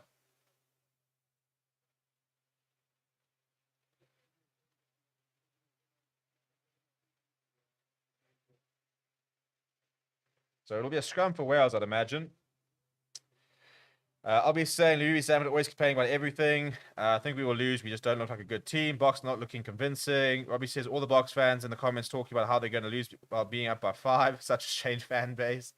Contact sport ref. The refs. Oh, no, calm down. It will be a scrum. Oh, it's a penalty, actually.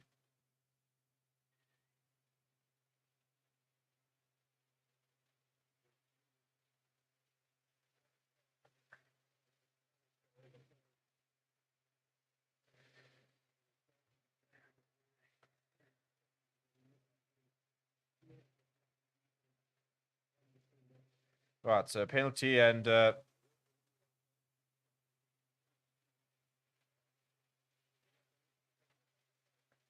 look what the penalty's for here.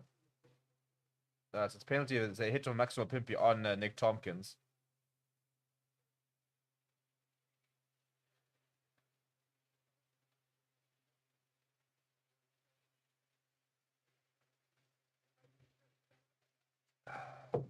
Wales goes short. Thomas goes to Hardy. Sorry, to I think it was Raffle actually there. So Navidi being driven back there. Big counter right coming in now. That's not sure that's legal completely. Okay, we'll take it. We'll take it. I was worried the France might have gone off thing, but it's a big counter rack and we have won the ball. Really good work there. Henderson goes to Jasper Wiese. Wiese brings it down. Henderson now going to Lutiaga. Lutiaga to Pollard. Pollard to Billy LaRue. Good hands so far. Really good hands. Khalees, he's down the side. He's down the wing. He's up towards the 5 meter. Really good carry there from Sia. Inside from to Eben Etzebeth. And we've got a penalty advantage as well. Good work here. Damien, can we stop having some flipping fisticuffs in the background? We just missed out on a flipping try scoring opportunity here. Well, it's a penalty, but really, chaps.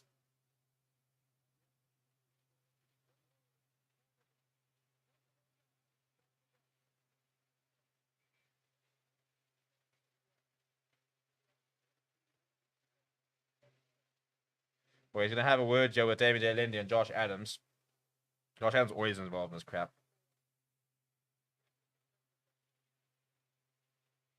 Matthew Carter is really doing the school teacher vibes here.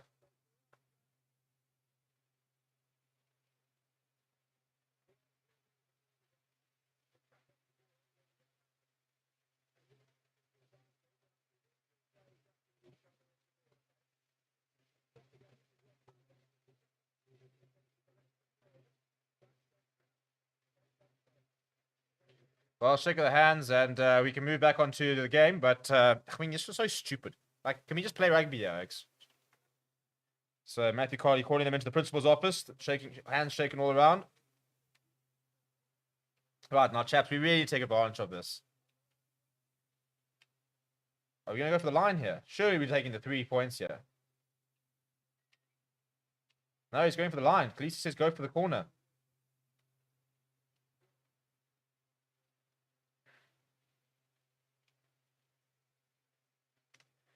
Well, it was very kickable, so that makes it about the 5th kickable goal we have not taken. So you've left a lot of points out there in the first half, but going for the maximum.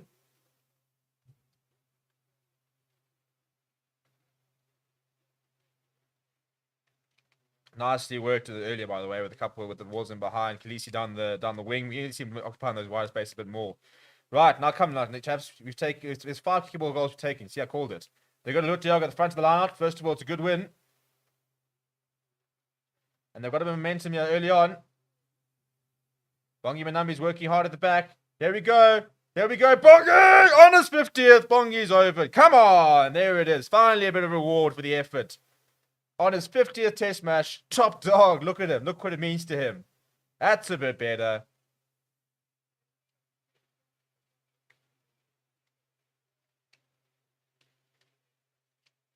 Well, they backed themselves. They backed the line up. They backed the set piece. And they have scored from it. It's a good line-out win there by Lutiaga.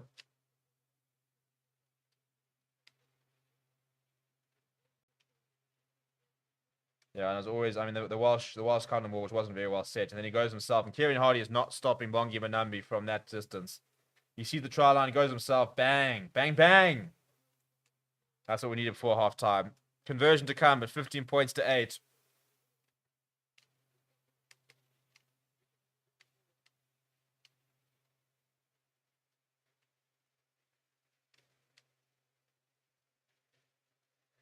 Cool. We'll take that. We'll enjoy that. Good, congrats, Bongs. It's a nice way to celebrate your 50th test cap. All right, let's see if Apollo can add the extras. Not particularly difficult. He should be slotting this. And he does. Good stuff. Good stuff. 17 points to 8. That's what I like to see. Minute and a half left.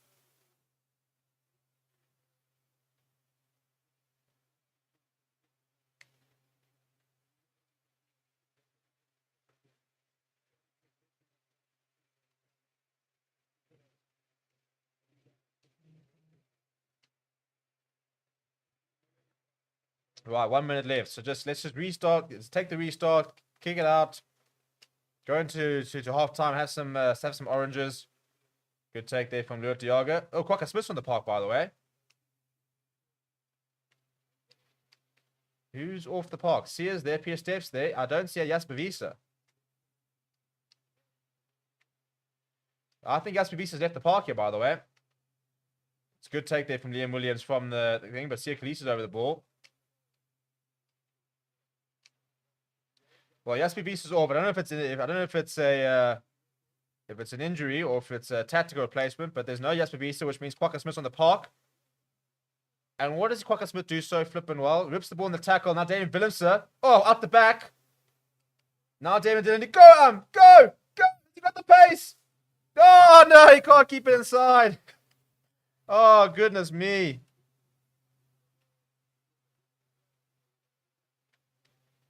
Well, I think Adams probably would have won the foot race there, but, well, yes, Quokka Smith on the park and Quokka Smith doing Quokka Smith things, just ripping that ball out very easily. And we will have the line, but it will probably be the last play of the day, or the half, rather. Really good work there from Damien Willemse. I think he could, I mean, what a hop he's had, actually. Done absolutely nothing wrong. Some pretty big tackles, very good awareness.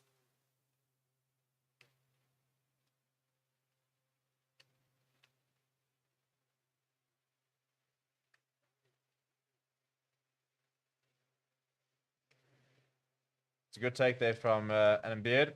But the sack is good. And I'll be very surprised if they do anything but just kick it out. Right, half time. 17 points to 8. Well, I'll take that. I'll take that. I'd say we won the first 10 minutes. They then came back and looked pretty good for the middle part of the game. Or the half, rather. Then I think that we dominated the last 10 minutes. Looked pretty solid there. So good to see. Good to see. I, for one, am quite happy with what I'm seeing. I'm enjoying the intent. We're not taking 3 points. We're going for the jugular a little bit. Billy and Quokka Smith are both on. I don't know if Jasper Visa has been hooked on the basis of his performance or whether there's an injury. But we are in the lead, and I think that's the main thing. We're going to take a very short break, and when we come back, we can recap that half. Please do smash like on the video. Please do subscribe to the channel. Guys, let's see if we can get to 15,000, shall we? We're 14,442. We've already had 600 subscribers since the stream started. So if we were to get another 500, for example, we had 15,000 subscribers. And how cool would that be? So please do subscribe to the channel as well. We had 4,202 people who voted about in the poll before the match began. And everybody backing the Springboks to win the test and with it the series. Get your beverages, go to the bathroom, and I'll see you guys in a little bit.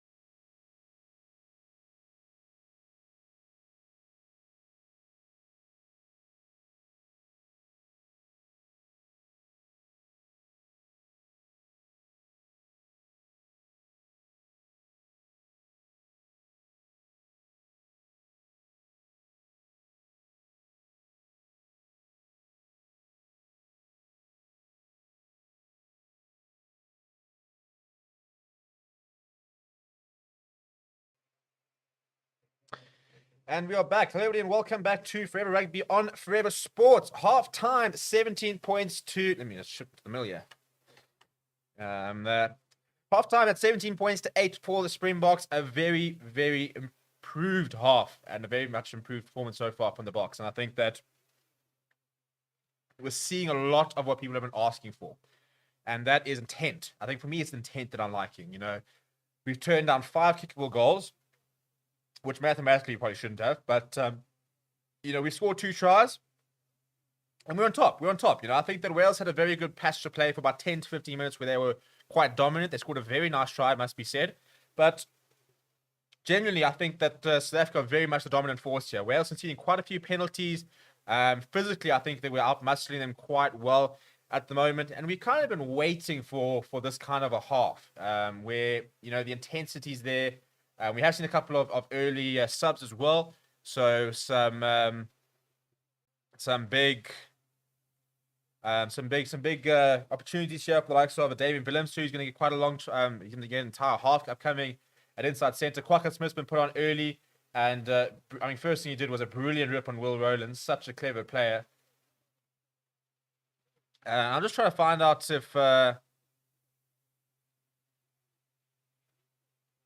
if Yasser was injured or if it was a tactical substitution.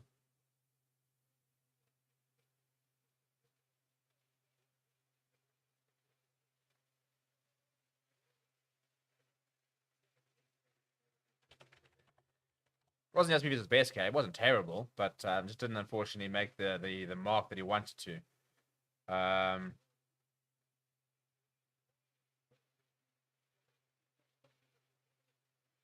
But look, I think Kwaka Smith is in for a big half. So I'm not upset with the change at all. But I think that Jasper Wiese was alright. Had a couple of reasonable carries. Just didn't look as usual, bruising himself though.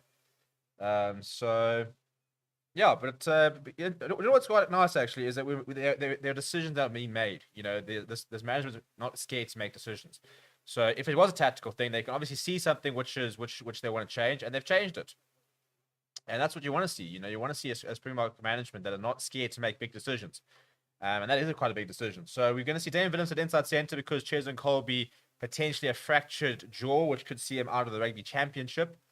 Would not be good to hear that. But it would obviously give an opportunity to somebody else to try and sort of stake claim for that jersey. But, yeah, I think generally I've been very impressed with... Bongi Manami's played pretty well so far. Ibn Etzebes has been everywhere. PSF Toy, apart from a pretty silly penalty, has played pretty well so far. Sia Khaleesi looks like Sia Khaleesi again. The backline's running the ball a bit, and I think generally we are ticking a lot of the boxes that a lot of the Springbok fans have been waiting for in terms of trying to keep a bit more ball in hand, trying to score tries. We have scored 2 in that half. We did concede a try. It was a good try. It was a well-worked try by Wales. A try that maybe if we were playing our best, you probably wouldn't concede, but not a try that I'm fuming about. It's not like it was like 2 really bad missed tackles or whatever. It was pretty well worked. But first of all, welcome to the latest Forever Sport Members Club members. Welcome Von, Natasha, and Edward Yankees. And what's everybody got to say in the chat? So again, if you're looking how to watch the game, go and check out the description. It's got all the links in there that you need. And it does work. There have been some people in the chats who have been using it, so they can verify that it's a very good system and it does work quite well. Bradley Croft says, "Who sports who here?" I support this box. Yeah, I think we're all in on the box mostly. A couple of Welsh fans there. Twist says 27-13 for the final score. Duan says, "Pretty down with what happened to Cheslin. He was on the ball, but Vili came through as well during the first half. Let's hope he comes through second half as well."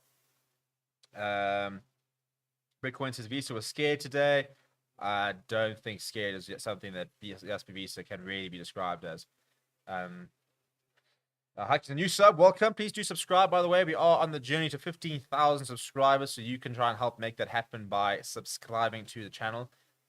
We are closing on 14,500, and then we need to move. We need to keep going. Dwayne says, Wales are performing when the ball at hand, but defense is lacking big time. That's costing the game. Sally Cam says, Wales are fronting up against us, but how long can they keep it up? Obviously, Willemse looking comfortable at 12. I was very impressed with Damien Willemse in that half. I thought that we've seen a coming of age in Damien Willemse, and I mean, he's made the switch from 15 to 12. He's pretty seamless, had some very good moments. He's bringing the physicality. I think we're about to see the Damien Willemse that we all hoped we would see. Because he's got the potential to be a very special player. He just needs to get up to playing his best rugby, and I think you're going to start to see that. And hopefully we'll see that in a Bok jersey as well as in the Stormers jersey. Ariel says, sucks that Colby is going to miss the rugby championship. Who was covering 14 and 15? So Lukhanyo Am shifted to the wing, Billy Leroux at fullback, and Damien Dealendi is currently playing outside centre. Albie says Orange to replace Colby. Well, he would be the natural replacement. No Spoon Corsi in the squad. So yeah, you probably will see Curly Arns potentially getting an opportunity, or else you could go Warwick Halant in the 14. You could go Billy Leroux in the 14, for example. Joanne says, it's true. Nevertheless, Willemse did show up, and that's he's been doing his job, not lacking, but disappointed by Mapimpi. Andy says, excited to see Kwaka play this next half. Think he is a beast. Labi says, Visa not scared, but he looked tired. Willemse was on the ball and get better with each game. Bryce says, hi, sorry, I checked the link, but I can't find the link in the description. It's there. It's the Flow Rugby. So you need to get ExpressVPN, and then you need to sign up for Flow Rugby, and you'll be good to go. Boxing to lift the defense. And says, big thoughts on Jordan. Well done. Kwaka coming on is a good idea. Proper fetcher. Also, Pollard and Damien Willemse playing well. Yeah, Pollard looks a little bit more like the general, you know. But yeah, I'm seeing a lot of positives from that half. And we're going to see a new front row quite soon. And our starting front row has done the job. Trevor Nyakane, Frans Maherbe have been very brutal at scrum time. So I think I've been very happy with what I've seen from them. I don't think there's anyone there. But Pimpy was pretty quiet. Dealendi as well didn't have too much to do, but apart from that, I can't think of players who weren't particularly good. I'm very impressed with Jaden Hendrickse, who just looks the part, doesn't he? I mean, he just looks like he was made to play at this level. Looks so comfortable for someone who's playing his fourth cap at 22 years old. So happy to see that he's getting there. And Bitcoin News said, what happens when France Steyn comes back? I don't think there's a space for France Steyn left in this 23, you know, because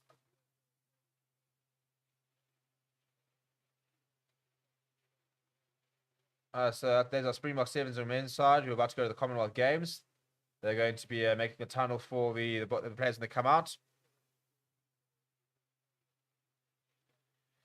Watching a 3 a.m. in New Zealand, nice stream. Thank you very much. Him's doing rookie mistakes, but he's a rookie. Only one way to learn.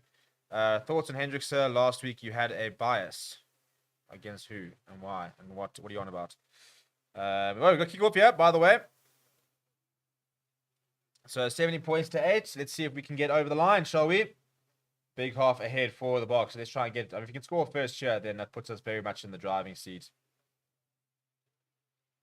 We've already had 2 changes. Expect to see a penalty for Wales. That's not a good way to start the match, and it's a replacement. We are seeing Wainwright on for Lewis. We're seeing Dewey Lake on for Ryan Elias. I think Gareth Thomas is still on. So Wales changing 2 of their front rows, which is an interesting decision to make. Yeah, Bigger will go for the points. Pretty Australia penalty to concede first up. Yeah, it's pretty poor cleaning out there from Lua Diago. It's a good turnover from Dewey Lake. It's a very nice early intervention, but Lua Diago's got to do better to clean him out there. So first points of the half could go in the way of the Welsh. Not a good way to start the half yet, chaps.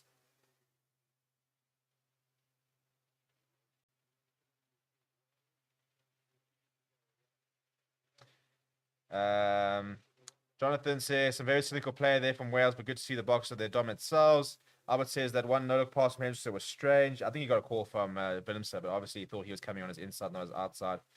Dealendi looked good. What do you mean? Man's made decent meters. Yeah, I just don't think he's had as much ball in hand as he would like, and as he usually does. I wouldn't say he's playing badly. I was how embarrassing a guy standing right at the commentary team wearing an All Blacks jersey. Hope to see Dwayne Vermeulen in the Rugby Championship just for the experience of the loose forward, says Brian. He does slot that, does Dan Digger. So Wales do get the first points of the second half.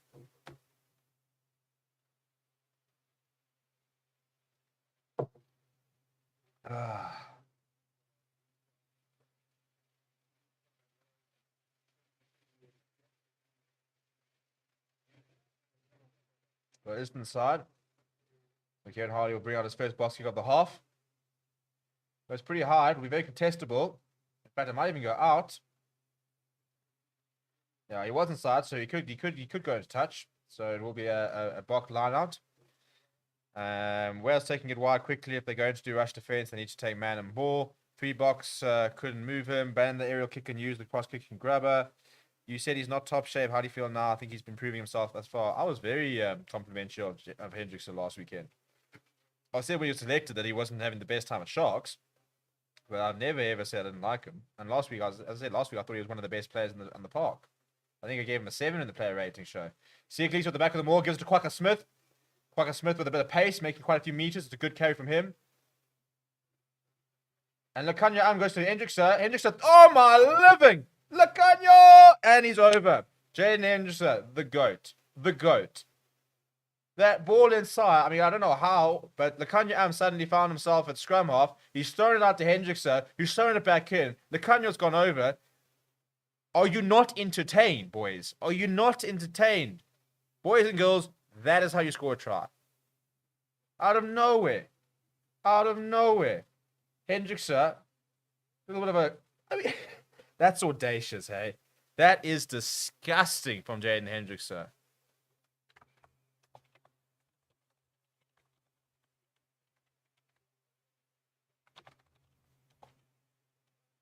Oh, we're having a double whistle here. We don't have a look here.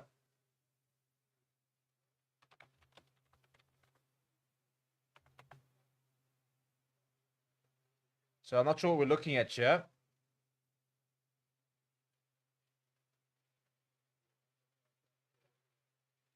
I think we're looking to see if this passes forward. Oh, come on. Oh, no, man. They're going to rule out. Oh, you know, we can't have nice things, can we? Oh, come on. You just ruined it.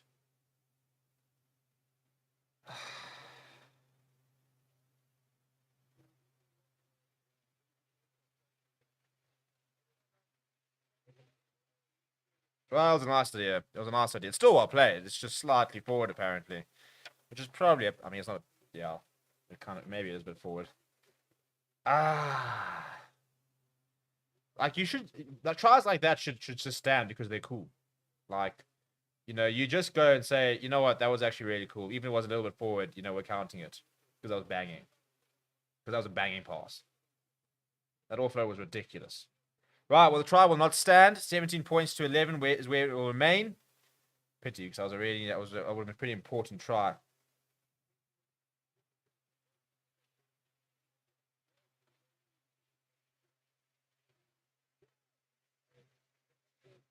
Right, big scrum here. First scrum for Wainwright and Dewey Lake. Pretty big shot coming in, but Trevor Nyakane's gone down. And it's a penalty against Trevor Nyakane. I don't know what's going on here. You've got Gareth Thomas, who's falling all over France Maherbe, who couldn't give a rat's ass.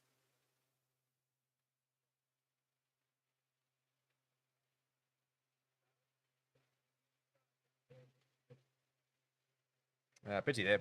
So the scrums have been interesting, actually, because usually the team is putting it in as won the penalty. So I wouldn't say we've had like scrum dominance across the park, but on Upperton certainly. And Trevor Nyakane just slipping as he's going, and the turf is cutting up. So it's a problem, man. It's a problem because he had the ascendancy there to Trevor, but just slipped underneath them because the turf can't handle the pressure. And I think this is the last game they're going to have, rugby game they're going to have until about October. And that's Trevor Nyakane's last contribution. I thought it was actually very good today. It was Trevor. Malcolm Marks on the park as well. So Wangi Manambi's 50th test and Vincent Cox. So the new front row is on.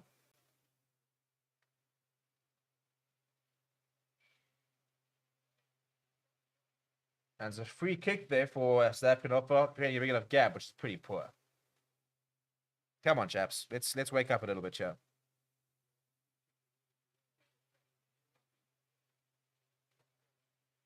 And Dan Bigger puts it into the nice guy.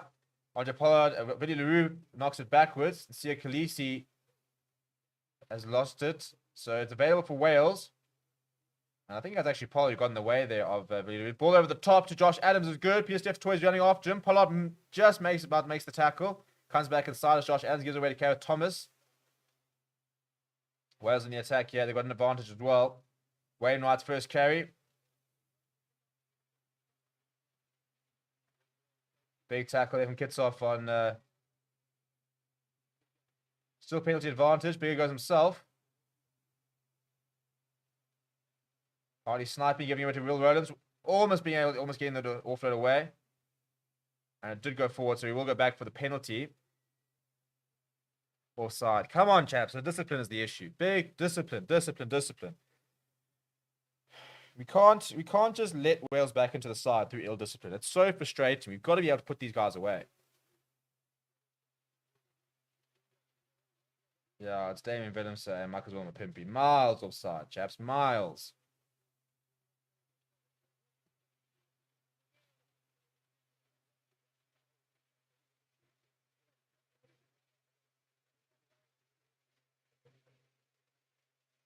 So, I mean, that's just really poor because it's a free kick for closing the gap. Silly. And then a penalty for offside. Silly. So it's such preventable things. And all of a sudden, Wales are going to be, 3 points behind us because we're just letting them back into the game. When we've had ball in hand, we've been really dangerous. I mean, we've had 3 tries ruled out. Well, 1 wasn't awarded. But, 3 TMO decisions and 3 tries that were not given. And... yet we are going to be sitting only 3 points ahead because we're not putting them away. We need to be more clinical here, lads. Dan Bigger will not miss these. He doesn't miss that. Straight over the middle.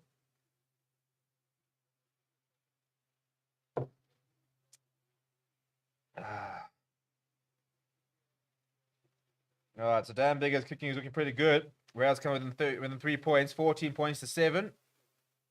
14.17 rather, that's how it stands. Right, now Pollard going deep towards the right-hand side. Josh Navidi underneath it. Very weird how he catches the ball like that. As opposed to the breadbasket.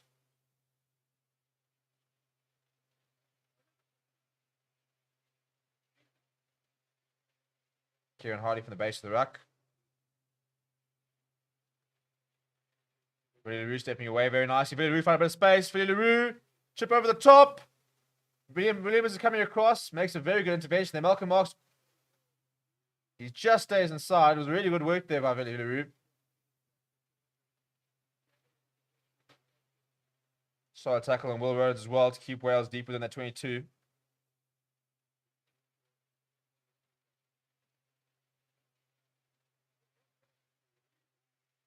Right, Kieran Hardy from the base of the ruck. Oh, but it's been charged down by Etzebeth, who's then brought down Bigger. He gets away from Tompkins, and Tompkins under a lot of pressure.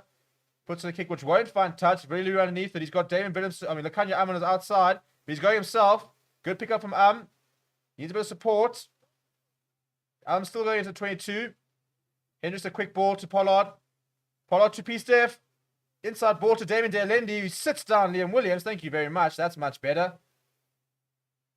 Good work here from the box. Just need to stay a bit calm here. Hendricks is slowing things down a bit. Going to Eben Etzebeth.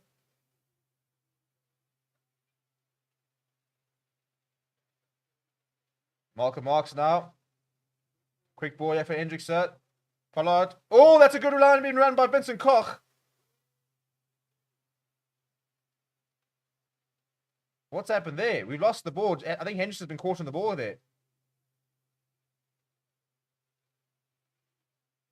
Oh, the crowd doesn't like that. They definitely played Hendrickson. He's saying that he played the arm, not the ball. It's a rule I really don't like. And it's a penalty, though. Quaka Smith, the GOAT, clearing in clutch. It's PSF the toy, actually. Well, it's a really good pass to play. Billy LaRue doing really well there. On 2 occasions here, Damien Williams is down, which is a big worry, by the way, because we've only got 1 more backline player. And the last thing we need to see is either a Hendricks or Faf de Klerk on the wing.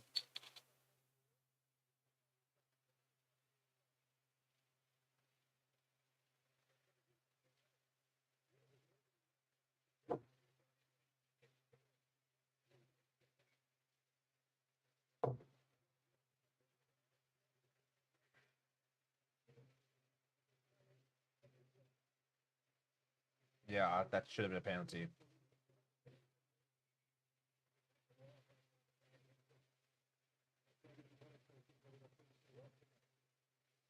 We're going to have a water break there. I personally think that there should have been a penalty against Rollins, which would have been very kickable, by the way. Now we're on the far right-hand side, and this is not looking good for Willemse. But a really good charge down from Etzebeth. And it just fell to Dan Biggie. He wrapped him up. He goes Tompkins. He doesn't find touch. And this is really good by Lekanya goes past the man, and Pierre Toy comes over. Yeah, it's really good work there for Pierre Toy.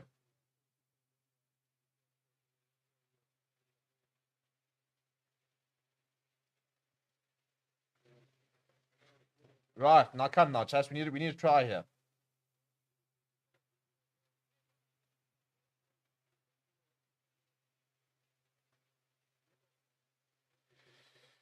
Daniel said, I feel like if this was a World Cup game, we wouldn't make these mistakes. Looking back at the World Cup, we only conceded 3 tries the whole tournament. Albie says, it's not about being clinical, it's about being ruthless. Albert saying, all this from a forward pass on the other side of the pitch. Go Wales, says Colin van Niekerk. A surname like that, one would have to wonder why you're going to go Wales. Albie says, bro, when did this law come in that you can play the 9? Honestly, I thought you always had to come from behind. It's a very strange rule. I still don't understand how it's actually appreciated because... yeah, I mean, sometimes you can hit the arm, sometimes it's the hand. It never really makes sense. But Damien Williams is up. He's still limping a little bit. So this is a bit of a worry because we've already used our one utility back replacement. Steve says, you're taking along on that castle light with the tension of the game. I would have had 24. This is actually number 3, to be fair. So we are moving. Get on to number 4 very soon. Side canvas, the Evans determined to make it a good century of games. Right, they go to the corner. They go to Luat Diaga. It looks like it was pushed before he comes down. There is a penalty advantage. Well, Hendrickson wants to use it, but Malcolm Marks has got his own ideas. He left the ball behind, so we'll go back for the penalty.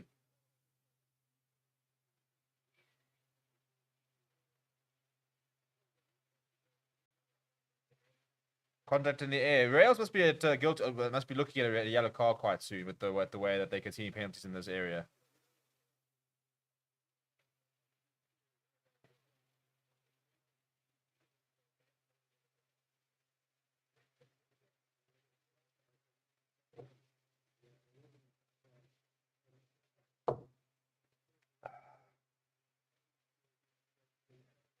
Right. Come, let's make this count here, chaps. Lutiaga goes up and does win it. It looks like it's a little bit better set, but not getting too much ascendancy at the moment. It's going towards the right. Malcolm Marks might have to use this. He gives it to Hendrickson. Hendrickson goes to David Willemse. David Willemse steps inside. Strong carry from him. Needs a bit of support. Hendrickson brings to Peter Steph the toy. Popping up to Kwaka Smith. Now Khaleesi. Out towards the 5-meter line. Pollard. Oh, he's running to go himself. Right towards the corner.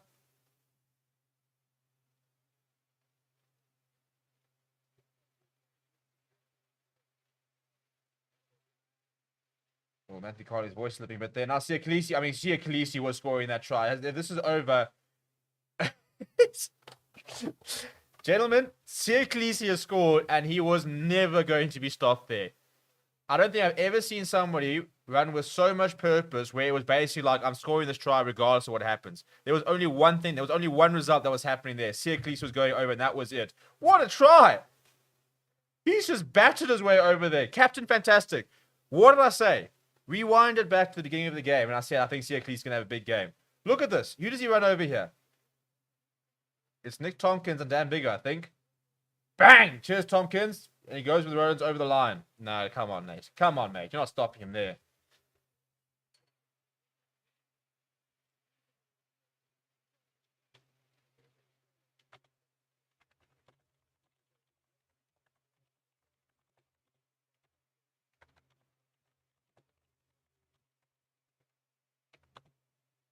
Well, there it is. Finally, the breakthrough you've been waiting for. 23 points to 14. Captain Fantastic comes in clutch. What a lad. What a lad.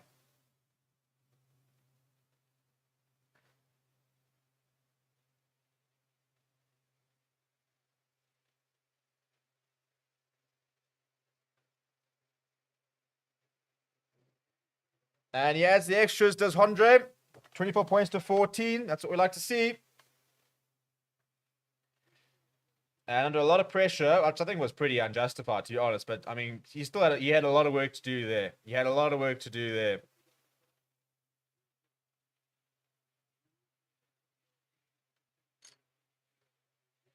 We're going to have a substitution here.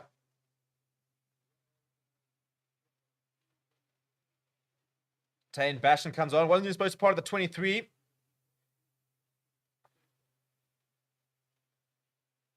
What?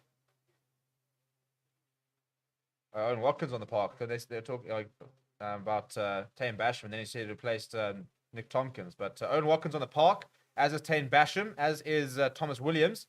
So quite a few replacements there for Wales. Now Hendricks up on the base of the ruck. Not his best touch finder at all. So I still under a bit of pressure here. But 24 points to 14 with 26 minutes to play. I think it's time for a new beer.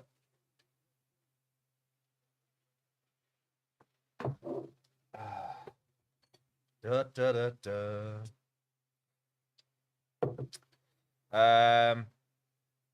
Khaleesi, I'll only be happy if we are 20 ahead, says Albert. Let's go, Box. Thanks, Captain. Fantastic, says Tebogo. Sia was quiet until he scored. No, Sia was doing what Sia does, which is all the grunt work. I would love to know how many rucks he's hit this game.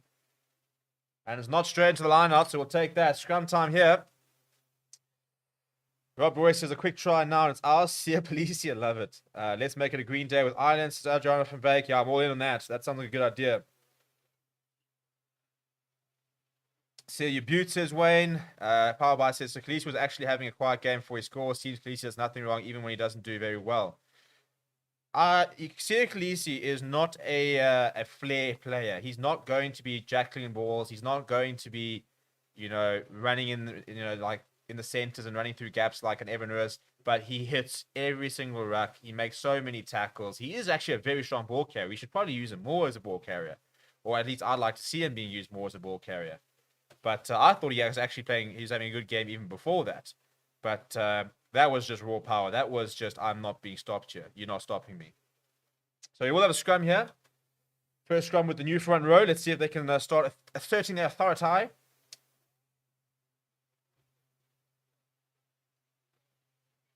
Now we have to have a reset here. Please do subscribe, by the way, if you are new to the channel. We are chasing 15,000 subs, so you can help us on that journey. Yeah, we are less than 500 people away, so please do keep subscribing to the channel. Please make sure you smash like on the video. Let's see if we can get up to 500 likes. Powerbot says he's doing his quiet game. He's not a flair player. He's not a captain. He's not a fetcher. He's not an upside. Well done on the try. I mean, I'm not sure if you're being sarcastic or not, but that's my captain. I don't know about you guys. That's my captain. My captain. My goat. Right, big scrum here. The penalty advantage. Question is, are we going to be able to use it? Hendricks is available. Willemse goes for the cross kick. And Mapimpi can't hang on to it. So we'll go back for the penalty.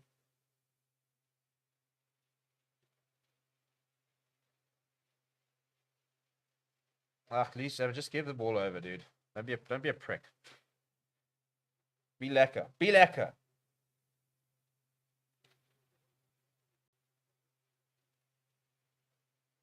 Yeah, it was a big hit there from the Springbok scrum. So penalty to them. Polo will be able to kick us back towards Welsh territory. Good to see. Good to see. And I think the biggest thing, as I said, as we were saying, somebody said earlier, about being ruthless. You need to take opportunities here. Don't take the foot off the gas. Keep going. Keep going in Wales. Score another one. Let's try to get up to 31 points.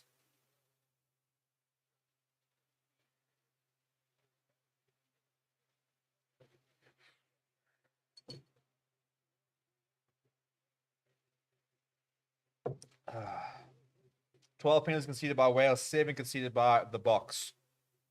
Long may that continue. A bit of a better discipline record. Still haven't see far too many penalties, I think, that we have. Silly penalties, I think, is more the frustration. We are going towards the rolling wall. Looks pretty well set as well. Malcolm Moss controlling things at the back. Jaden Hendricks. And the nice thing is we've got Faf de Klerk still to come onto the park, who I think will add quite a lot of impetus to the game. Hendricks does use it, goes to Dave Willemse. Willemse puts his head down, trying to get his hands to the tackle to find the offload, but can't. Quick ball to Pollard. Pollard going to Billy LaRue. Billy LaRue going to him a Pimpy. Pimpy steps inside of William Williams. And he's been bundled into touch. Pretty good defensive work, it must be said. Very, very upright in the tackle, though. So it's a bit frustrating from Pimpy. He hasn't had his best of games. Doesn't look like his usual self, does Makazolo. Not that he's done anything wrong, but just doesn't seem to have the form that he's had in the end of your series. Having said that, he hasn't had a lot of ball in hand with open space ahead of him, which is where he does thrive. So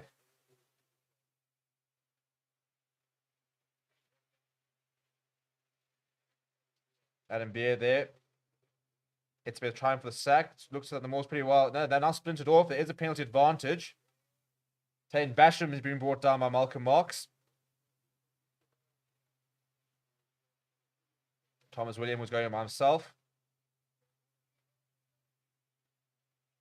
And BF fitting at scrum half goes to Owen Watkin. Siaklisi seeing an opportunity to get his hands on the ball, which he was allowed to do, so they're going to go back for the penalty.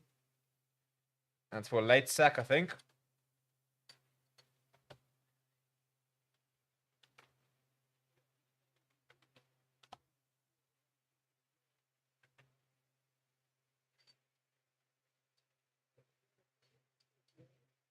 Yeah, so it's collapsing the more. They tried the sack, it didn't work, and then they brought it down afterwards. So it's a fair penalty. And Bigger will find touch. And it looks like Franco Moss is going to come on. It looks like Faf de Klerk's being readied. Wangi Manambi standing up, but I don't think he's going to come back on. I think he just got a bit to say. So a couple of more reinforcements coming on for the box. Faf de Klerk, who we're looking to try and make a bit of a statement. Well, Evan Etzebeth has emptied the tank. He'll get a standing ovation. Franco Moss comes on in place of him. What a player Evan Etzebeth is. And what a pleasure to be able to bring Franco Moss on as well, by the way.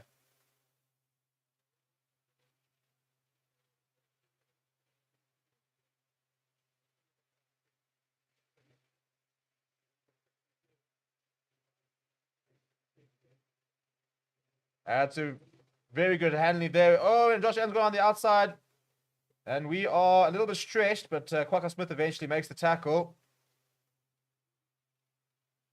Bigger goes himself. He's wrapped up by, I think it was Malcolm Marks. No, it's Franco Mostert. And a penalty as well. Thank you very much. We'll take that. Side entry from 18 is the case. So the youngster, Wainwright, conceding the penalty there. Bit of inexperience possibly.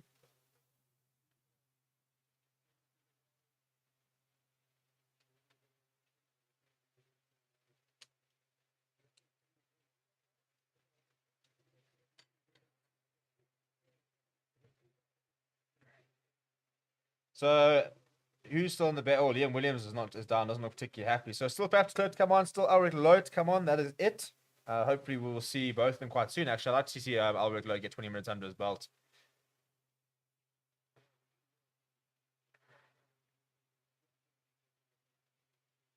Well, Faf de Klerk's bib is off, but he's still sitting down. It's not coming on just yet. Pretty good game from Etzebeth. Much, much better. His discipline was good. He was very active around, made some big hits.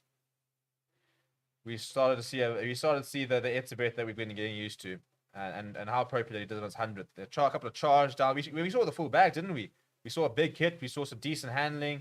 We saw a charge down from him. We saw the full Etzebeth bag of chips today.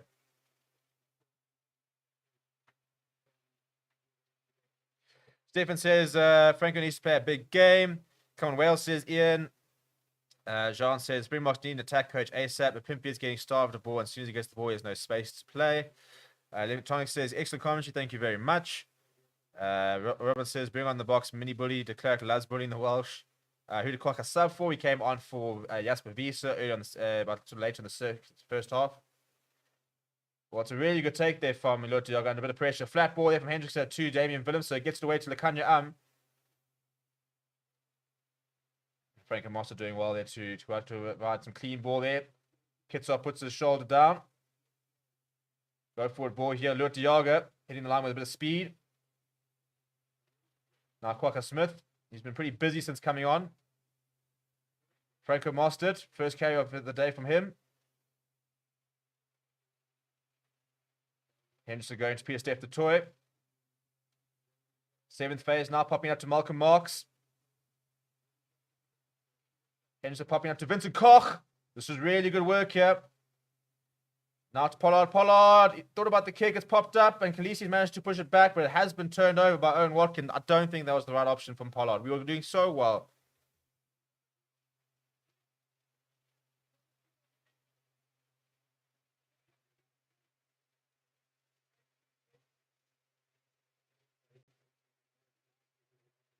That's, I mean, really, we've gifted that position back to them. That's a bit frustrating, actually, because, I mean, there was some 7 really good phases.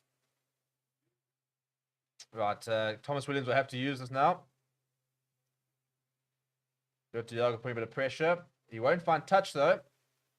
So Villiers got a couple of options there. He's wrapped up pretty well, but there are a couple of blockers there, so no issue. They go to Vincent Koch, he puts his head down. Solid carry from him. Box will start again. Henderson going back to Pollard. Pollard going to the boot, lifting it higher towards the left-hand side.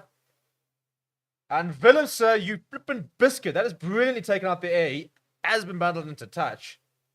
But that was really, really good work in the air from Damien Willemse. The second time he's taken it in the air. I don't think he's particularly happy with Pollard, by the way. I don't think he particularly enjoyed that option.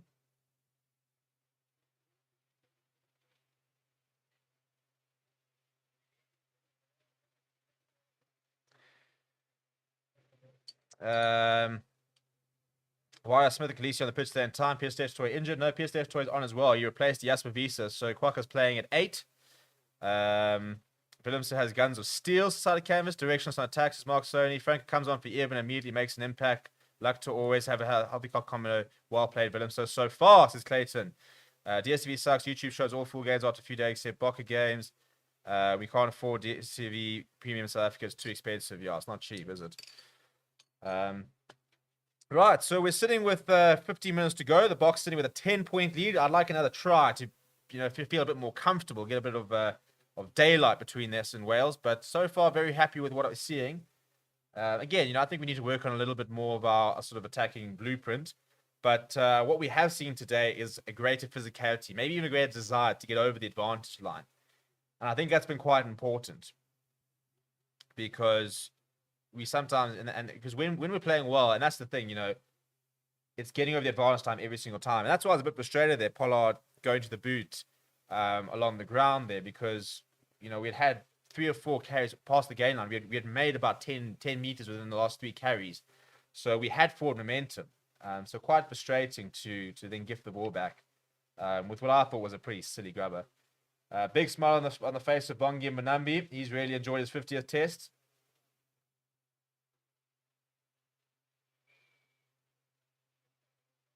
And a free kick against that from stepping across against Lord Diago, I think.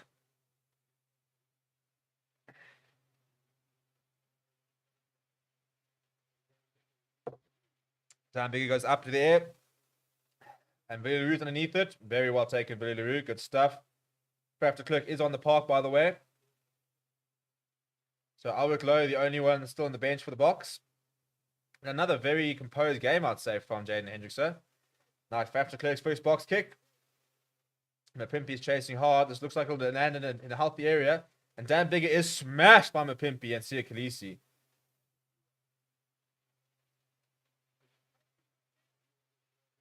Let's take him back in, so they can't go to touch.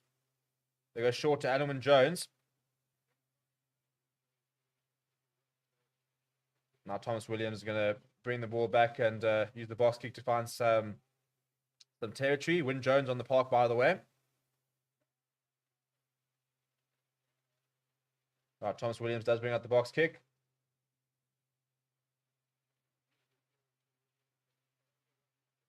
Okay, so it was inside 22. I thought it had been carried back. I'm pretty sure it said it carried back. But he was inside, so it's actually a very good clearance there from Thomas Williams. Gets up towards the halfway line. So we restart with the line out.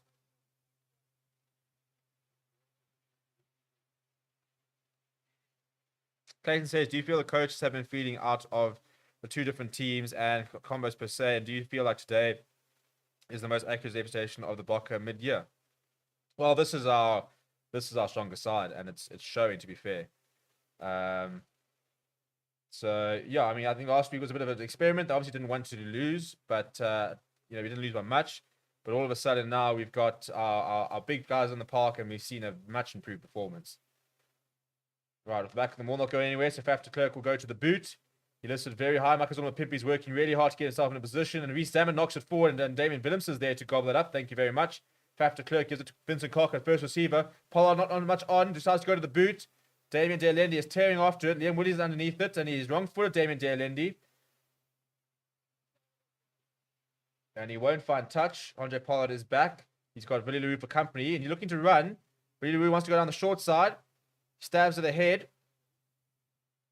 Liam Williams throws it back inside to Dan Bigger. Dan Bigger goes inside to George North. George North goes across. Damien Venice is up quickly, so Louis Sam's got a bit of space ahead of him. And Sia Khaleesi makes a half tackle before Damien de Allende completes the job. And Damien de Allende then concedes that penalty advantage for not running away. Tane Basham. So a penalty advantage here for Wales as they go towards the left through Dan Bigger. Dan Bigger going to Will Rowlands, who's playing at flank at the moment. Thomas Williams going a bit of a snipe, trying to find a bit of space. But Matthew Carty saying no advance. They'll go back for the penalty, but frustrating from De Allende to concede that.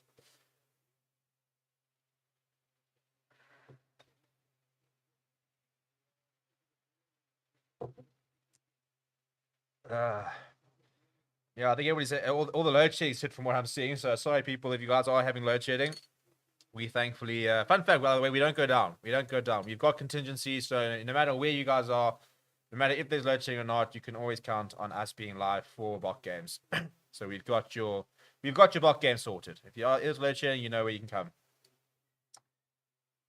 Mark Sony says we need a new fly half. David Williams is again down, getting a bit of treatment, which is a bit worrying. He's going to get a bit of, I think he's having, trying to decide what he's actually got there. We've got no more replacements in the back line. So David Williams kind of needs to play the entire match. Tyler Canvas says Wales still believe. Territory and possession sound great by the Bokke. We just need to put them away. We haven't put them away. For once again, we're allowing them back into good positions. And a 10-point advantage can shrink very quickly. So we've definitely been playing the better rugby, but we're struggling to put them away at the moment. One more try, and you feel like, cool, game's done. Last 12 minutes. Even a penalty, 13 points, you have to score 2 converted tries. It's quite a long way to go. But 10 points can become 3 points very quickly. And they do have a line on the 22. Wales conceding 13 penalties, Boks conceding 8. We did compete there, but Franco Master missing out. And they're going on a run here. Tane Basham has come away with it. And they've got a penalty advantage as well.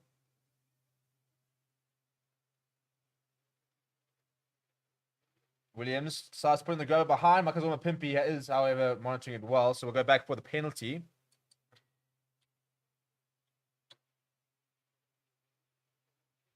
Side entry against Franco Mostert as the call.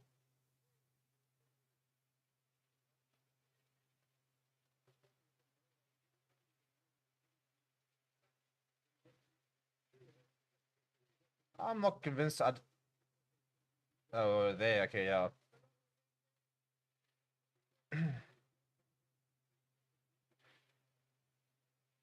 Right, we're now on the 5 meter here, chaps. Now we need to really stand strong here.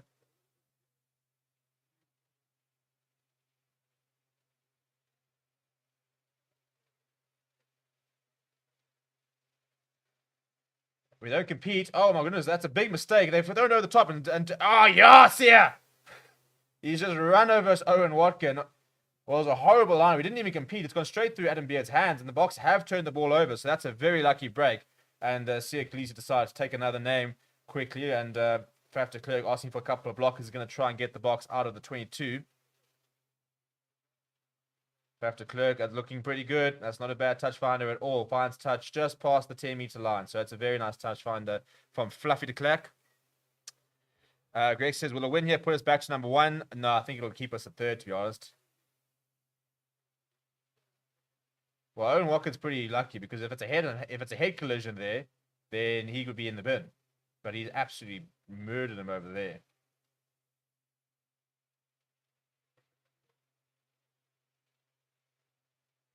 I don't think I'd like to stop Siakisi when he's running at full tilt like that. Right, they go to Will Rowlands. Navidi takes it quickly, giving it to Thomas Williams. Goes flat to Owen Watkin. Dan Bigger goes to Liam Williams. Williams up to... Oh, my goodness. Billy slipped. Billy slipped. Damien Phillips, sir. Well, Mapimpi made a very important tackle. Then Kwagga Smith, you flippin' biscuit, you. Try saving tackle. And what is Kwagga Smith there? Thank you very much. I'll take that ball. I mean, I tell you, there's nothing more South African than a steal than Kwagga Smith. Man was born and raised here. I could steal your wallet in a flash. In a flash. Brilliant contribution there from Kwagga Smith. And he's so quick as well to get there.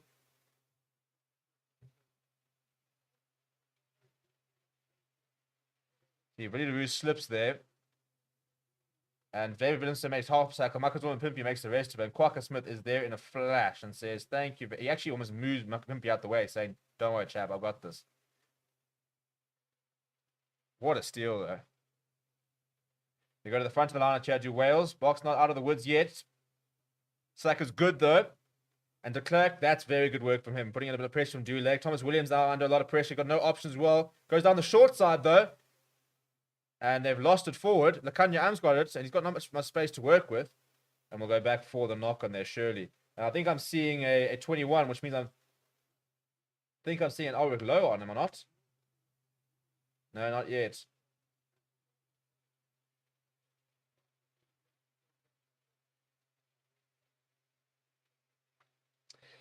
Tundle says the Box should punish Wales for what they did last week. Come Box 40-14. Goodness me, mate. We've only got 8 minutes left.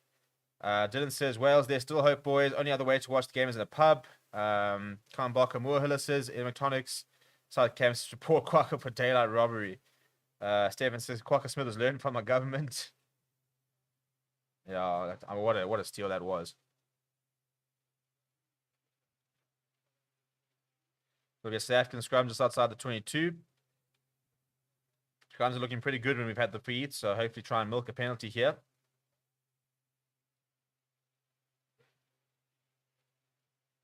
It's gone down. We will have a reset.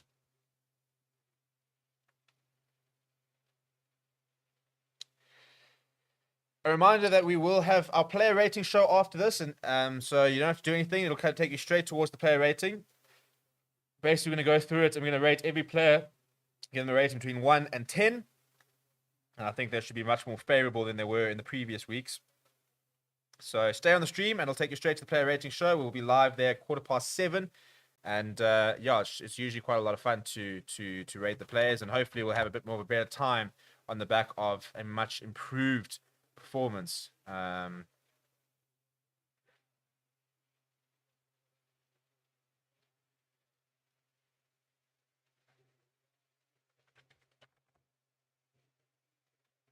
Pretty solid scrum there.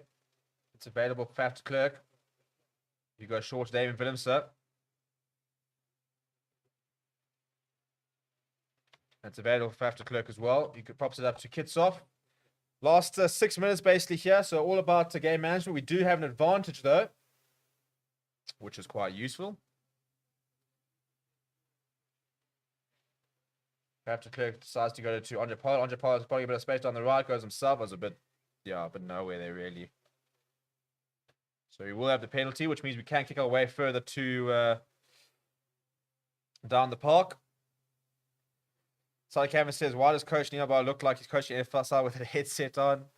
Yeah, so with just over 5.5 minutes to go, you got to think that we're almost there. We're almost there. One more try would pretty much guarantee the win.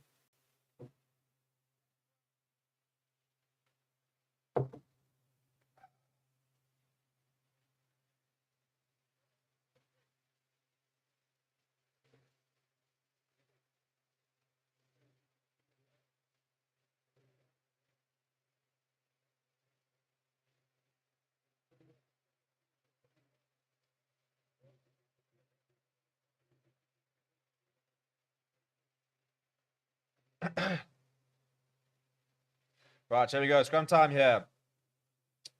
Scrum time, line-out time. Goodness me, it's been a long day. Beer started to kick in.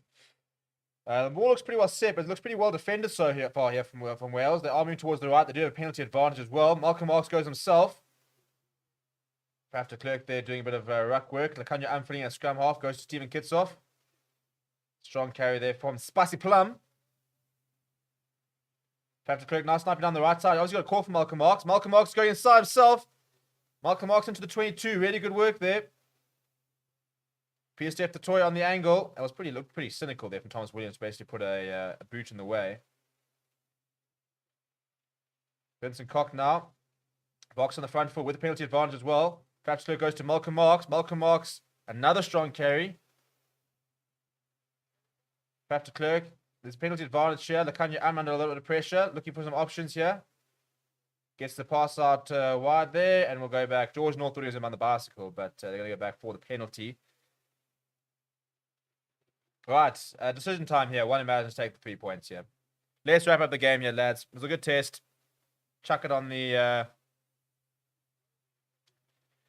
slot it quickly. Let's move on. Let's take the game. Let's take the series. Move on to preparing for New Zealand. Ian Hammer says, on paper, the Boks should have slaughtered Wales, credit to Wales, but also a subpar Boks. Yeah, look, we haven't been our best, but I think we've been in a much improved performance today. I think that with a bit more accuracy, 24 points could very have been 34 points, 40 points, for example. And we're going to take the 3 points here. 27 points to 14 is a nice ring to it, and that's what we're going to go for.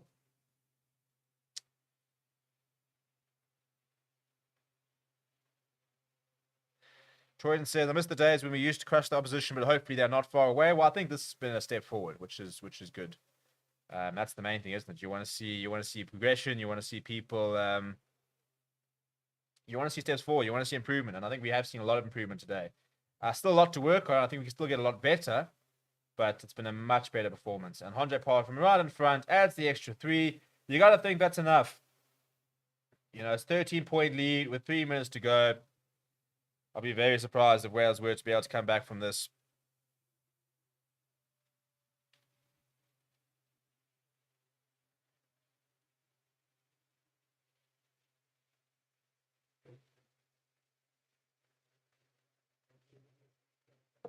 They go short here to Wales. But Damon De Lindy has been picked up by Sia Khaleesi, and he's won it back for the Boks. And Faf de Klerk goes short to Lurt Diaga. And he wants a blocker. Yeah, Faf de Klerk's going to go to the boot.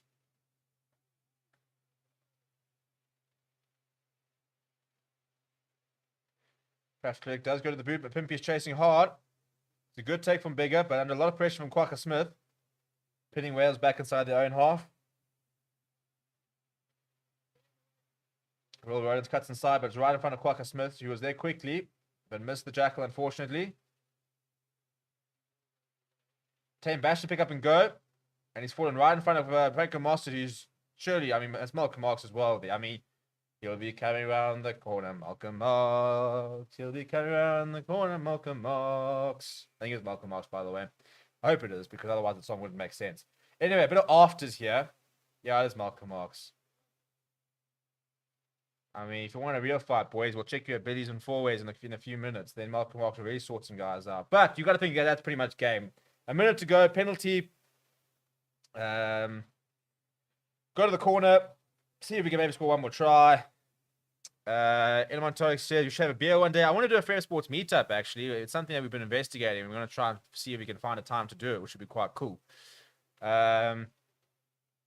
Broski says the only Southern Hemisphere team to beat their northern opponents today. Has that been the same bottle of beer throughout the entire match? No, this is number 4. And I took a box shot at halftime. So we're moving. We're cooking here, boys and girls. And those who have yet to be determined. But the Springboks have won the series with 30 seconds to go. Andre Pollard is going to take the 3 points. So it's in the bag, boys. It's in the bag. So I'm going to drop the link for the player ratings. You guys can go and start rating them now. And the player rating show will go live in about 15 minutes. And a really, really improved performance here from the Boks. not perfect. You know, still a bit sloppy at times. Still a lot of things we can work on, but genuinely, first of all, much better. And Pollard it's coming back. It's going to come back. Is it coming back? The flags are up. 30 points to 14. The Springboks beat Wales. And with that, seal the series. You people, it's been a really, really cool 3 weeks of international rugby.